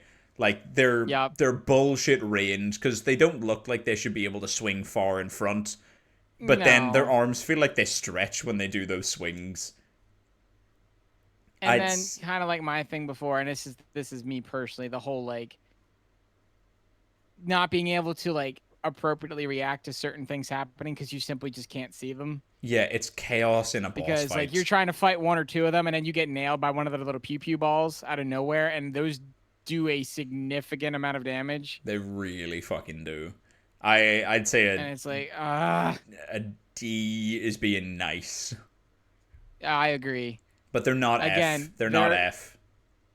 No, because they're like you said, they're actually a challenge and feel like a boss fight, but that's about it. Yeah, like artificial, yes, but not quite as artificial as Lawrence. Yeah. If anything, that makes me want to put Lawrence back down to D. I really am. The more we talk about it, I really think we do. Lawrence is going to D. I think Lawrence is going to D. He deserves it. He deserves it. Yeah. Yeah. S tier, Lady Maria. Not a chance she isn't getting. Is that our next one? Yeah, no, 100%. I don't even need. I mean, we're gonna talk about it, but we don't gotta talk about it. We sucked Ludwig's dick, so I mean we might as well. I was gonna say something really gross there. We might as well do the same for Maria. I was gonna say something so gross there. 100%. I just, again, everyone has their thing. For me, I'll say it personally. Favorite boss fight, boss weapon, my favorite of the entire game. Yeah, she's one of the best fights mechanically because it's just another hunter's fight, but she's so much more than just a hunter fight. She has levels. There's so much going on. Oh, she's got her Rikuyo untransformed, so it's a double bladed weapon. She's kind of shooting you with it and stuff as well, not with it, with her gun. So she's that sort of first level hunter fight, same as Gascoigne. Then her kind of demi phase too. She transforms her weapon.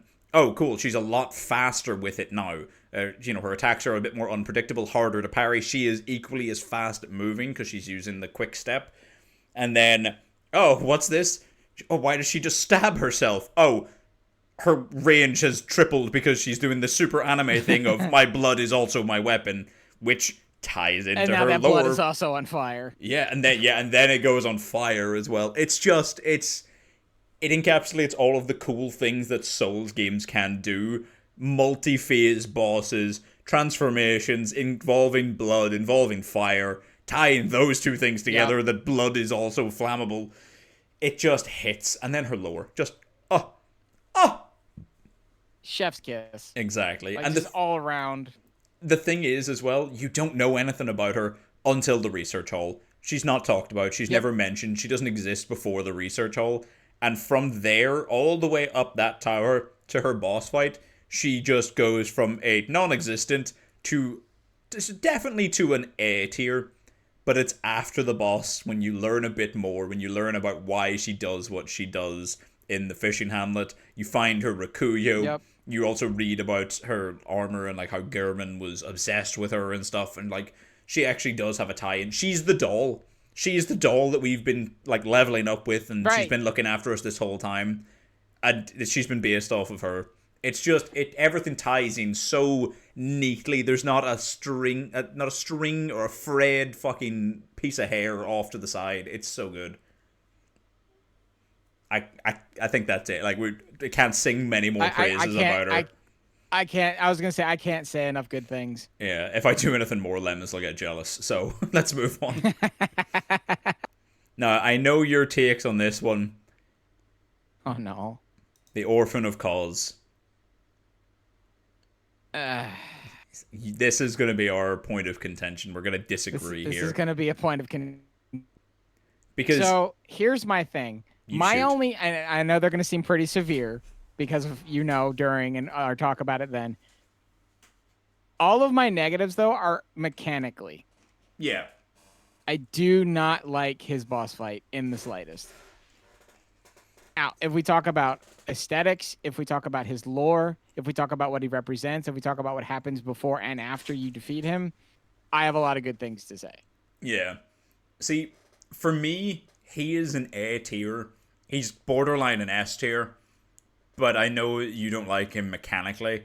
I'm not really sure why. Based on what you've been saying about the other bosses, I kind of, multiple bosses and stuff like that, fair enough, they would rank lower because you don't like it, it's artificial. He doesn't feel artificially difficult. He feels genuinely difficult. No, he is. And I wouldn't say he's artificial. My problem with him is obviously there's a lot going on. His attacks are kind of nuts. And obviously it's very flavorful. He is literally using his own bits to as weapons. Placenta bomb. But like the fight to me, again, not talking about like lore, not talking about aesthetics, like what he's using, what he looks like, how he's doing it. The fight just mechanically, me versus you, what you can do versus what I can do, it was very boring and very frustrating to me. Because all he is just spam.exe, and when you get your window, you hit him, and then you go back to avoiding spam, and then you hit him, and eventually you succeed. Fair. And I did not like that. That is fair. So where would you put him? Not taking my considerations in. Where would you place him? He's between, like, I don't know. I keep wanting to say between B and C, but the more I think about it, I really want to put him in B. I can agree with putting him in B. I wouldn't go any lower than B for you. That's fair. And again, I think he's between S and A. I've said my piece. You say yours. You might change my mind on some things. So yeah. Well, I mean, because you know all of the lore and everything else that ties in with him, you know what I would be able to try and sway your mind on. But if it still puts you at a B, then I'm like, oh, I feel like then I've probably done as much as I can with that. I'm not gonna try and fight the cause anymore. It's so hard. Like, I know we made the joke earlier when you had one of them. Like you put. You put him like between two tiers, like it's hard. Yeah. Of trying to keep personal bias out of it. Like I can see the argument for A. Yeah, for sure. I wouldn't be upset. I wouldn't be upset if we put him in A. For me personally, he's a B. Well, kind of take your pick there. I might give him the A then, because I don't think he's quite B tier. Like Amygdala, he's where he is because. Actually, hang on. Amygdala shouldn't even be B, let's be honest. No, I thought Amygdala was C, I thought. Oh, hang on. I may have fucked that up. Where the fuck is Amygdala? There he is. Whoopsie. Right? I mean, I can't remember why we gave him B. Like, Cleric Beast, I can see why. Vicar Amelia, I can see why. Yeah, okay. I'm happy looking at that still. Okay. You? Yeah? I'm good. Yeah. I like this. Now then, Mikolash, host of the Nightmare. Fucking. He's a pretty strong contender for an F. Every fiber of my being wants to put this dude in F.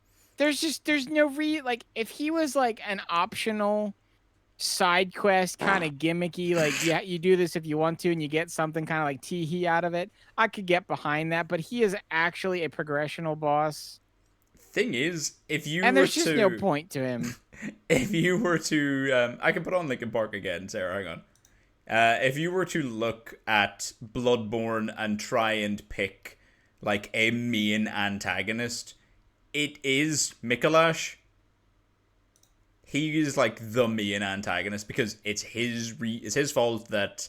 But it doesn't feel like it.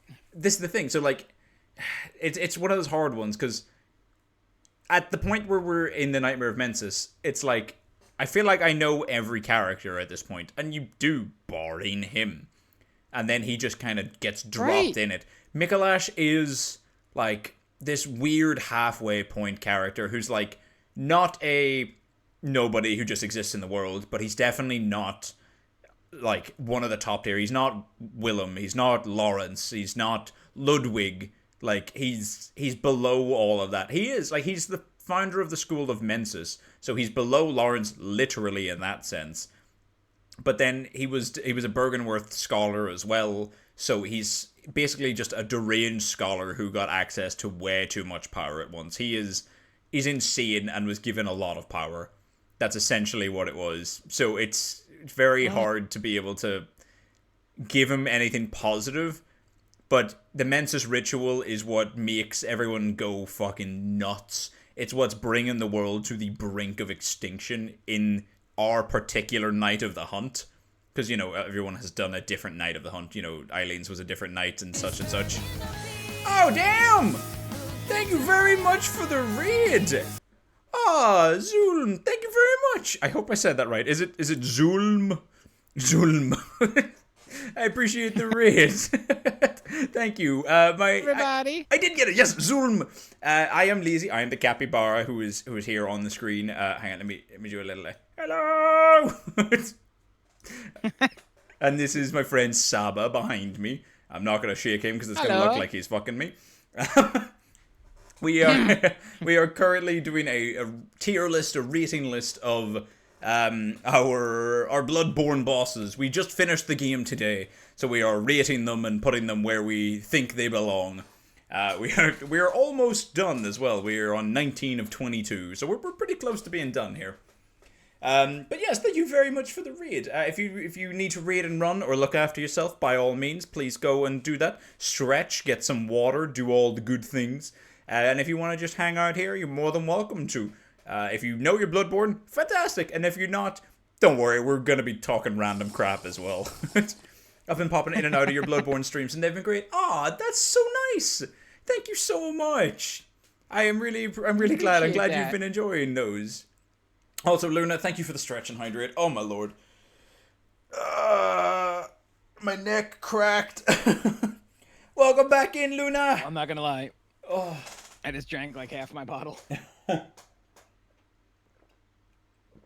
we've been doing a lot of talking in this tier list. Oh. Brilliant. Thank you, Relic. Alright, so, back to what we were saying. He is kind of the cause of everything, but we don't know what, like, he hasn't existed up until this point, but he's been behind the shadows kind of pulling stuff. But as a boss fight, he's a coward.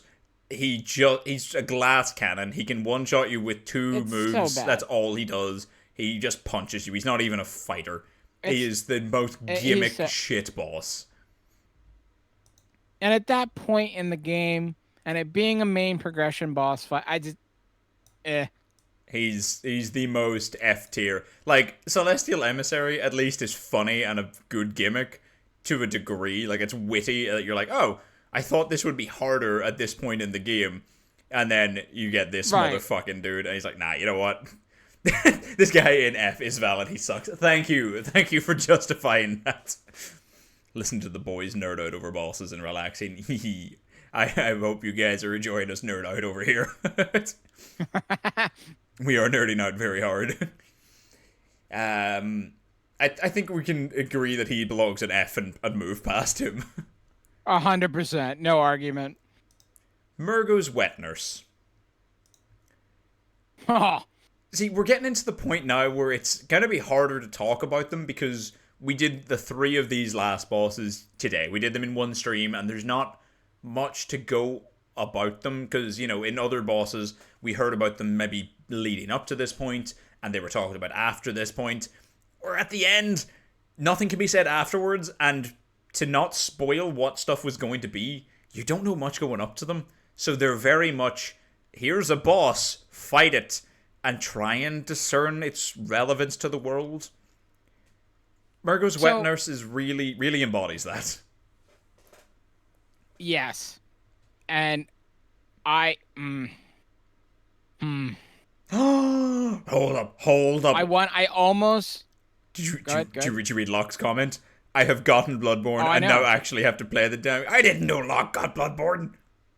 He did, actually not too much longer after I did. Exciting. I hope that you haven't been spoiled too much on it, but if you ever need any help, I need a break from it, so don't contact me. Call me! No, you can definitely call me. You know where I'm at. My phone number is +557. Stop giving out my phone number. Actually, last time I believe your number was 0100 555 2467. I don't fucking remember. I guess I'll go fuck myself. Oh, yeah, yuck. All right, back to this. What were you saying? I'm sorry, I cut you off. I want, this is biased, and I know it's not accurate. I almost want to put this one in S, but I know it's not. Oh, I would because really struggle to see why this could go in S. I know that, and that's why I said I'm like I'm trying to keep my personal. No, it's fuck. It's not. I know it's not. I want it to be. It's not. I can accept this. I will cry about it later. But okay. I guess maybe because we, quote unquote, we didn't fight it. We killed it. The brain, The brain. the great one that just literally just down the tower, and we stabbed it in the eyeball and said, "Oh, look at that! We killed our first great one." I mean, I was actually wrong in saying that, because going through these bosses, the amygdala is a great one. So I suppose Yeah, the brain of Mensis wasn't our first one, but amygdalas don't feel as like true a great one. But then also we fought a Breedus. A Breedus is a great one. Yeah. So it wasn't the first proper, but it's next level, I guess. This one feels like one though. Yeah. Also, quick pause. And like Zulm, I appreciate you for lurking. I hope your final goes well. Thank you so much for reading in. We really, really do appreciate it. Yes. I am gonna actually give a shout out to Zulm. I appreciate the read. Apparently, I need to wait. Oh, hang on. Did you get a shout out already? Did I miss that? I think you did when you rated in, actually, didn't you? Yeah, you did. Sorry. That'll be why I can't 10 do out it. of 10. I am a great streamer. I hope you get it. I hope you have a good final. I really appreciate you from raiding in, though. Thank you for being here, and thank you for the lurk. Yeah, exactly as Sarah said. Thank you, Sarah. Sarah's got us. Sarah's got it covered while we nerd out. Sorry for cutting you off for the second time on this same boss. Continue. So, we've been following since Rom, seeing Lady Yarnum, knowing about her missing child, hearing the cries in the world, like even going back to the main world, like you can hear the baby cry. Like there's so much leading up to this. Mm-hmm. And I'm like, okay, we see her at the base of not at the base, but right before the boss fight. We walk past her, like, oh god, she's there, she's bound. We go up, there's the baby carriage, and I'm like, because of all the Eldritch horror shit, I'm like waiting for some what the fuck thing to crawl out of the carriage and mutate and be grotesque and be like, what the fuck, demon baby, are we gonna have to deal with right here? This is gonna be awful. I'm not gonna like it. And then this thing drops out of the sky. It's pretty unsuspecting. I was not expecting that at all. The wow factor was there. The design was out of this world. Absolutely love it. Probably like aesthetically one of my favorite bosses in the entire game. That's it fair. was hard. I know we did it very well. Like I think we did it first try for both of us. Yeah, we did. So it wasn't like overly challenging, or maybe we just that good. I don't know. But like the fight felt really good. Like it was hard, and if you get stuck when she goes into the mist mode, and you get stuck in the Turbo Ginsu, like it's so easy to just die there. For sure, yeah. Like we have two things going for us in what made that a bit easier. One, we're playing it with two people. So obviously that makes it easier because we can split aggro. And then the second one, technically speaking, you're not supposed to do the DLC before you beat the game, but I didn't want to play through the whole thing again just to do the DLC, so we did it when we did it.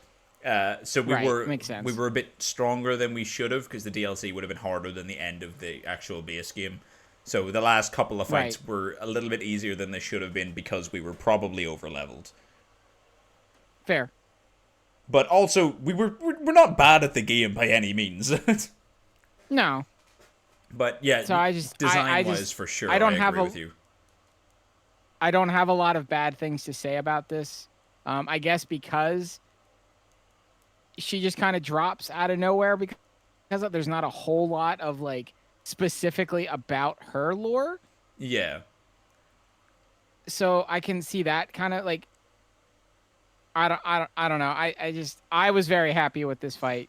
I think it was placed at the right part of the game. I think it was really well done. The fight itself was challenging and scary, but enjoyable and a lot of fun. Yeah, I mean, you're making really very good points. It's not stuff I probably would have thought of to say as these points, but that's why there's both of us doing this, because we've got someone who's done the game and knows it, and someone who's coming at it with very fresh eyes and has a different opinion, which is good. We get a good balance with that. Like design-wise, like you said, 10 out of 10. I can't fault you for that. It's such a cool design, and the sort of sudden appearance it's a double-edged sword. It's very cool because, like you say, you're kind of expecting something to be up with the baby, which makes more sense. But then this thing drops out of the sky instead, and you're like, oh, what the fuck? And like, that's a double-edged sword because it does feel like it comes out of nowhere. And like, even like within the community, within like theories and stuff, there's nothing that locks this down as to what the fuck is going on here. Like, yeah, some people theorize that this is it's a great one that has also ascended, but it exists. It can kind of jump around the nightmare planes rather than living in one. And the reason that it took Murgo from, it either took it from Yarnum, or Yarnum had their baby cut out and it was given to Erden, and then it was stolen from Erden. Not really sure kind of what happens with it, but the idea is that Murgo's wet nurse basically kidnaps the child, but that's only one theory. Yeah.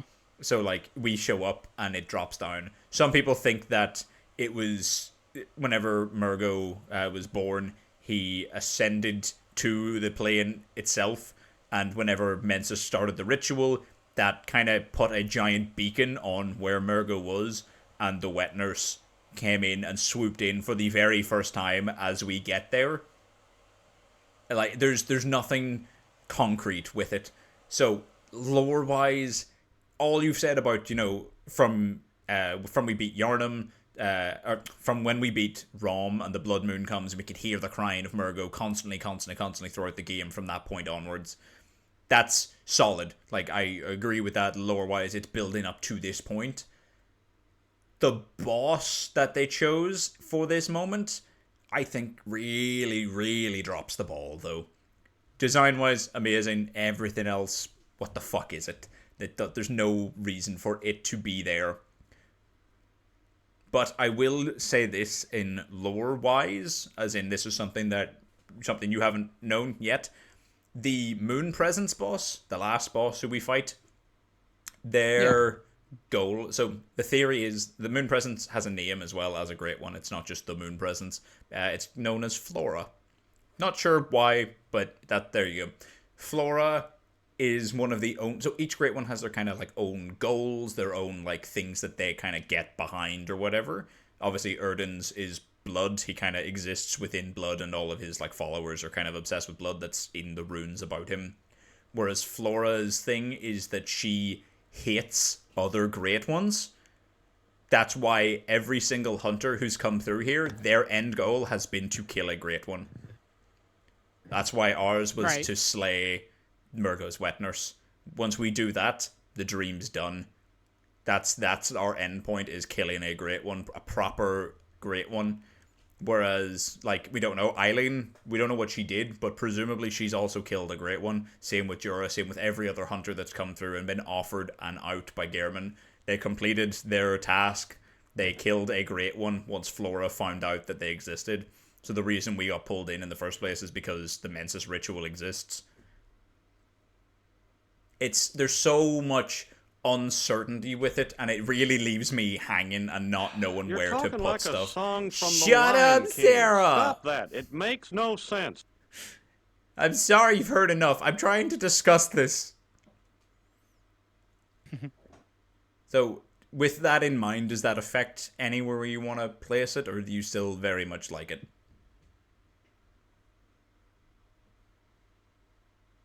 I think that convinces me of more of putting, and again, trying to get my like personal like, oh my god, I love you, boss.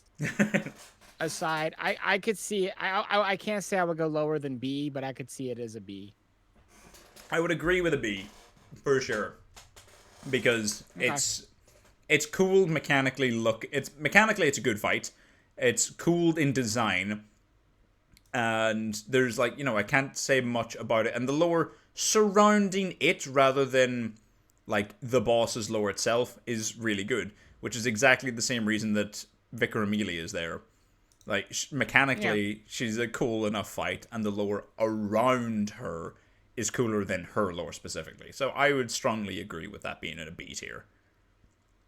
Okay. Gehrman, the First Hunter.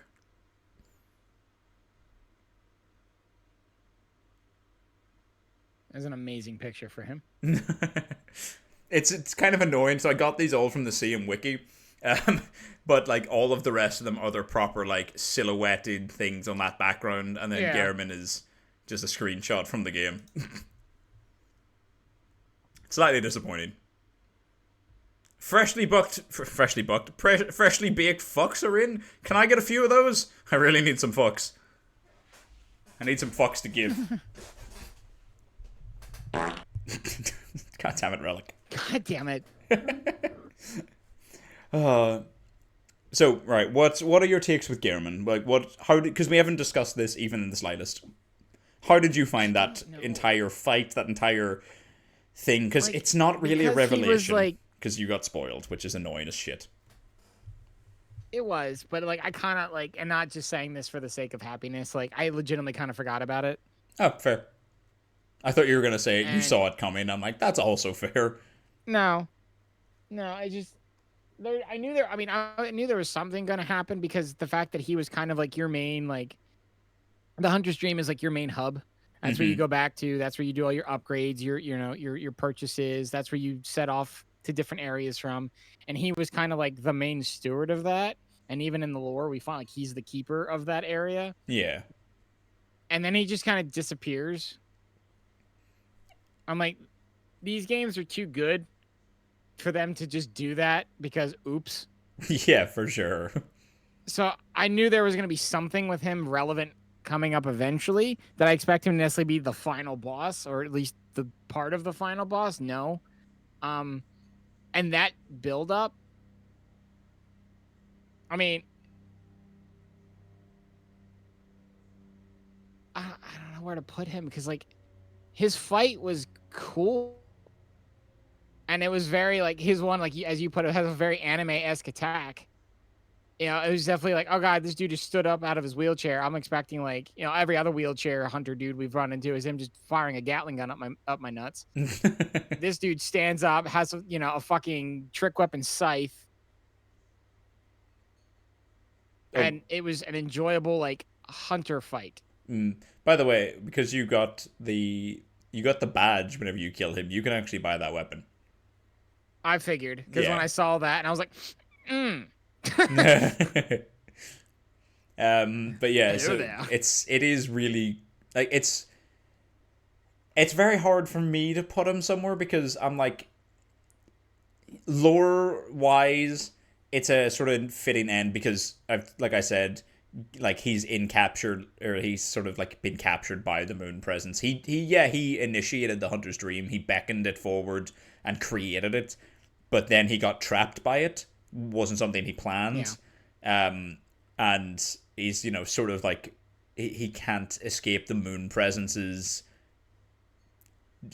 I guess, will. He's trapped by that. So whenever it says get a hunter and get it to kill this, he just has to do that. He can't really reject it. But at the end of it, he does get to offer them an out. They're not just discarded of. So, like, it's tragic as fuck, because, like I said, there's a rare bit of dialogue. I've never said to you what it was, in the off chance that we get it. But the super rare dialogue with Gehrman, if I can find it here. Gehrman, rare dialogue. Here we go. Oh, balls. Where is it? Don't just give me all of his fucking dialogue completely. Hang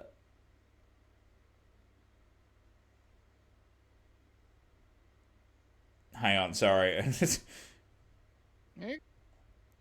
Nah, I can't find it specifically there.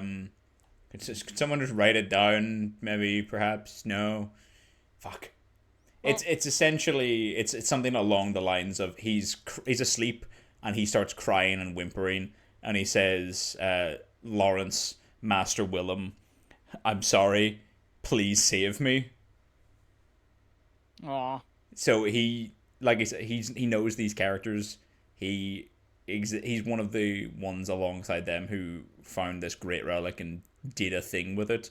But he's trapped and he knows he's trapped, but he can't break free of it. In his sleep, he kind of does, and he calls out for help, but they can't help him because he doesn't know that Willem is now essentially not brain dead, but almost body dead because his brain is kind of in another plane, and Yeah. Lawrence is dead at this point. So he's very much like trapped by it and all. So he's tragic in that sense, but then he kind of gives you the out, like, you can wake up and forget this ever happened. It was all like a bad dream, or you're like, no, I don't want that. And his first thing is like, oh, is it the things you saw? Did you go drunk with blood? Doesn't matter. It's up to me to take care of these things. So he's probably fought an awful lot more hunters in this endless fucking cycle that he accidentally created. It's super tragic. And mechanically, I think it's a pretty solid fight. He's very cool. He's very, his boss room's massive, which is very cool for a hunter fight. You get so much room to work with. He has no bullshit gimmicks. He powers up in the same way Maria powers up. He's got some, anime as fuck moves, same as Maria, so he's no different in that sense. But because of the kind of thing where they drop the ball, where he disappears for, half the game, it's a solid A. Is that fair? I would put him there. Yeah. Yeah, this is one OK Rock. Wait, hang on. Are you saying one OK Rock a C tier or Gehrman's C tier? Also, Relic, I did have my microwave tea. It was disgusting. Fuck you. Because of how things start and how he teaches you a lot of things in the beginning, I do like the fact that he's kind of your gateway, depending on what you have and haven't done in the game, of quote unquote which ending you're gonna go for. Mm-hmm. That it's him sitting there at the base of the tree and giving you that option. I do like that it's him that does that. Yeah, it doesn't even start with him necessarily, because you first arrive here, you've no insights, so you can't get into the doors are closed, and the doll's not alive, so you can't do anything. Well, I mean, but when you literally first wake up in the game, he's the first face you see. Oh, are you saying that because your game looped whenever the cutscene or the credits ended? I mean, yes, but I also remember that from when we started. Fair. That's not Gehrman. That's just a random blood administrator. He looks vaguely like him, but it looks like him. Yeah, no, it's not. It would be cool if it was him though, but no, it's just a random blood administrator. Okay. All right, last but not last I suppose, but the moon presence, which I do also want to point out. So the thing that I created for this entire Bloodborne playthrough, that image of us ready to kind of fight off against everything, the little thing that I made for it. Yeah. Yeah. In the shadow of the moon, you can see the moon presence. I designed it that way. That's pretty cool. Because I'm like, it's there the whole time, so I put it against the blood moon, and you can see the shadow. If I can find the image, I'll pull it up on screen. But whilst I'm doing that, yeah, give your opinions on it, because I'm curious about it. I have no idea tier wise where to put them, and not because it was so bad or it was so good. It's just there's so many facets because of what it represents. This is the thing. Yeah, this is the first thing we've been told to hunt. This was the whole reason we started this journey. We didn't know what exactly our characters didn't know what we were doing, what we were getting into. In full, other than find the thing, kill the thing. Yeah. And at first, it's we're just vampire werewolf hunters in a rundown town, and it just evolves from there to the point of, oh no, there's like deities and corrupted factions and experiments and eldritch horror and god divine like creatures involved, and who's involved and who's not, and this is just kind of the penultimate conclusion to all of that. Yeah. And you making that choice, especially if you do the thing and get all of the chords, and it's so hard to just like, well, this is the final boss of the game. Well, it is, but there's so many pieces to it that it's like, I don't know how to like even if the boss fight was complete and utter shit, which I don't think it was, it would be really hard to even put them far down on the list, just because of all of the things that it does for the game, represents lore wise, teaches you about. I don't know, like this is Bloodborne. This is the thing. Yeah, this is what everything's kind of been leading towards this whole time. Right. I like that. Defeating Gehrman. Go ahead. No, I was gonna say I like that, as in like I like your takes on this, because so many people shit on this boss, like they really don't like it. Okay. Because it does feel like, unless you are paying attention to the lore, it does feel like it comes out of nowhere, which I not disagree with. It is kind of out of nowhere if you're not paying attention. But I mean, obviously I've been making sure that you know what the fuck is going on as much as I possibly can. So it's for sure it's a mixed bag, I'll say. Like, some people hate it, some people love it. Mechanically, some people really dislike that it has that fucking one-shot ability, essentially. So here's the thing with that. And this is, we're kind of like, forgive me, we're going outside of not just Bloodborne, we're going outside Souls games. The thing that reminds me of the most is actually the Kingdom Hearts in both 1 and 2, the Kingdom Hearts variant of Sephiroth. Yeah, that's fair, actually. Who actually has the same, different move, but like effectively is the same thing. And that move automatically kills you in Kingdom Hearts. You just die. Yeah. Now, if you have the ability Second Chance, you survive with 1 HP. Yeah, so, smack you to 1 HP bullshit it's yeah. It's an annoying mechanic it's in any game, really. But it is, and it sucks, but it's the fact of it is survival. And if you think about, to me, this is kind of leaning more into the lore side of it, as far as more than just mechanically speaking. This is the penultimate of everything we've been trying to do and accomplish. This is a god by right. The fact that it can just look at us, a mortal human with a sword, and just kill us makes perfect sense to me. Yeah, it does. And I get it, it's annoying and it sucks, because no matter what your stats are, no matter what you do or what your equipment looks like, it just puts you to 1 HP is kind of like, as long as they smack you to 1 HP bullshit. But you do survive. It's not just, RNG, oh, he caught you this time, guess you're dead. You do survive, and that attack does leave you an opening to heal. Not only that, but because of Bloodborne's like aggression recovery mechanic, I was watching it when you were playing. That health bar stays recoverable for so long, like longer than it ever does in any other thing. So regardless of whether or not you've built a beasthood build, which gives you so much more time in any encounter to be able to recover health, you can recover your entire health bar in the window after he does that. So long as, as long as you're not being really dumb and you leave yourself open for an attack. Like, it's perfectly manageable. It like you said, it's the final fight in the game. It is the thing that has roped you into doing its handiwork or its busy work for it.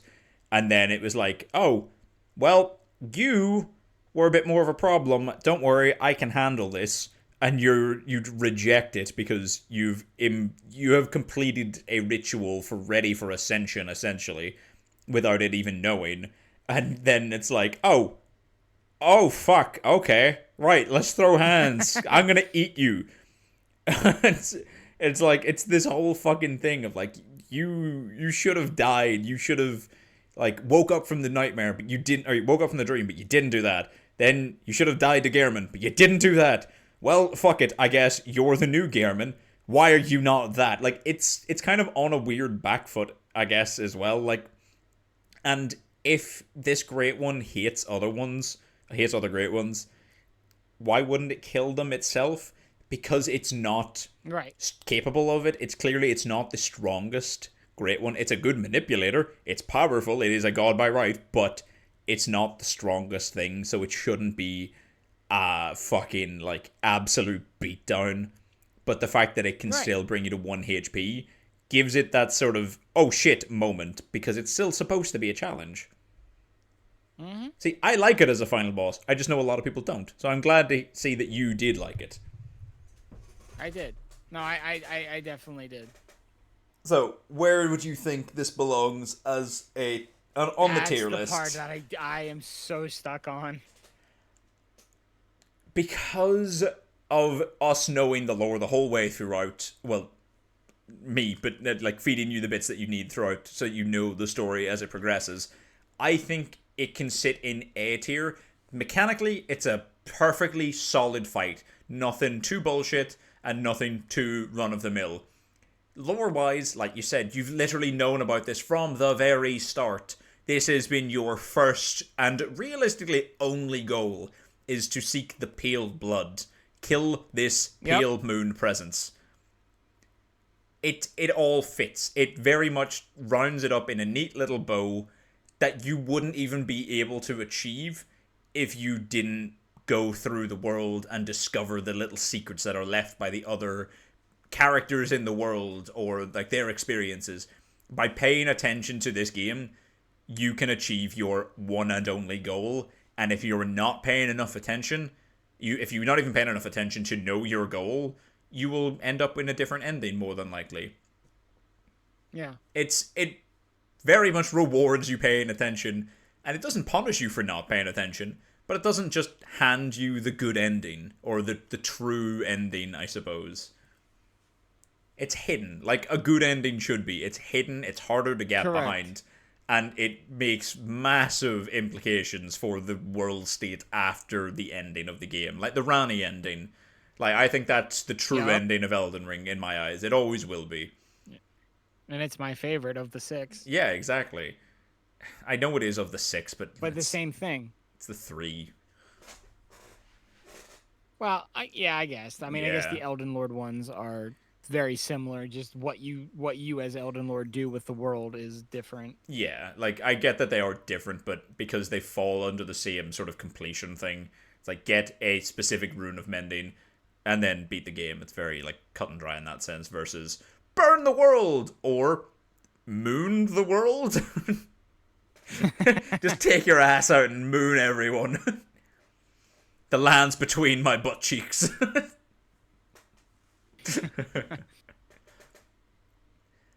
I am pretty happy to fuck. God damn it, Relic. Did that get you a bit as well? Not this time. I'm sorry. Damn it. I'm quite happy to put this in an A. I don't think it's I can do A. I don't think it's quite B. It's definitely not S though. No, it's not. It's not. But I could see the argument for B, but I have a hard time there because, like you said, like putting it all nicely in a bow, like everything was just kind of wrapped up exactly how it should be, and this was a very good, in my mind, perfect representation of the end of all things. Yeah, that we're trying to do in this game. And then we ascend. You know, it's beautiful. And let's be real, the trailer for Night Rain feels to portray, the game happens after the events of Elden Ring. So eternal encroaching night ties directly to the Rani ending. This is exactly what I said when you guys watched that trailer. And it's not a theory that I had prior to that. Or if it is, it's not what I remember having. I remember watching it and being like, oh my fucking god, the night. Rani's ending, and like this feels like the world's like in this in-between state of like, I would be so okay with that. yeah, but it'll probably not even directly say it. It'll be like, here's Probably Elden not. Ring, here's the story of that. And then the next game, Elden Ring 2, but it's not going to be that, but like, here's Elden Ring 2, and it's, you can make the connection, and Night Rain sits in between as a kind of in-between connection. The world is in the process of changing, but it's not a different world entirely. The same way that people try to connect the Souls games to Bloodborne. There's no direct connection, but you find like remnants of possible, they're not specific, very vague possible connections in the Chalice dungeons of like what came before, so the more sort of medieval setting, whereas Yarnum's a bit more like 17th century England, I guess. Yeah. Yeah. So yeah, it's loose tie-ins all around for sure. But I did find the image that I wanted here. Let me call it I'm just gonna call it that because I'll forget otherwise. Saba, do me a favor. Don't look at the screen share for a minute. Okay. Balls. Where did I found it and now I've lost it again. Fuck. Oh no. I remember where it is now. It's fine.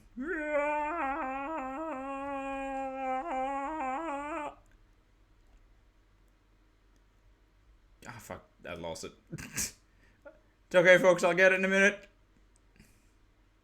There it is. So this was our promo photo that I made up for this. We were supposed to do this in 2 weeks. Clearly that went well. But the idea there, so you can see the moon presence vaguely outlined, or like the silhouette behind 25 against the blood moon. That was the tie-in that I made for it. It's subtle, it's there. If you know to look for it, you'll spot it immediately. If you don't, you might not really pay too much attention to it. That was my idea with it. It was a little tie-in for people who might know what the game encapsulates, and I think that was a nice touch. Not to toot my own horn or blow my own snout, but I just thought it was cool. I was very proud of this image. I threw it together very last minute on a whim, and I was quite happy with it. It's a shame that it lasted over a month later. Like, this is April 7th. It is now it's May 8th. So, we may have whiffed the timeline on that one a little bit, but I'd say it's still pretty good. I wouldn't have wanted to rush it. Yeah, it's been too good to have rushed. Now, I do have one more little treat for you, Mr. Saba. This one is kind of a gift of sorts. A gift from me to you as a commemorative moment to encapsulate and hopefully remember this experience. Oh, God. Fuck it. Got me a present, guys. I sort of got him a present. I do not want to play Kingdom Shards. God damn it! Shut up. Oh, let me. There we go. I got this little art piece commissioned of me and you. That's amazing. Together. That's so cool. This was made by Avi in chat. I messaged her about this. I can't remember when, but it was back whenever we were both using obviously Ludwig's sword. So we've got that. We've got the Look at the lovely little Cappy background with the Ludwig. Yeah, hang on. Let me see if I can zoom in a little bit. Just there's a little Cappy up here, just wearing the hat, wearing the mask, the tiny little Ludwig sword, and then big. Like, look at the design she put in on the sword. It's so good. Oh, Avi, you really outdid yourself with that. It's so Dude, good. This is incredible. This is so cool. Absolutely love it. I hope everyone likes this. I am keeping this forever. I'll send you the file over so you have it. Please. Yeah. This is done by Avi here in chat. Avi Aria. Hang on, let me, you know what? I'm going to fucking give her another shout out here because Avi also streams. Absolutely. She streams sometimes. She's it ups and downs with being able to kind of consistently do it, but Avi is a really, really talented artist. If you guys ever want any sort of like work or anything commissioned, by all means, please fucking go over, drop her a message or something, see if we can get anything commissioned. She's really good at drawing, like, what's it, like, anthropomorphic, like, sort of dragons or, like, I don't know, animal people. Like, Sarah, I know you're like a wolf reaper. You could definitely try and get something done there as well. Obviously, Saba and Locke with your dwagons, you guys got some stuff there. Like, by all means, please go check out Abby. Amazing. Yes, another artist to add to the Rolodex. But wow, Abby, well done. Isn't it so good? Yeah, It's so good. I'm compressing it a little bit so that we can both be on the screen here. I'm so glad it was fun to make as well. It's so good. Oh, I genuinely love it. She sent me the line work for it a couple of weeks back, and I'm like, this is going to be so much better than I thought. Because I had like this image in my head, and in my head it was like, that moon was behind us, and we were kind of like swooping in from the top right, like towards the camera doing it. But Avi threw up this, and I'm like, oh my god, this is so good. Because it really shows, like, it shows off you bigger and, like, as you kind of should be, and then tiny me on the head. It's so cute. Oh, Avi, I cannot thank you enough for that. Genuinely, it's so good. The same from me. This is so cool. You have done an amazing job here, and I am touched that Lazy you had this done. That's true. Yeah, you get all the coloring and shading all today whilst we were on stream. It was just I love it. Thank you so much. Okay, all right. Before we start crying, guys, thank you to everybody who's been here for all of these streams and for just being here and supporting us and making this such an awesome experience to do this. It's my favorite game of all time, and you guys really, really helped make it feel like it was worth loving and worth nerding out over all the time. And of course, to my absolutely amazing compatriot over here, Saba, I appreciate you so much for joining me on this adventure and for being there willing for me to lower dump. I'm gonna cry. For letting me lower dump on you, and for getting so involved in every little fucking nerdy piece of shit that I was telling you about, for making it hilarious, from the yes to the why to the shotgun in the letterbox to the amygdalas to the auger of a burritos all over your face. Just everything. Thank you so much, dude. 100%, my pleasure. I am so honored that you asked me, of all people, a fairly relatively new person on the scene, to go through this journey with you, to trust me, to not fuck it up. You know, I did a few times. it's fine. Even though I have always wanted to try this game. It's been on the radar for a while, and to get to do my first playthrough in such a grandiose fashion, to not have to just sit in a corner by myself and like, I really want to play Bloodborne. Let's see how this goes. And to have your guidance and your wisdom to make me piss myself laughing the whole way. And to all of you in chat who have sat here with us and laughed with us and made fun of us and pointed out everything that we did wrong and right.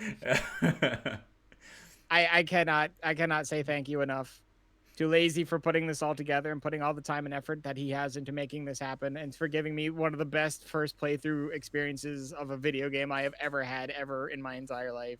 Right up to the very end where you guys were cheering me on in that final fight, and I just felt like, no, I'm going to fucking win this because I have all of you behind me.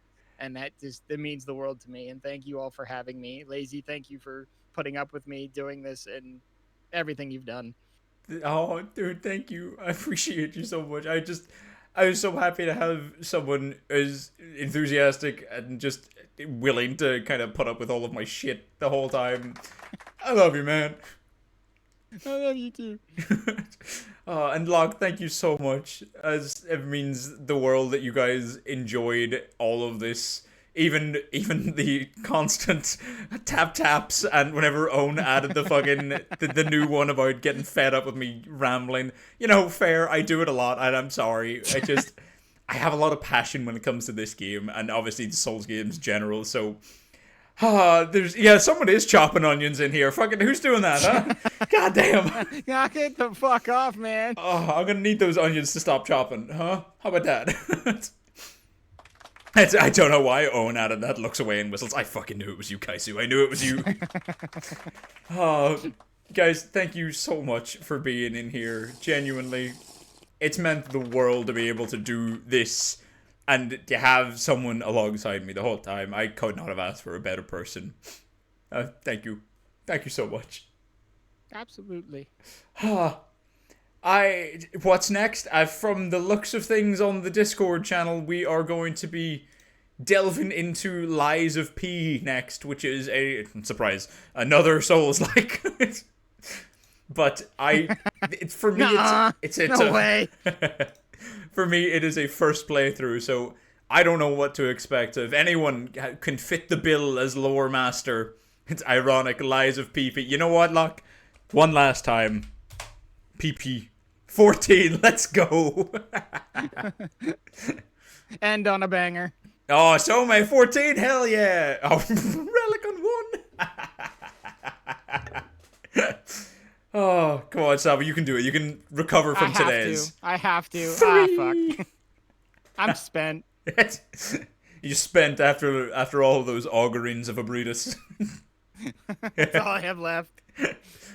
So yeah, if anyone's played the game and wants to fill the role of lore master in that sense, by all means, please do jump in and help me out, because there's going to be a lot of times where I'm probably lost in that game. These games are intense. There are a lot to follow. Playing my first playthroughs of them is always very intense. So that's why I'm so glad that you enjoyed doing this for the first time and like knowing what was going on and not ever at a point of, Lazy, can you shut the fuck up and let me work this out? Which would have been completely justifiable, because I'm like, do I say no? Do I speak? Do I shut up? Do I speak? Do I shut up? I also know one of the bosses is Mommy. I know like the tiniest amount about Lies of P. I've tried to avoid spoilers as many places as possible. I think like 3 or 4 bosses. So I think that's pretty good considering how long it's been out. But that's going to be it. We're going to be doing that alongside Elden Ring Night Rain, which I am more than happy to play with absolutely anybody. Because it's a fucking co-opable bullshit 3-person extraction. I'm still not sure what I'm going to get it on, if it's going to be PC or PlayStation, but you know what? We will work that out when time gets closer. I have booked off for launch day, so I will be playing it on launch. Yeah. They haven't approved it yet, but they have no reason not to, so fuck them. We'll fucking get on a plane and come kidnap you if we have to. I was recently told that I'm not allowed Fridays off because my boss needs them off, but he can go fuck himself. His kid can go, I don't know, fucking do cartwheels by himself. I don't care. I'm taking the day off. Anyway, folks, we are going to we're gonna send all of this super teary-eyed, positive fucking energy to another amazing, awesome creator. Who the fuck do we want to send this to, huh? I think we gotta send it to Hunter, right? It fitting. Hunter, Bloodborne. Yeah. Everyone can just send all of the love Hunter's way. Everyone here knows Hunter at this point. He's our little robo toaster. Awesome dude. He's playing Delock Town. So Locke, you can get in there. Damn it. And he's a really nice, chill vibes. So to come from this emotional climax into nice, relaxing, calm voice, I think that's a good fit. I like it. Yeah. So, folks, please enjoy your entire weekend. I will be posting another schedule for when I'm available next week. Hopefully, it'll be a bit more consistent.